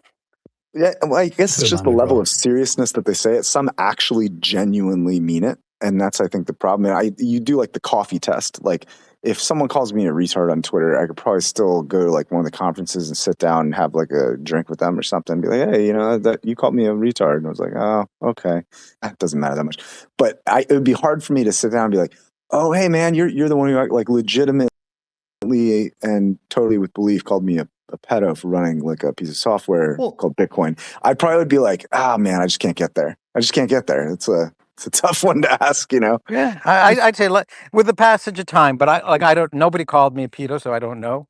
A lot of people called me retarded, and I'm I guess I never felt like it stuck. And if someone were to call you a pedo, you shouldn't feel like it sticks in some way. So you could laugh, and if they're No, ready it to wasn't. laugh it It off wasn't too. calling. It wasn't the fact about calling someone a pedo. It was the fact that if you run Bitcoin Core version 30, you're a pedo. Like they were trying to make it seem that this version of Core, like, is pedo friendly. Like you're helping contribute. It also just so happened to coincide with the whole Epstein emails getting leaked, and then the whole pedo coin. Yeah, they parlayed that into it. Yeah, the shitcoiners are calling Bitcoin pedo coin, and I don't know. It was just an interesting time. I think I'll state that I will forgive, but I'm not going to forget, because I want to make sure that going forward, like I can adjust my viewpoints and I can reflect, right? Like I always have that option to go back in the archives and go like, okay, this is like where we were, this is where we are today. But another form of a form of behavior that I really have a hard time kind of forgiving on an internal level is some of the behavior directed at developers like Gloria Zhao, etc., and really going deep into people's personal lives and trying to incite mobs essentially against them. And that to me, that is really difficult to deal with. But we had a freaking cat in a spacesuit write a fucking book about that, Portland. No, I'm just saying, dude, literal death threats to developers like Gloria, and I get it, bad people, but just switch your client and move on. For that matter, right? I mean, I got two, but I can handle it. I'm fine. But at the same time, I think there was that cancel tour lasted several individuals, but some of them it just didn't go away, and they kept retweeting the same posts. They're still tweeting about it. They're literally still trying to cancel Gloria when she's already stepped down. Literally gone. She's long gone. Yeah, and dude, that behavior, just please, just we can move on. Just run your client implementation. Let's get the fork out of the way. Write them down. Don't forget them. Fuck that. I don't care. Switch topics a little bit here, just maybe a little bit more lighthearted. Sure. Hoddle, you said something that I feel like you might actually have schooled me on some trivia here, and I don't know if you're just wrong or if you've schooled me. I want to ask a clarifying question. You said that Gavin, and I assume you meant Gavin Andresen, he was inactive when he got booted. How confident are you with that statement that you said earlier? Extremely confident, because it was right after the whole Craig Wright thing of him endorsing Craig Wright. So they thought he got hacked, and he wasn't involved with the project now at that point for 6 months, maybe. Interesting. And then, yeah, okay. I didn't realize he was inactive for. Yeah, you could go look at his tweets, Gavin's tweets in action. No. I'm saying Gavin wasn't even mad about it at that point. He's like, no, they're right. I haven't contributed. Wow. I really didn't have these keys. He wasn't against it. So can I say what I fell victim to? And this is something where I've made a mistake, and I'm happy to own it and learn from it. I fell into the narrative, the BitCrash narrative, that he was totally shysted, and this was a takeover for the first week it happened. And you're saying that he was cool with it. It was six months of inactivity. Did not know that. I thought he was at that point still a lead sort of maintainer. No. At that point, he was already trying to hard fork Bitcoin and go against Bitcoin Core. Hoddle, this is why we're friends, bro. You just don't realize it. Hug it out. Let's hug it out. This is the kind of also it's I live for, by the merge way. access. This fucking random fucking trivia. This is like, it's the kisser shot. I can't believe how much stuff that I was with Rob. I was with Rob at PubKey 2 days ago, and we were outside, and I was giving him some fucking alpha, man. I got a little. I had a couple drinks. My mouth just fucking. I was like, fuck. People are around me. Everyone's staring at me while I'm talking. I'm like, what am I doing right now? I gotta get the fuck out of here. I don't know how you remember all this stuff, dude. I feel I'm starting to it's starting to all get mumbled because it's been years, right? And I was there, but It's hard. Like as I was talking, things were popping up in my head. Like every time I said something, I'm like, oh yeah, this happened. I'm like, oh shit, I forgot. Like, but it's been so long, and I wasn't writing any of this shit down. Like, it's just you kind don't of know like, how to write. It's not your fault. Yeah. No, but Hoddle, I need you to help me get into more of these Illuminati pub key events that are invite only. This is actually the reason I need. It wasn't invite only. That wasn't invite only. Anyone could come. You can come early. You come hang out. I mean, like we come earlier and we hang out, like before it gets loud. Like we go upstairs into the room, but like it's a public event. All right, I guess I was just in. Bro, just fly in last minute, man. Rob literally did that. Rob came. He told me the day before. He's like, "All right, I'm coming tomorrow." I'm like, "All right, I guess I'll see you there." Oh, you should join our. You should join Alex Gladstein's fantasy football thing. We draft up in that room. Like, I was there last year, but do you play? I stopped. It's been 4 years now since I watched NFL. I went, dude. You don't understand, man. I lived for Sundays, like from fucking 10:30 in the morning to get the lines and like look like this was my thing. Sundays was my day.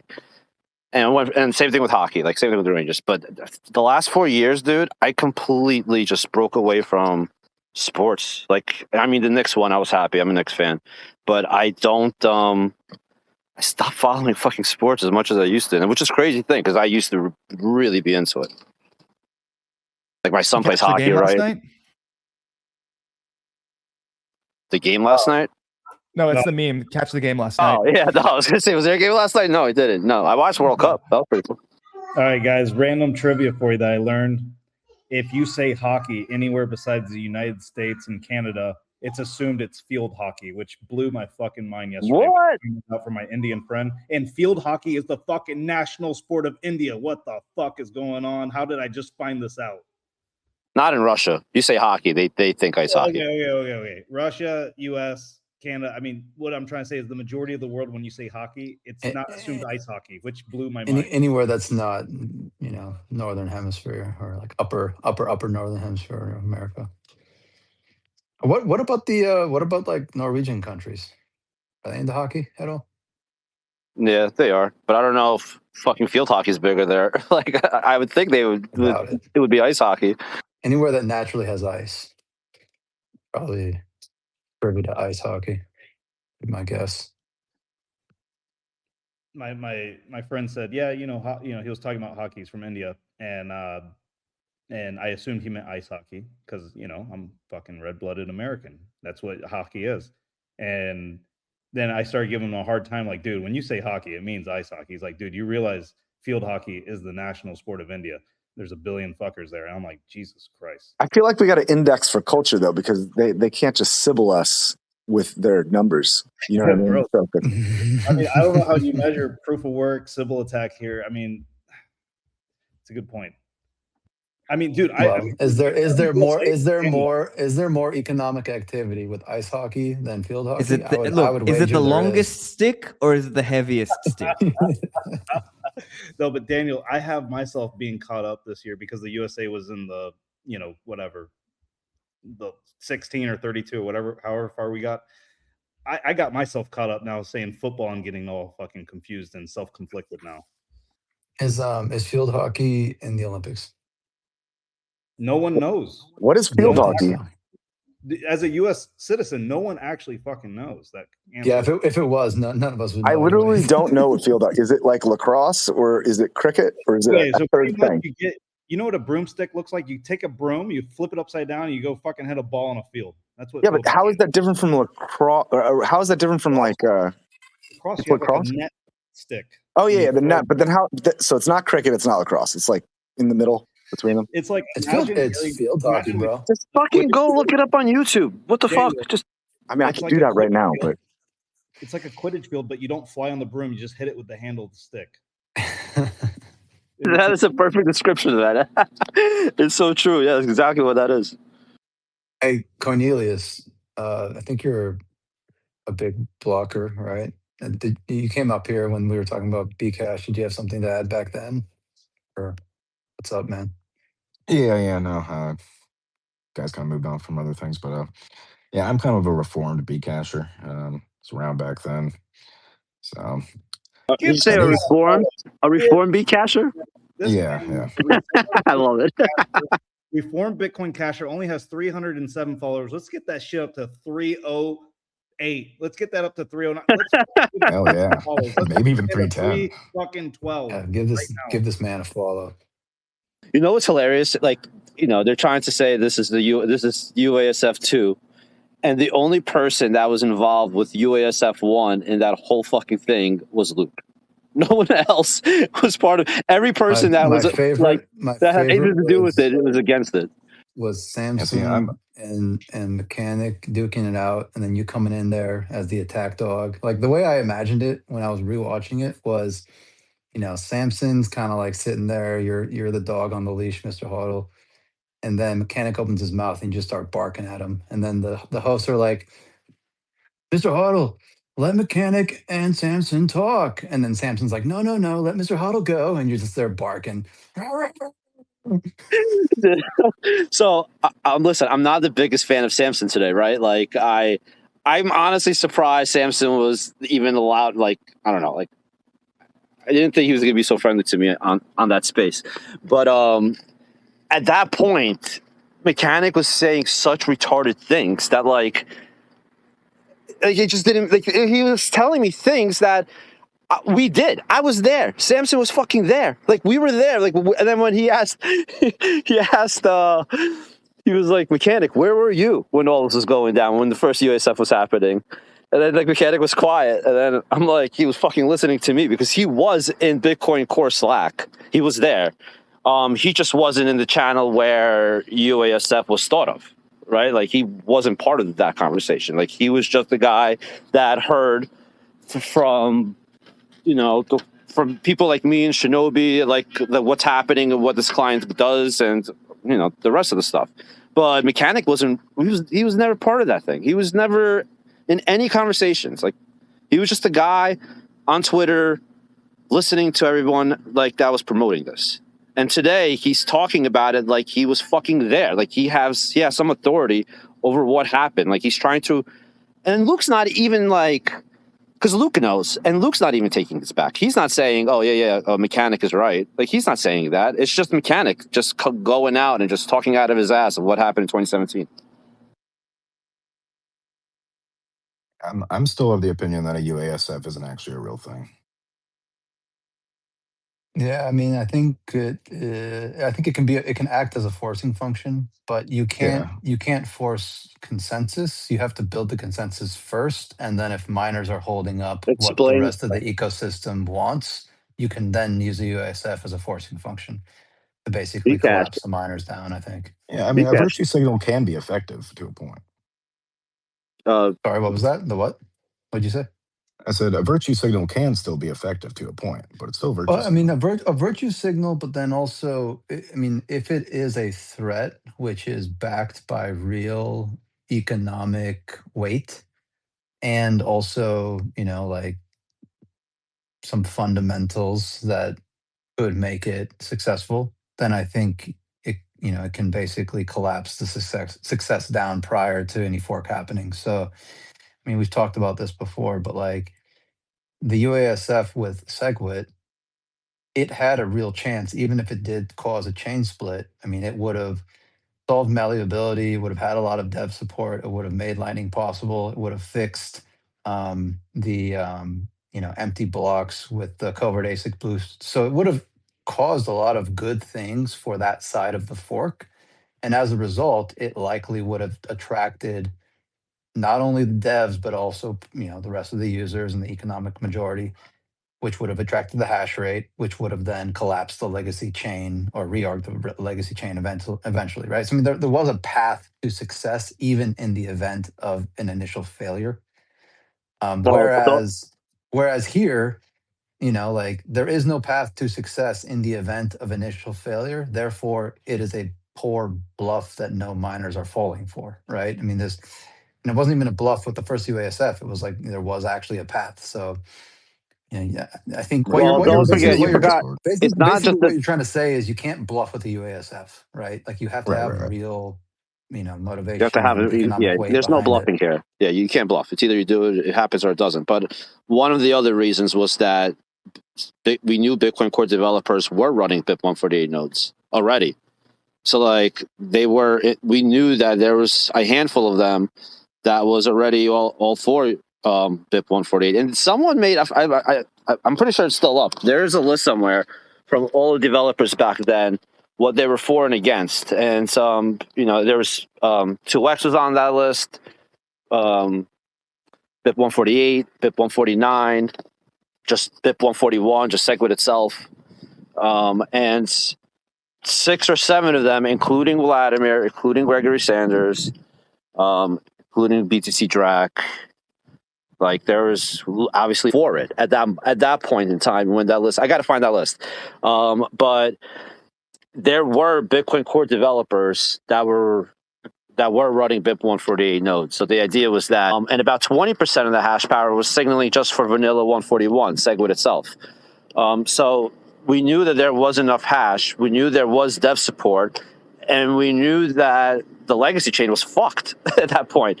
Like every block from Antpool and via BTC was empty. That was putting fee pressure on top of the spam attack that was happening. Malleability wouldn't be fixed on the legacy chain. Malleability fixed on the minority chain. So you would think that as Jihan keeps fucking the legacy chain, the minority chain would start getting more economic weight. That would eventually wipe out the legacy chain.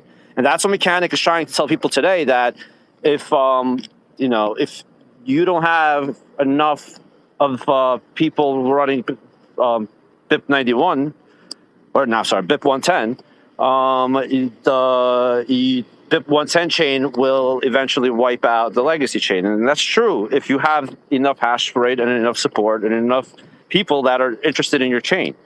But it's not true if they don't, because then what happens is the legacy chain gets so much further ahead than the minority chain, it becomes impossible to catch up to wipe out the legacy chain. So it's a nothing burger. I mean, what's to stop them, like 110 after failed activation, from just trying again? Nothing. So like that would basically be the equivalent of BIP-149. BIP-149 extension. It was just an extension. It was still like, they just kept extending the date. And that is definitely a possibility. And that's what I think is going to be the most likely scenario. I think they're just going to go with something like BIP-149 after. I think it might be more likely to hard fork with a proof of work change than an extension, because I think the narrative will be that the miners are, Do you really think he's willing to lose his salary? I don't think he has to. Well, yeah, I was going to say, I don't know if that's necessarily a given. Like, I think so you think he would be running a SHA-256 pool while supporting a shitcoin on another hashing algorithm? So he earns his salary by running Ocean, but then his passion project is proof of work change fork. And the question is, does Jack still pay him even though he's now actively running a shitcoin? And I think Jack probably still would. I don't think Jack's paying anything anymore. I think he did that one investment. Ocean, and right? that's it. Ocean's board. By the way, I don't know. I mean, how much work is Luke doing in Ocean anymore? I think he was mostly the marketing face from the very beginning. I think Jason was doing it the whole time. I think he might be on the outs regardless. Maybe. I don't know. We'll see. That's definitely a face that I want on my marketing campaign. Bro, man, Luke. Out of marketing campaign, only a mother could love. You know who got scammed the most out of all this? It was Jack, man. Jack got bamboozled, and then when he called him a fucking an angel or something, 11th man, yeah, that was it. That's all he needed, and yeah, he took the reins and went with it after that. By the way, I mean, was part of his hiring because he lost the Bitcoin and people felt bad for him? I don't know. I think it's his history, like having ran a pool like Legis in the past, right? But Jason's the one who did most of the work, and Jason even back then, Jason did most of the work on the league. Yeah, sure. Jason's the one who's basically been doing all the work. So I think Luke was primarily the face of it, and I don't know if there's any. I mean, maybe because it's based on Allegius, I don't know if there was They literally counted the Allegis blocks in the ocean blocks mine. Yeah. So Like, there may have been some This necessity is to one keep reason Luke on why board. I was happy that Allegiance was coming back. Like I thought it was awesome. I love the UX. The fact that you could just you didn't need to create an account. You could literally spin up the UX is great. It was the best UX in the whole pool game. Like that's what I thought Allegiance was. So when they went away, I was like, that kind of sucks. So when they brought it back, I was like, fucking sick. And then they just started with the whole decentralized mining thing. I'm like, God, yes, mining software has improved. You did it. Thank you. Like that's definitely improvement. Now we're actually allowed to construct your own block templates. Like this is great. But don't tell me that a hasher is not a fucking miner. Like don't start changing definitions. Like that's one thing that like I thought it was just a marketing tactic and it was retarded. And I think Jason kind of agrees with me that it's retarded, like the way they marketed that. So yeah, but I think he had to do it from a marketing. Yeah, no, I was going to say they did get hash rate. So like I think Mechanic was marketer of the year 2025 in Bitcoin. Like he got basically 90% of Bitcoin talking about 1.5% of the hash rate. I don't know anybody else who's done that. Unbelievable job. Yeah.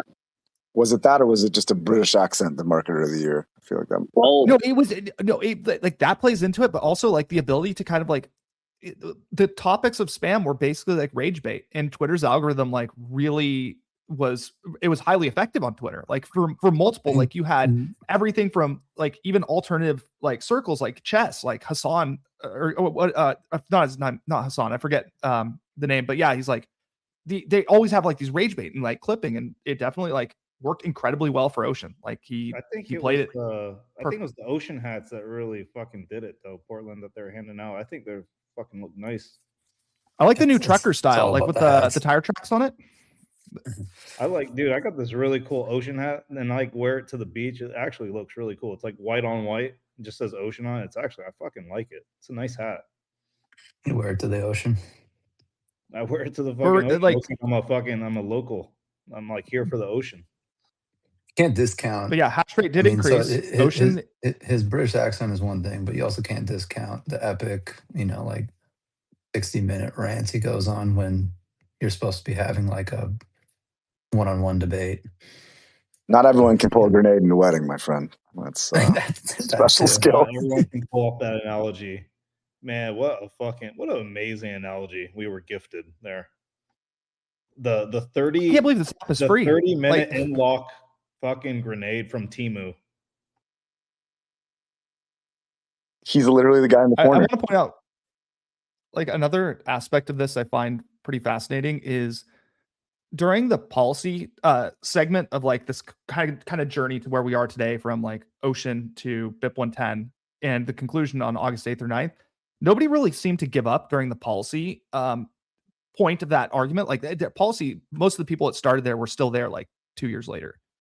But the last month, the number of individuals, like I am just like watching, like kind of like create the exits or like kind of changing their tune. It's pretty like, I'm kind of happy to see some like of it come back. Like once it's realized that this is consensus, not policy, this is like changing the rules of Bitcoin for others. Yeah, it's just like definitely really interesting to see who's like going to stick to their guns and who is kind of, okay, well, now that I kind of have an idea of which way it's going to go, I need to reposition where I am socially right now. So, and yeah, I'm loving it, to be honest. Did you guys see the CoinJoin Chris meme he made right there?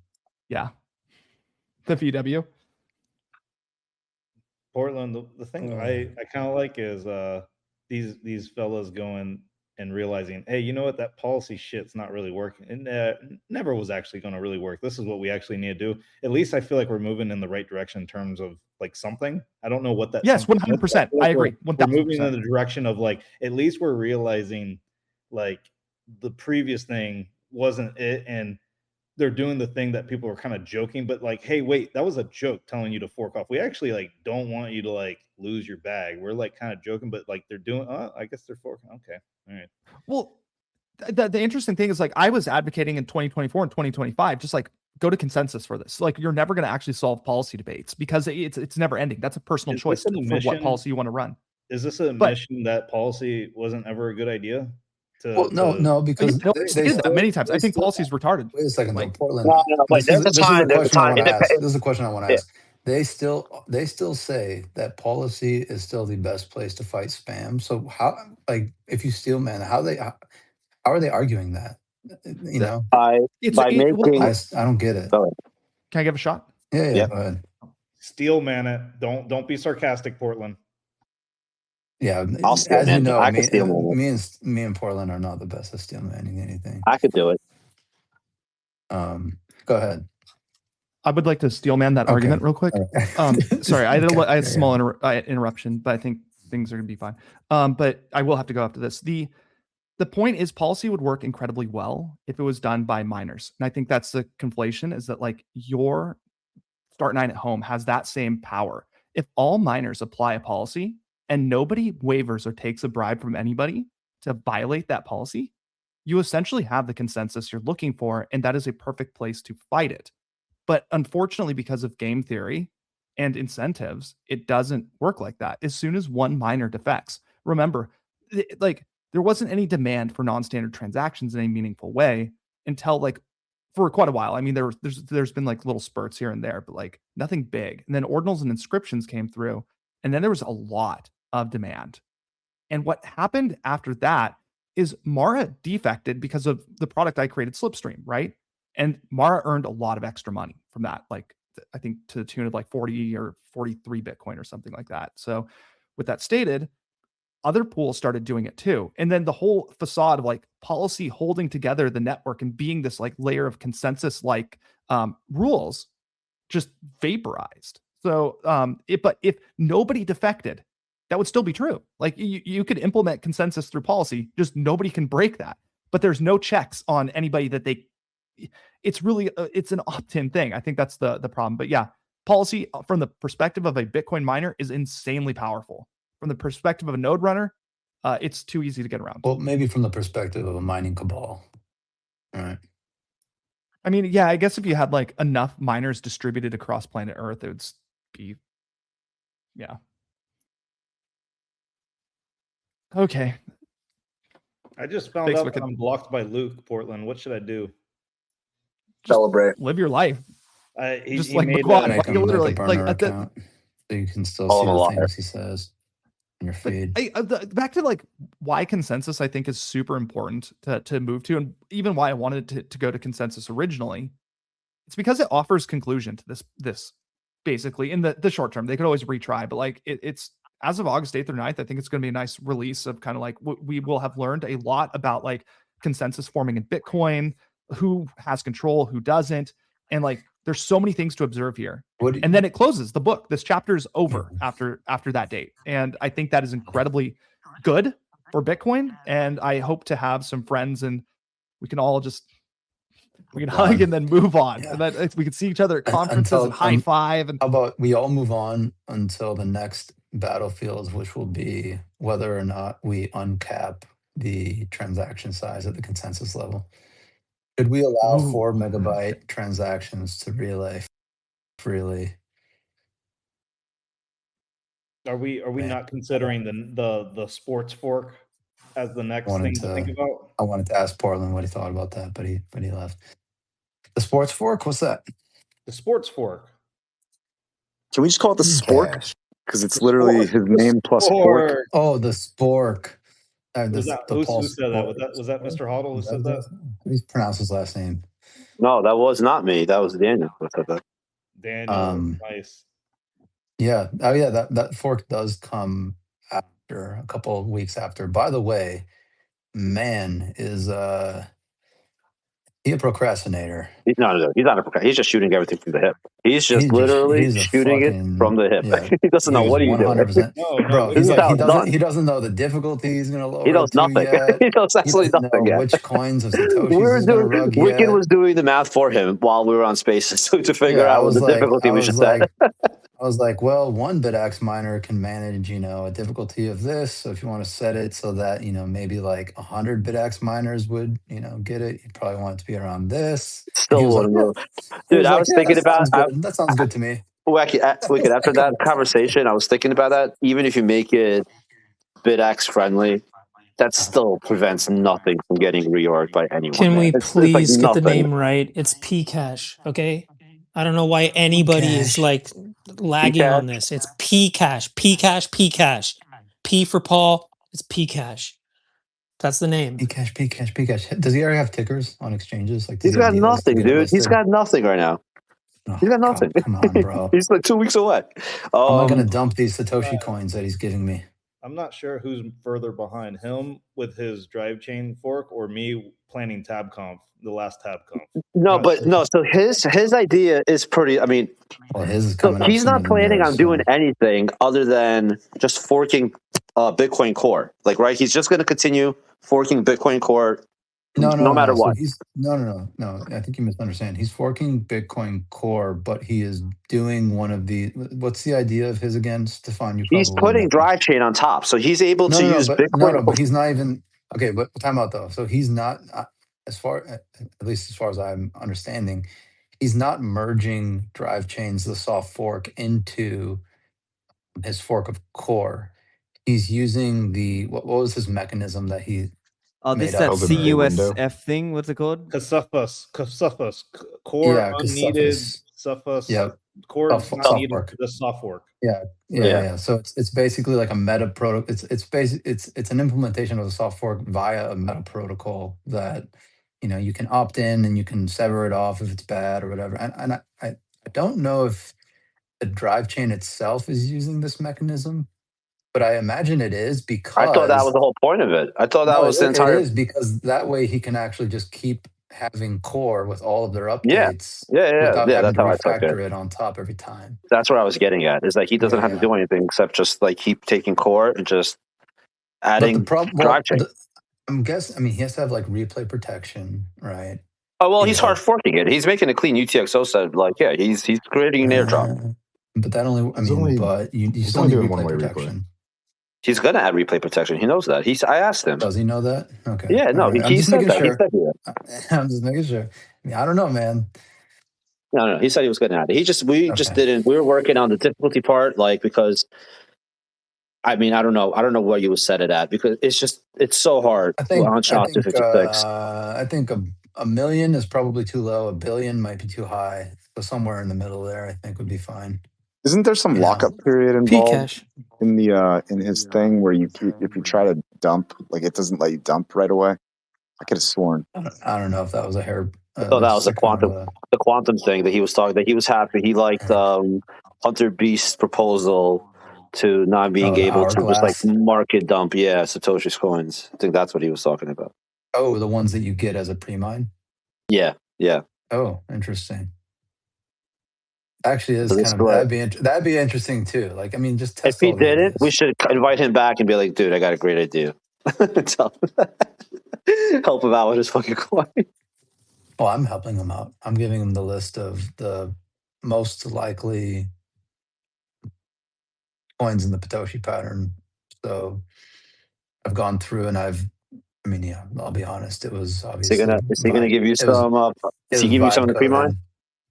Well, I told him, it'd be nice if I got at least one of those. And he was like, oh, only 50. Well, they're only valued at $35 a coin. So I think that's probably selling yourself short. And I was like, okay, I'll take 100. I don't know. So 2 blocks. So you're going to take 2, he's going to give you 2 block rewards? I think he might give me 2 Satoshi's block. We'll see. I mean, maybe I'll ask for 10. Man, I need to ask for something. But yeah, I mean, academically, like I was doing this from a purely academic perspective. But if he's going to give me a free airdrop of, Satoshi's coins, I'll take them and I'll dump them. Hopefully they aren't locked up. Didn't hear that part of it. So I do believe ultimately this thing's going to go probably very low in value. But he also has like a decent following. So there might be some people excited about it enough to buy. Form a market around them. I don't know. I think it's gonna be bigger than we think, but not huge. You think so? Dude, I don't know, Daniel. From our talks with him, I don't think it's going to be that. Maybe down the line, if he keeps it alive long enough, people get interested. Mr. Hoddle, he's very popular. Have you ever gone to one of his parties, Mr. Hoddle? Apparently, he's very popular. I've met him. I've met him multiple times in person. And I don't know what you're talking about. Yeah, I've been with Paul in person I've a never bunch. gone to one of his wine tasting parties. No. And I wish I was invited. Paul is like not charismatic. I feel like if there's someone that's going to lead a fork, it's I don't know, Paul, man. I feel like he's just been disgruntled for like a decade. It was really his shtick. Well, and because he's such a gigabrain, that makes it even worse. Imagine you're the smartest person in Bitcoin and you can't get your fork activated. It's got to be frustrating. He's got premature forkulation.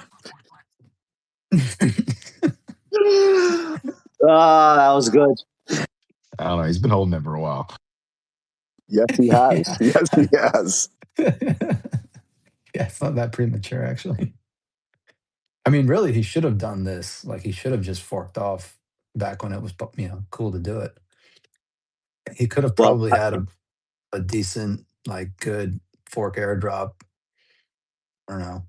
At least when the shitcoins are popular, right? At least you could have made a narrative where, like, look at all these people that are using Zcash. Look at all these people that are using Solana. Like, and then you can make your own Solana on Bitcoin. You can make your own Zcash. Yeah. But now no one's using any of this. Like, no one cares. Yeah. Like, so I just think he's doing it at the wrong time. Like, he missed this chance. A little too late. Too late. I will say though, the nice thing about I hear myself. The nice thing about him doing it 2 weeks after Luke's thing is that if Luke's things fails, Luke is now up for hire. He might be able to hire Luke again. Don't forget, guys, Luke is the reason why drive chains right now are in existence. Freaking Paul hired Luke to help him out coding drive chains. Like, so I don't see why he wouldn't hire him again to help him out with his fork. So the guy that, thinks all this is a scam and fighting spam is helping out a shitcoiner create a shitcoin. Maybe if they combine their forces, they would actually have enough to give you guys an airdrop. Well, I think it only works if Luke is out of work, because if any of the... Yeah, it has to be unemployed. Yeah, I think he's getting paid quite a bit to work at Ocean right now. So doesn't need extra shit to work on. He hired him right after he lost those 300 Bitcoin. So, like, it was prime time to hiring Luke. So, yeah. I really would love a job that paid that well, where you just go on Twitter and say liar and know you and stuff all day. Wrong. Block people. It'd be so amazing. Yeah. I'm in the wrong line of work, really. Being paid fucking $100 a year. Post. At least he's not asking for donations anymore. There was like a good 7-year period there where he was asking for donations nonstop. It was insane. I mean, yeah, I felt like it's like a Bernie Sanders meme. 200 Bitcoin.